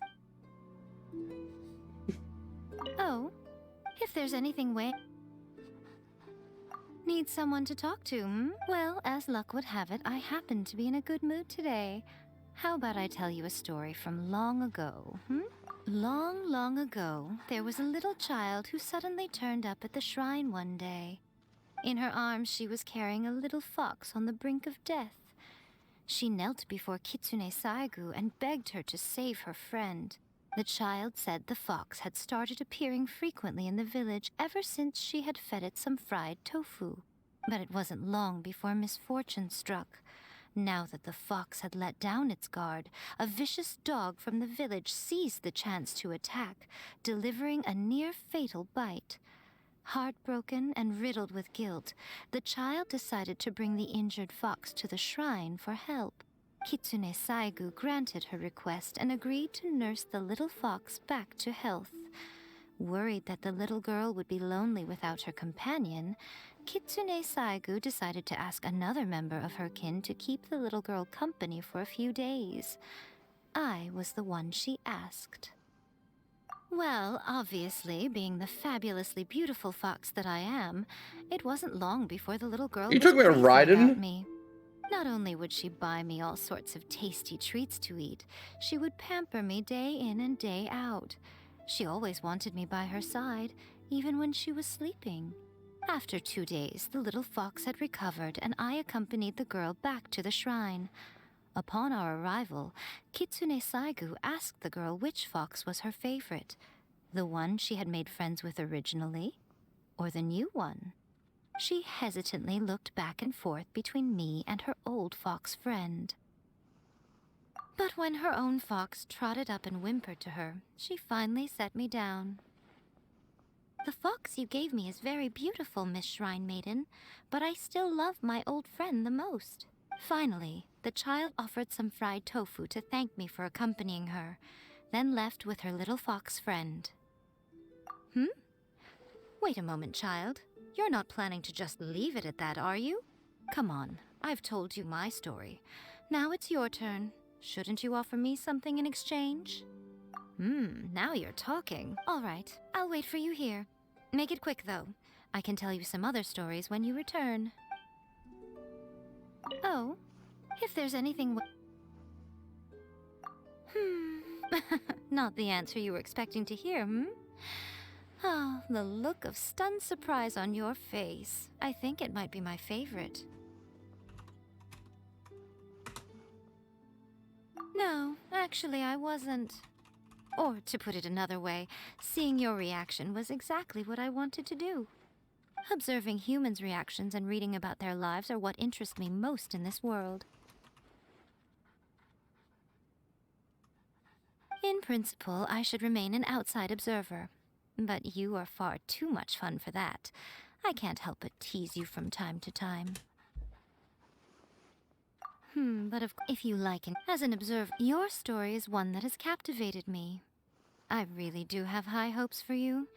Please do your best to live up to them, child. Don't you worry. You still have a long journey ahead of you. Your story has only just begun. Besides, whenever you start going, that should certainly...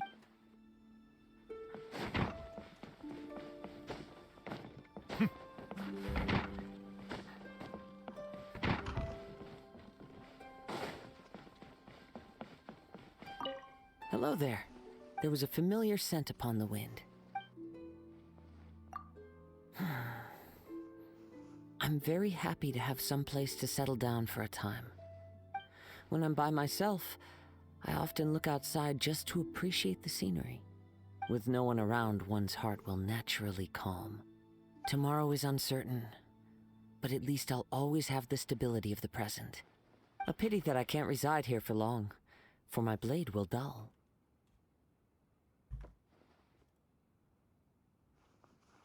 I am most thankful.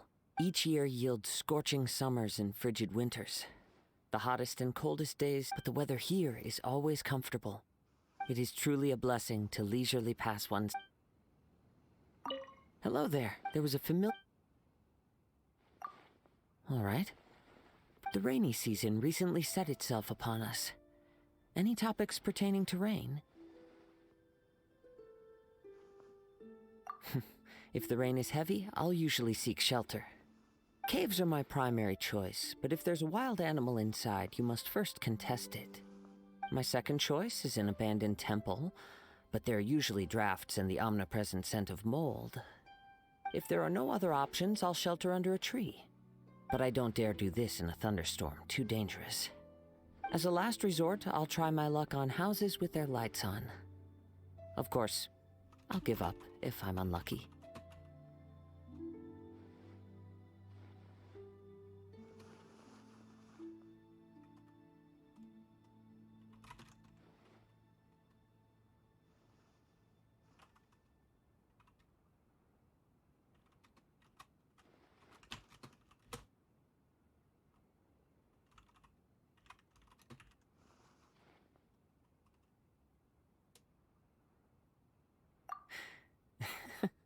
If someone with a blade knocks on the door during a rainy night, most understanding this, there's no need to bother them.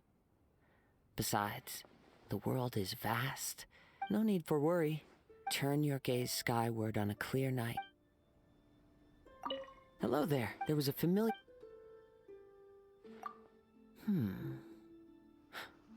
Please take this. I heard that the maple leaves back home have already turned red. I want to go back and take a look, but it's a long journey. I can't return for now. I was wandering the market the other day and saw these well-preserved maple leaves, so I bought some. Although I can't confirm whether they're from my hometown, they still help blunt my... Indeed. From a pure... Every year in my hometown, people enjoy the scene of falling red leaves.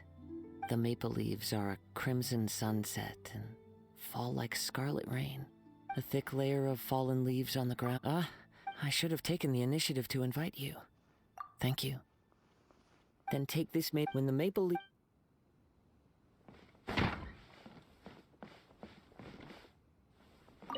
Oh, it's you. Huh? What kind of question is that? I'm certainly not someone who's good at handing out compliments. Pointless. You think I'm some kind of tender soul? Neither good nor bad. There you go. Hey, have you been watching me while I'm not looking? Darn it. How did I not notice? Anyway, vengeance will be mine.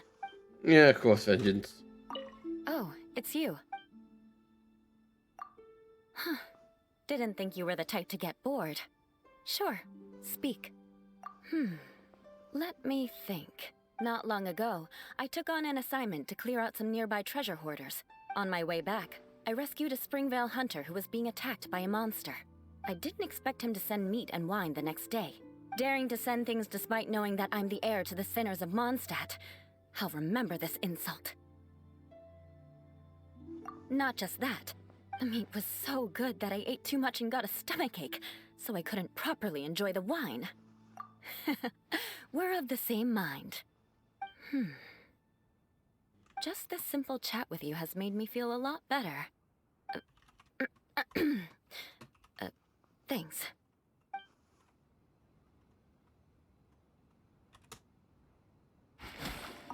Oh, it's you. Last one. That I'd like to do? Why are you asking?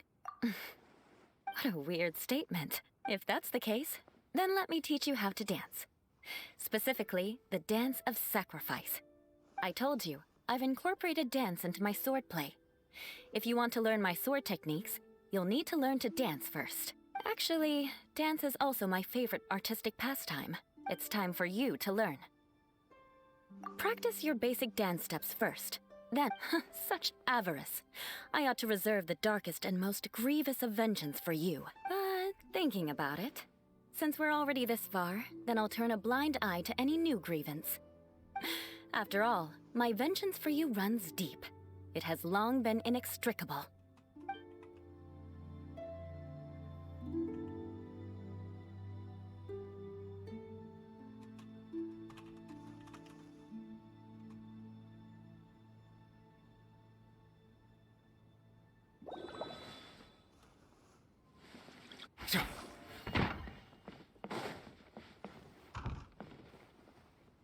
Okay, time to get at my house.